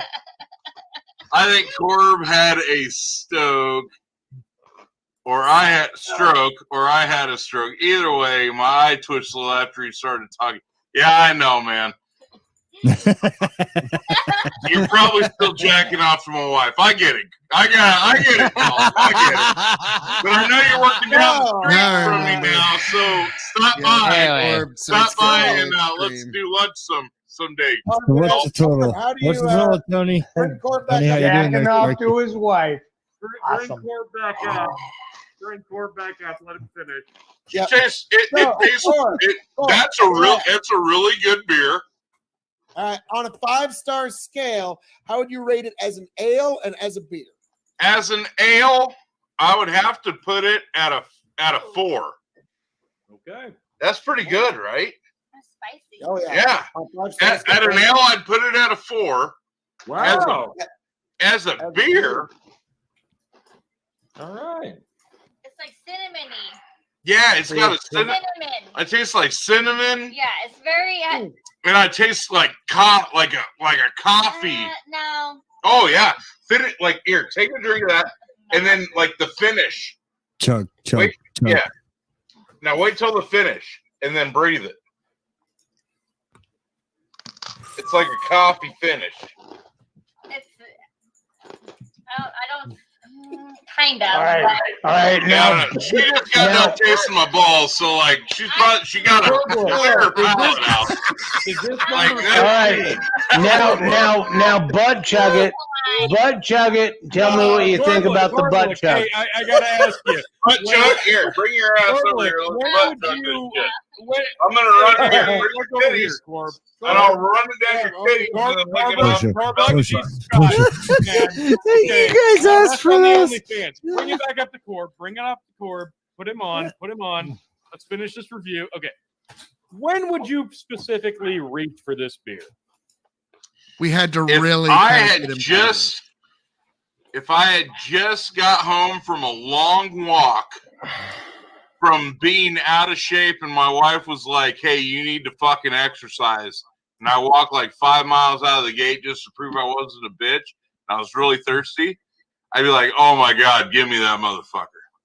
And then on the other hand, also if I was out camping and that fucker is sitting in the fridge, I grab that bitch right out of the camper and just drink it. That's pretty good. That's pretty good shit. It really is. It is a really good beer. I'm surprised. Well, there we I'm actually surprised. Like I didn't think it would taste that good, but it's yours. It's your, you know, it's been sitting like a year and a half in my fridge, and it's really fucking good.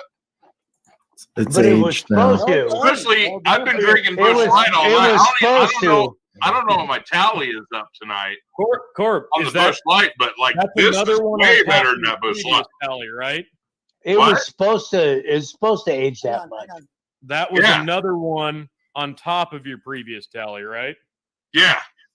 Okay, that makes you 15, bud. Okay, I'm Now, 15 guys, into you Busch guys Light, fucking and this need fucker's to tasting pretty fucking good. Can we have the floor here? There's something that really needs to be announced here. I'm sure. Tony is pulling it up, and well, we have tallied up the beers we have drank thus far. Oh, Thus far. The barrier we were trying to break was 156 beers, and we now have a tally. Tony, can you tell us what that tally is? 163 beers. We have Yes. we've surpassed surpassed. the final tier of the alleged Oh my God. giant beers. Genevieve in finally one has night. to pee. We have done it. We have drank. What was our total last year? I want Now, folks, to show that's what the night's going to be looking like on Saturday. I have to cut that off there though, because at one point, Korblick, God bless him, he starts getting a little close to what you would call terms of service. He starts getting a little a little close there, a little close to the sun, but a marvelous time nonetheless. So, you know, folks, I'm gonna just look for something real quick here.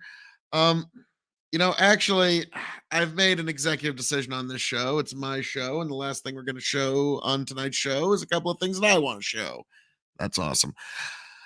First of all, as a bit of a palate cleanser from that, because let's be frank, folks, after all that, y'all need some Jesus.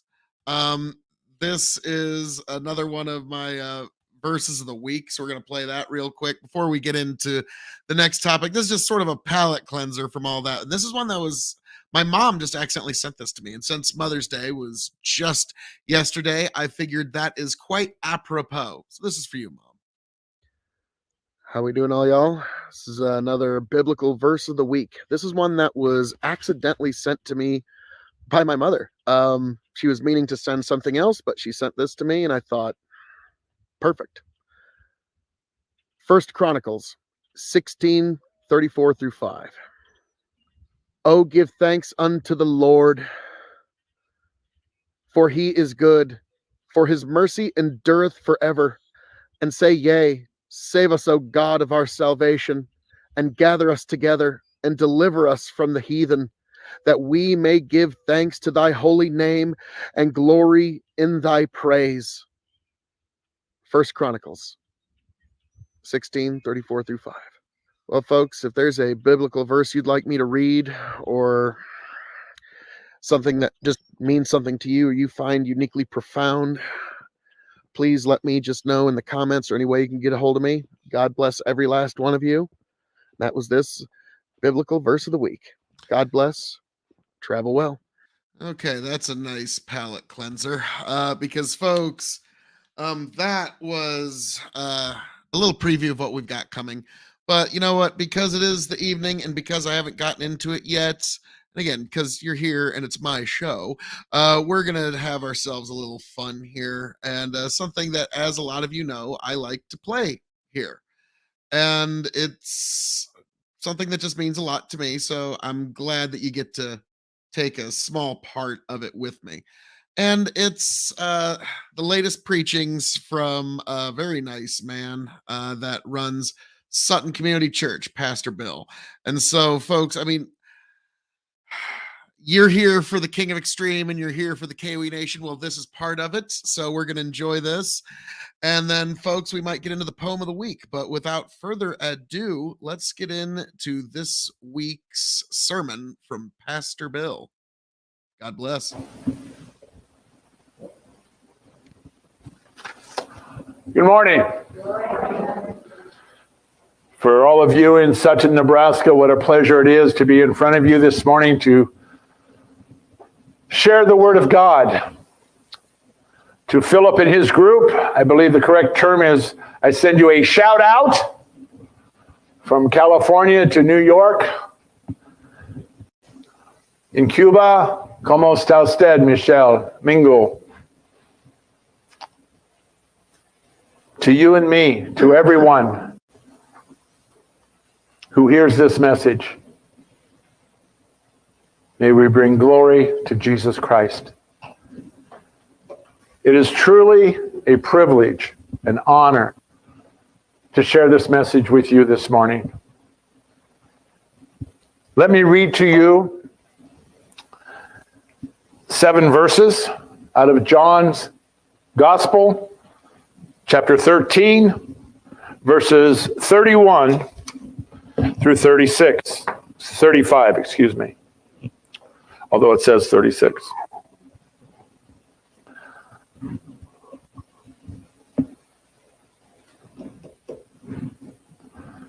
When he had gone out, Jesus said, "Now is the Son of Man glorified, and God is glorified in him. If God is glorified in him, God will also glorify him in himself, and glorify him at once. Little children, yet a little while I am with you. You will seek me, and just as I said to the Jews, so now I say to you also, where I am going, you cannot come." A new commandment I give to you, that you love one another just as I have loved you. You also are to love one another. By this, all people will know that you are my disciples, if you have love for one another. Thus ends the reading of God's holy word. Let us pray. Heavenly Father, we come to you today in thankfulness.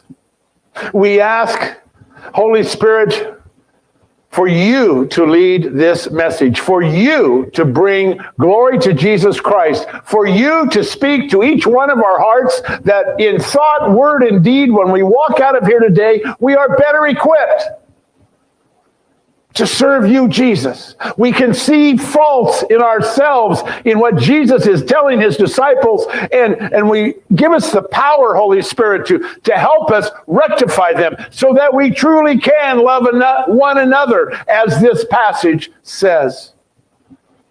Thank you for bringing us here. Thank you for this message. And above all else, may it bring you glory, Jesus. It is in your name we pray. Your precious name we pray. Amen. Fasten your seatbelts. Be prepared. I'm going to ask you today, sometime in this message, Victoria, the hardest or one of the toughest questions you've ever heard. I'm not going to warn you it's coming, but it's important for us in this final discourse. This is what this is called, Jesus' final discourse. Now remember the scene. We are in the upper room. They have not eaten the feast, the Last Supper, so to speak, but we're getting really close. We're within about 22 hours of Jesus dying on the cross. And this question, I want you to be prepared for, but I have one favor to ask you. When that zinger comes out, I don't want you to answer it in typical Sunday school fashion. I want you to think and just think to yourself. It's one of those, would you do this type of questions. Don't think to yourself what I should say. Let your heart speak to you.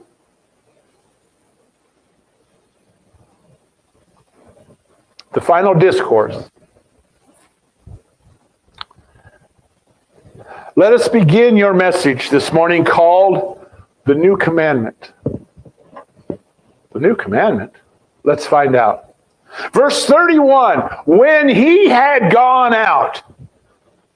Who's he? Judas. So we have to realize what's going on. Jesus has just said to Judas, what you're about to do, go and do quickly. He's gone. Now it's down to the final 11. And what Jesus is doing, his final discourse is, he's telling them he knows they need to be prepared. He has told them over and over and over again that he's leaving, as he does today. But he knows what's coming. So he starts out with this compact idea of what they need to know, of what you and I need to know. After he had gone out, so Judas leaves, Jesus directly turns it into the final discourse. Now, we have seen these in the Bible before. Remember when Moses is about to die, he does that wonderful thing of explaining to the people their sins and they need to follow God. Joshua does the same thing where he says, as for me and my family, we choose to follow the Lord. This is done many different times. This is Jesus beginning. Imagine Jesus knows exactly how it's going to play out, exactly what everybody is going to say, and these 11 men that he loves with all his heart don't quite get it yet. That's where we begin this morning. That's where you and I start. When he had gone out, Jesus said, here we go. Now is the Son of Man glorified, and God is glorified in him. How does an innocent man hanging on a cross bring glory? 3 different ways. The first way that you and I need to understand, how did Jesus do this? The Son of Man, now is the Son of Man glorified. He's really saying, it's here, it's time. I'm about to be glorified. And how is he going to be glorified? The first one is, God demands justice. You cannot sin over and over and over and over again and not repent of your sins and go to heaven. It was impossible. God demands justice for all the sins that will ever be done. The first thing Jesus does, he brings glory, he pays the price. For every believer, God's justice is satisfied. That's how he brings glory to you and me and all the world of believers. He brings glory. God's justice is satisfied. It also, think of this. Yes, Jesus raised Lazarus, Jairus' son, the widow's son, Jairus' daughter, 4 different times. But this is different. Jesus is dead. And what happens? How does he bring glory to himself? The Holy Spirit himself does what with Jesus? Raises his body up. He's glorified. By the power of God, God's justice, God's power, all these things play out for you and for me ever since this happened and even before. Jesus Christ brings glory. And one other thing. Imagine if you were there. Imagine if you were one of those disciples. Everything's hunky-dory right now. You're about ready to do the feast of the Passover. Judas is gone. You don't know why he's gone. You really don't know what's happening. But Jesus knows in about 21 hours, you're all going to be running away. Worse yet, your leader, the guy that's always got something to say, Mr. Peter, has denied Jesus 3 times. And don't get caught up in this. What Judas did, saying Rabboni and kissing him on the cheek, and Peter saying, I don't know him. I don't know him. What are you talking about? There isn't a lot of difference between those 2 acts. But there's a huge difference. And when we get to it, we'll talk about it much, much more. But there's a huge difference in how they responded to their sin. One repented and one took his life. But all this is happening and is about to happen. God's justice is satisfied. The power of God raising Jesus from the dead. And the third one is Satan is about to lose his grip on mankind. Think of those disciples 21 hours from now. All is lost. I spent 3 years following Jesus, and now he's dead on the cross. Peter's gone. He ran off. Judas betrayed him. That's what Jesus is doing. Remember these things. I am about to be glorified. That's what he's telling them. They're not stupid. But you weren't there when this happened. What the Roman army did, what Pontius Pilate did. Let's go on. The Son is about to be glorified. And what else? And God is glorified in him.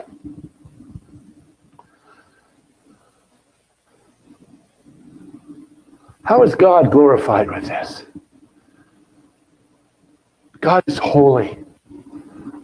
When we did that song, Sing, Sing, Sing, you know what I thought of?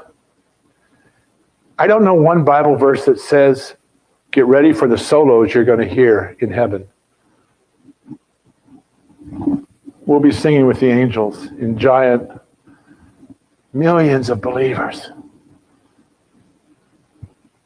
The glory of God. God is glorified by his holiness.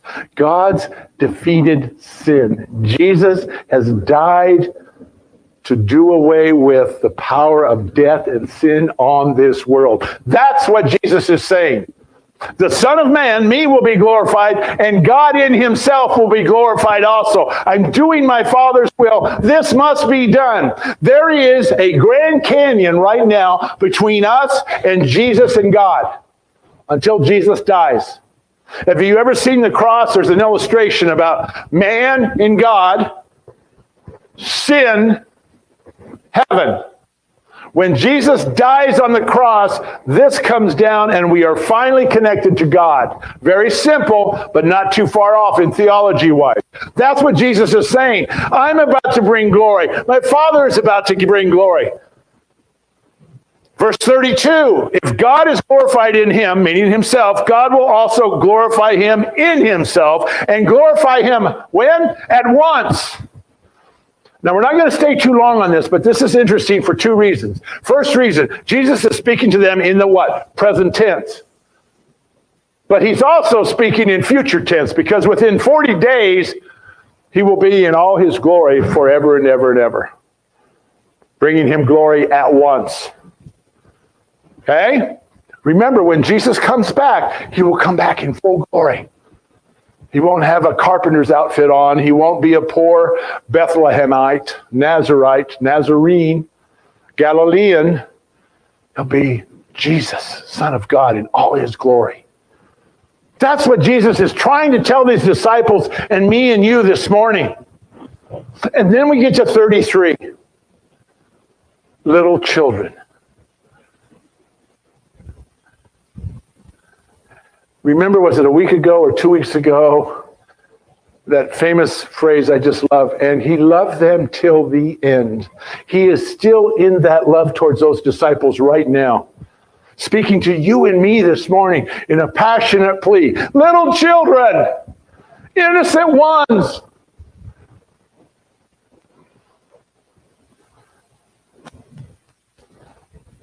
Yet a little I am with you, you will seek me, and just as I said to the Jews, so now I say to you, where I am going, you cannot come.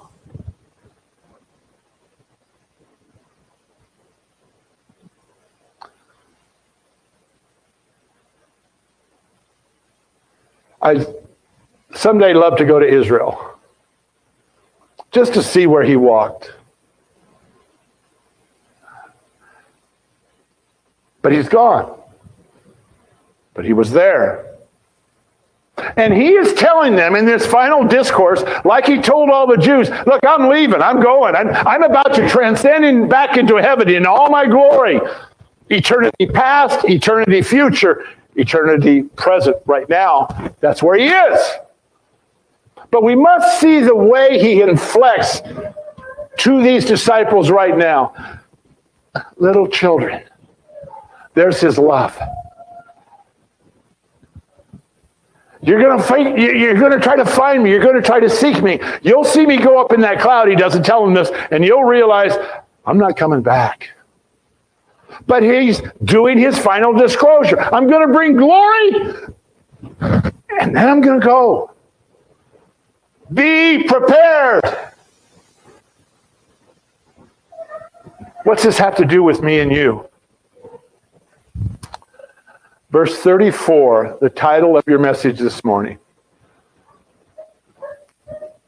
is called A New Commandment. What?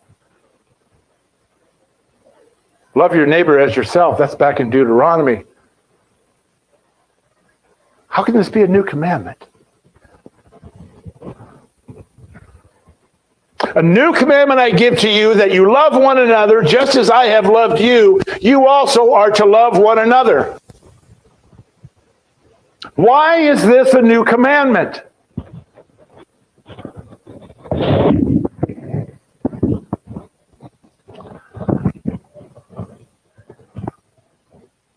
Would you die to save your child?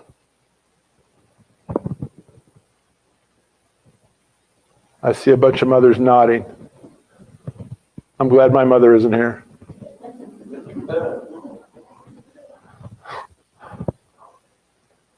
Almost every mom said yes.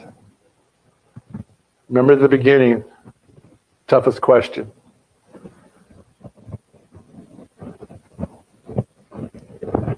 think it's John. I've got it up here.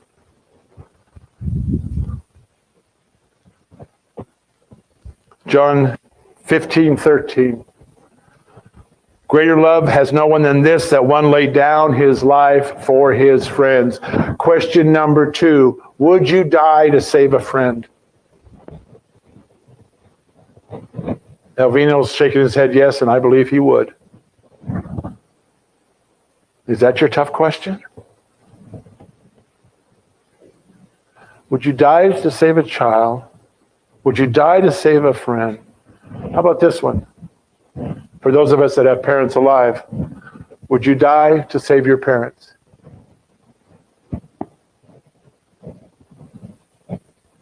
I think I would, but on my tombstone it would say, I told you so, I did love you. But my dad probably wouldn't pay the bill, so the tombstone would never. He wanted too much money. Would you die to save your parents? I think most of us would. I don't know what you said, Al, but you know my dad.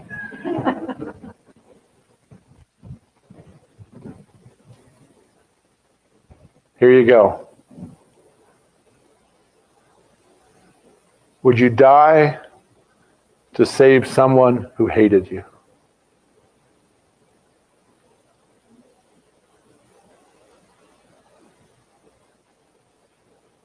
A new commandment I give to you. While we were still yet sinners, he died for us.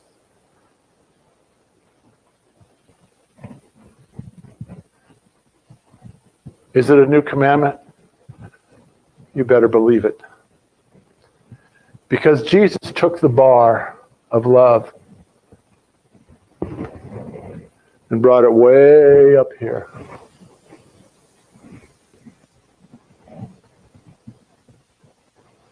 Betty's family has an idea of what it means that they're here in church with her today. But Betty has a deeper appreciation. You will never take this away from Betty. Look at the new commandment Jesus gives us. How is it new? He died to save you, the enemy, the sinner. Oh, you're being a little dramatic. Am I? Doesn't the Word of God tell us this? You see, the new commandment, the zinger is here, that you love one another. Here it comes, just as I have loved you. They spit on him. They pulled out his beard.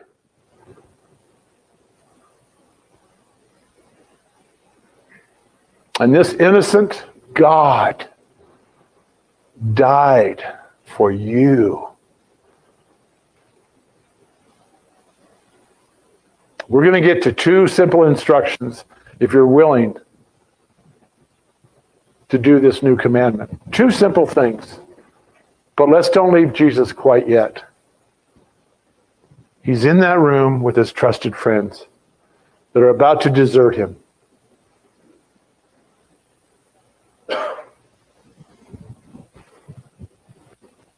A new commandment that I give to you, that you love one another just as I have loved you.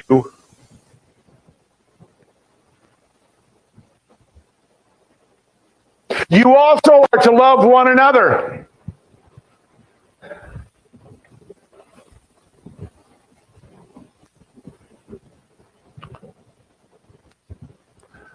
Let's use an example. When I was researching this week, I came across something that it really stuck, and I want to share it with you. It said, churches break apart. That happens sometimes. And usually it's over doctrine. And so let's use, for an example, this one wasn't here, but for us, let's say it's baptism. Let's say all of you were baptized as babies. And consider that your baptism. All of you believe in believers' baptism. You must go under the water once you believe in Christ. It doesn't save you, but that's what I believe in baptism. So we have two different sides, and we might have some infant baptism. I was baptized as an infant, but I got rebaptized. Doesn't matter. But that's our doctrine we're going to fight over. And here's what he's saying about the greatest commandment, the new commandment. Here's what I read that I want to share with you. It isn't the infant versus the believer's baptism that separates the church. You know what it is? I want to read you directly what it said to me. Here's what separates the church. It's not the two beliefs. It is the unloving manner into which it's handled. Now think about that.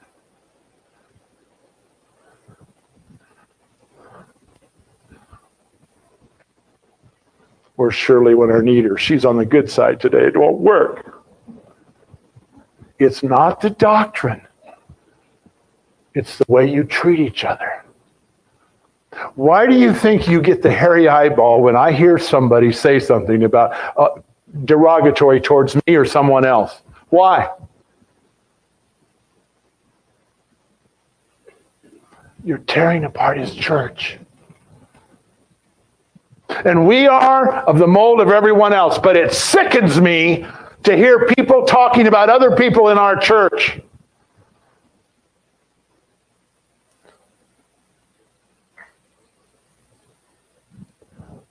Think of it this way. I'm about to give us the two things I want us all to work on.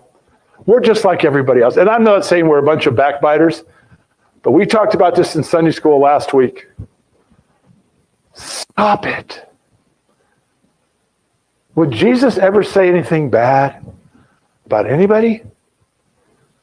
Would he make a derogatory comment during the sermon? Think of our church. If everybody loved each other more than themselves. Can't you see it on Fellowship Sunday? You go, no, you go, no, you go, no, you go. I come downstairs, nobody's eating because everybody wants somebody else to go first. Wouldn't that be a great problem? I'm not coming down on you, but I'm saying this. How can you call yourself a Christian and talk bad about somebody sitting here?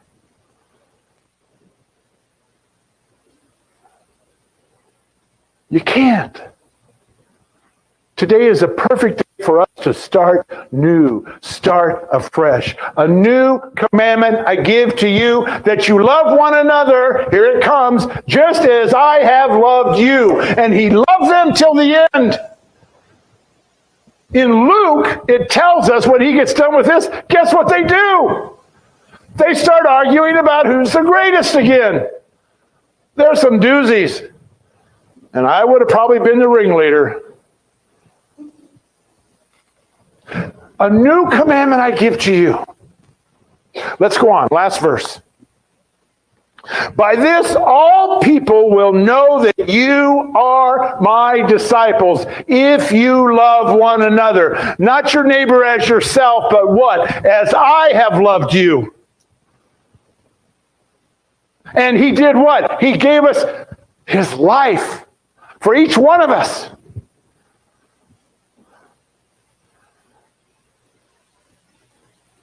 You know, I'm going to speak for Alvino here, but you know what his joy was about his graduation party? He said it real quick when he thanked you. I know how busy you were, but yet you took time to come to my party. And then, in true loving fashion, he said, well, I know some of you were just too busy. But why is he so thankful? Because you were part of his biggest day so far. Because he loves you and he's happy you were there. Not to just eat that great food. Not you took time to be with him. That's loving like Jesus loves you. He meant enough to you for you to be there.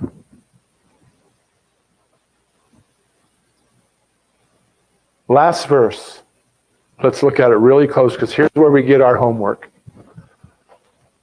By this, all people will know that you are my disciples if you have love for one another. Two things. Maybe three for some of us, but two. I have a question for you. Has anybody said, let's see a show of hands, has anybody heard these words to you this last week? I'm sorry. Has anybody heard that? I did. There's 2, 3, 4, 5, 6, 7. Cool. How'd it make you feel? You feel loved? You better believe it.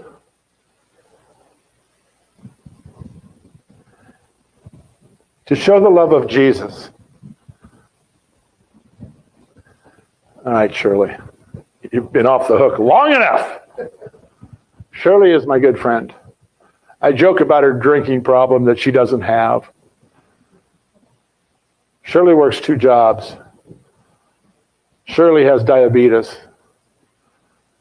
Sometimes when she sits down, I see her grimace just to be with you on Sunday mornings. And I'm embarrassing her now, so I'm going to stop. But I know Shirley loves you.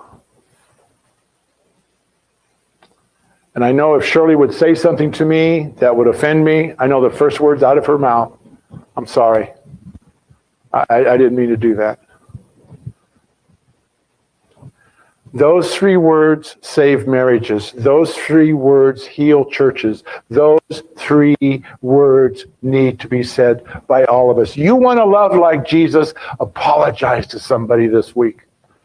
Not flattery, but when that opportunity comes, and you'll know it, show them you love them by telling them you are sorry. And don't you dare say, my pastor told me to say this. I know this group, Derry, because I'm one of them.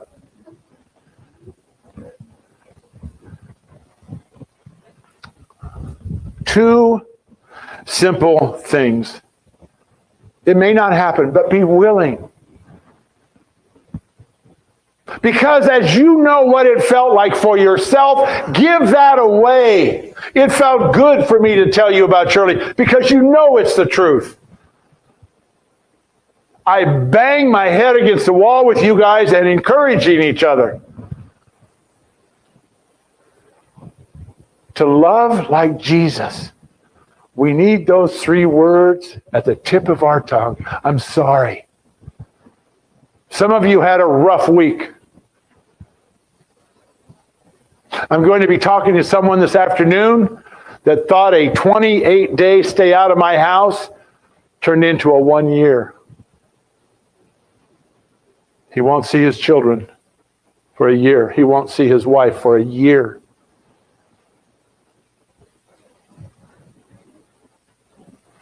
But he loves Jesus.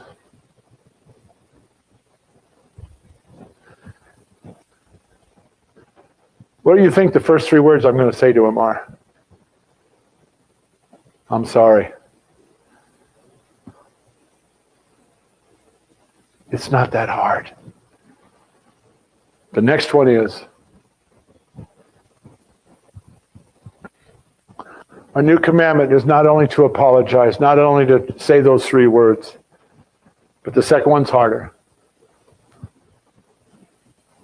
To forgive. And I'm going to step on some toes now, but I hear this saying way too often in this church. I can forgive, but I can't. You forgave?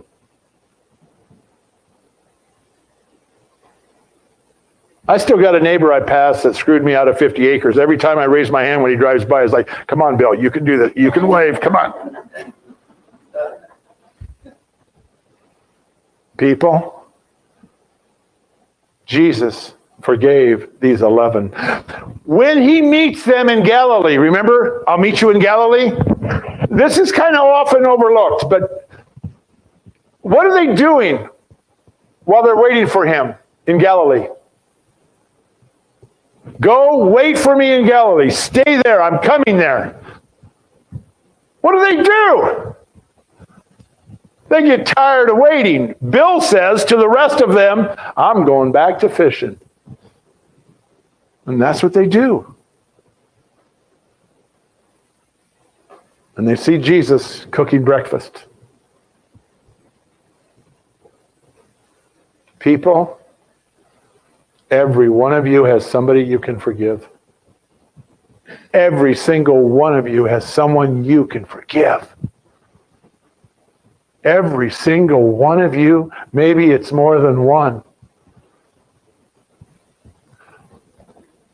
You want a new commandment? You want to be like Jesus?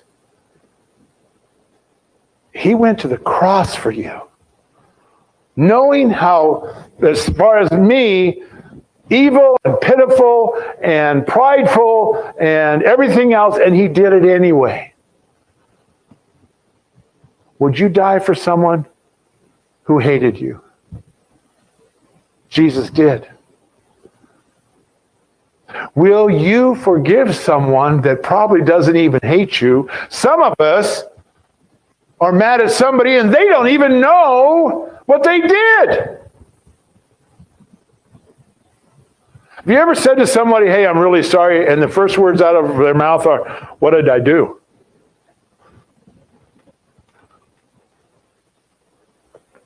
You want to be a representative of Jesus Christ?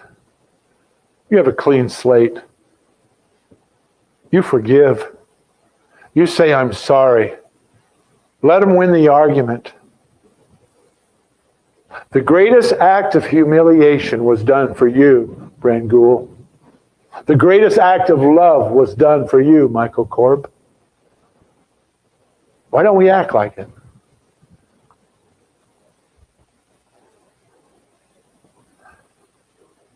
To close,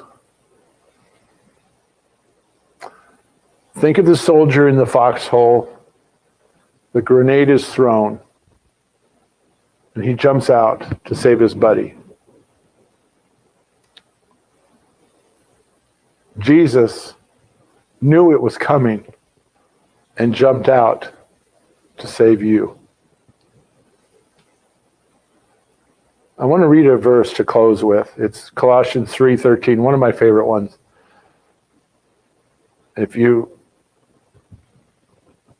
It's what we all need to do to live this new commandment this week. You want to say you're sorry, you want to forgive. Colossians 3:13. Be kind to one another. Tender-hearted.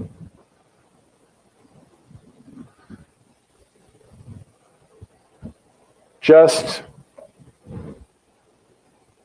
forgiving each other. Just as God in Christ has forgiven you. And you, and you, and you, and you, and all of us. One more time, Joseph, here it comes. Be kind to one another, tender-hearted, forgiving each other for whatever it is. Why? Just as God in Christ has forgiven you, Beth. God bless you all. I love you. Amen. Let us pray. Lord, let us take this to heart. Let us live that this week. Lord, bring us the opportunities to say, I'm sorry. Bring us the opportunities to forgive. Bring us the opportunity to wipe the slate clean. Because of you and for you. We want to love as you did, but we can't without you. Help us to humble ourselves. Help us to pray for help. And thank you for this message. But it does nothing until we apply it. We love you, Jesus. give us the strength to love like you. Amen. Amen, indeed. That's the part that always makes me a little nervous, is that I don't want to get into copyright, but yeah, like beautiful, beautiful sermon as always. Thank you, Pastor Richards, again. And folks, I think it is that time. And as I'm known to say around here, folks, let me just find a little something. There we go. All that being said, thank you for joining us here at the KOE Nation Big Bucket Empire Revolutionary Wrestling Podcast Hazard Analysis Dog and Chicken Show simulcast event to promote Andre the Giant Memorial Beer Bash coming up this Saturday, folks. I just figured, with all that was going on, y'all needed some Jesus. But folks, thank you for being here. Thank you for joining us. Raise a glass of whatever you got, like tonight, Pure Leaf tea. Raise that to yourselves, whatever you're drinking. I hope all of you make it back here to the KOE Nation and all of these amazing channels. Happy, healthy, much the wiser. I hope, folks, that you will join us on Saturday at 7 o'clock and into the evening for the Andre the Giant 4th Memorial Beer Bash Battle Royal, folks, where we're going to try to match, as all of us, the audience together and everybody, as many beers as the boss was able to. So last year I was able to choke, the second year I was able to choke down like 6. I don't like beer very much. But yeah, that was, so this time I'm going to try and pick up some local beers so I can at least kind of give you guys reviews of like local breweries from Nebraska. So, I can at least 2 birds and 1 stone and such. But folks, God bless every last one of you. Folks, make it back here happy, healthy, much the wiser, as I said earlier. And folks, this weekend, it's going to be a great time. You'd better make it back here. God bless you. This is the poem of the week. Is Life Worth Living by Alfred Austin. This is poetry for life and problems and whatever have you. And that is going to be the end of the show tonight. God bless all of you. Travel well. How we doing, all y'all? Another poem of the week. This one by Alfred Austin. It's called, Is Life Worth Living? Yes. So long as there is wrong to right, wail of the weak against the strong, or tyranny to fight. Long as there's lingers gloom to chase, or streaming tear to dry. One kindred woe, one sorrowing face, that smiles as we drew nigh. Long as a tale of anguish swells, the heart and lids grow wet, and the sound of Christmas bells, we pardon and forget. So long as faith with freedom reigns, and loyal hope survives, and gracious charity remains, to leaven lowly lives. While there is one untrodden tract for intellect or will, and men are free to think and act, life is worth living still. By Alfred Austin. So folks, if there's a poem you'd like me to read, or if you'd like me to read your poem, please just drop it in the comments. I love the imagery of beautiful poetry. So folks, that's been this poem of the week. God bless. Travel well.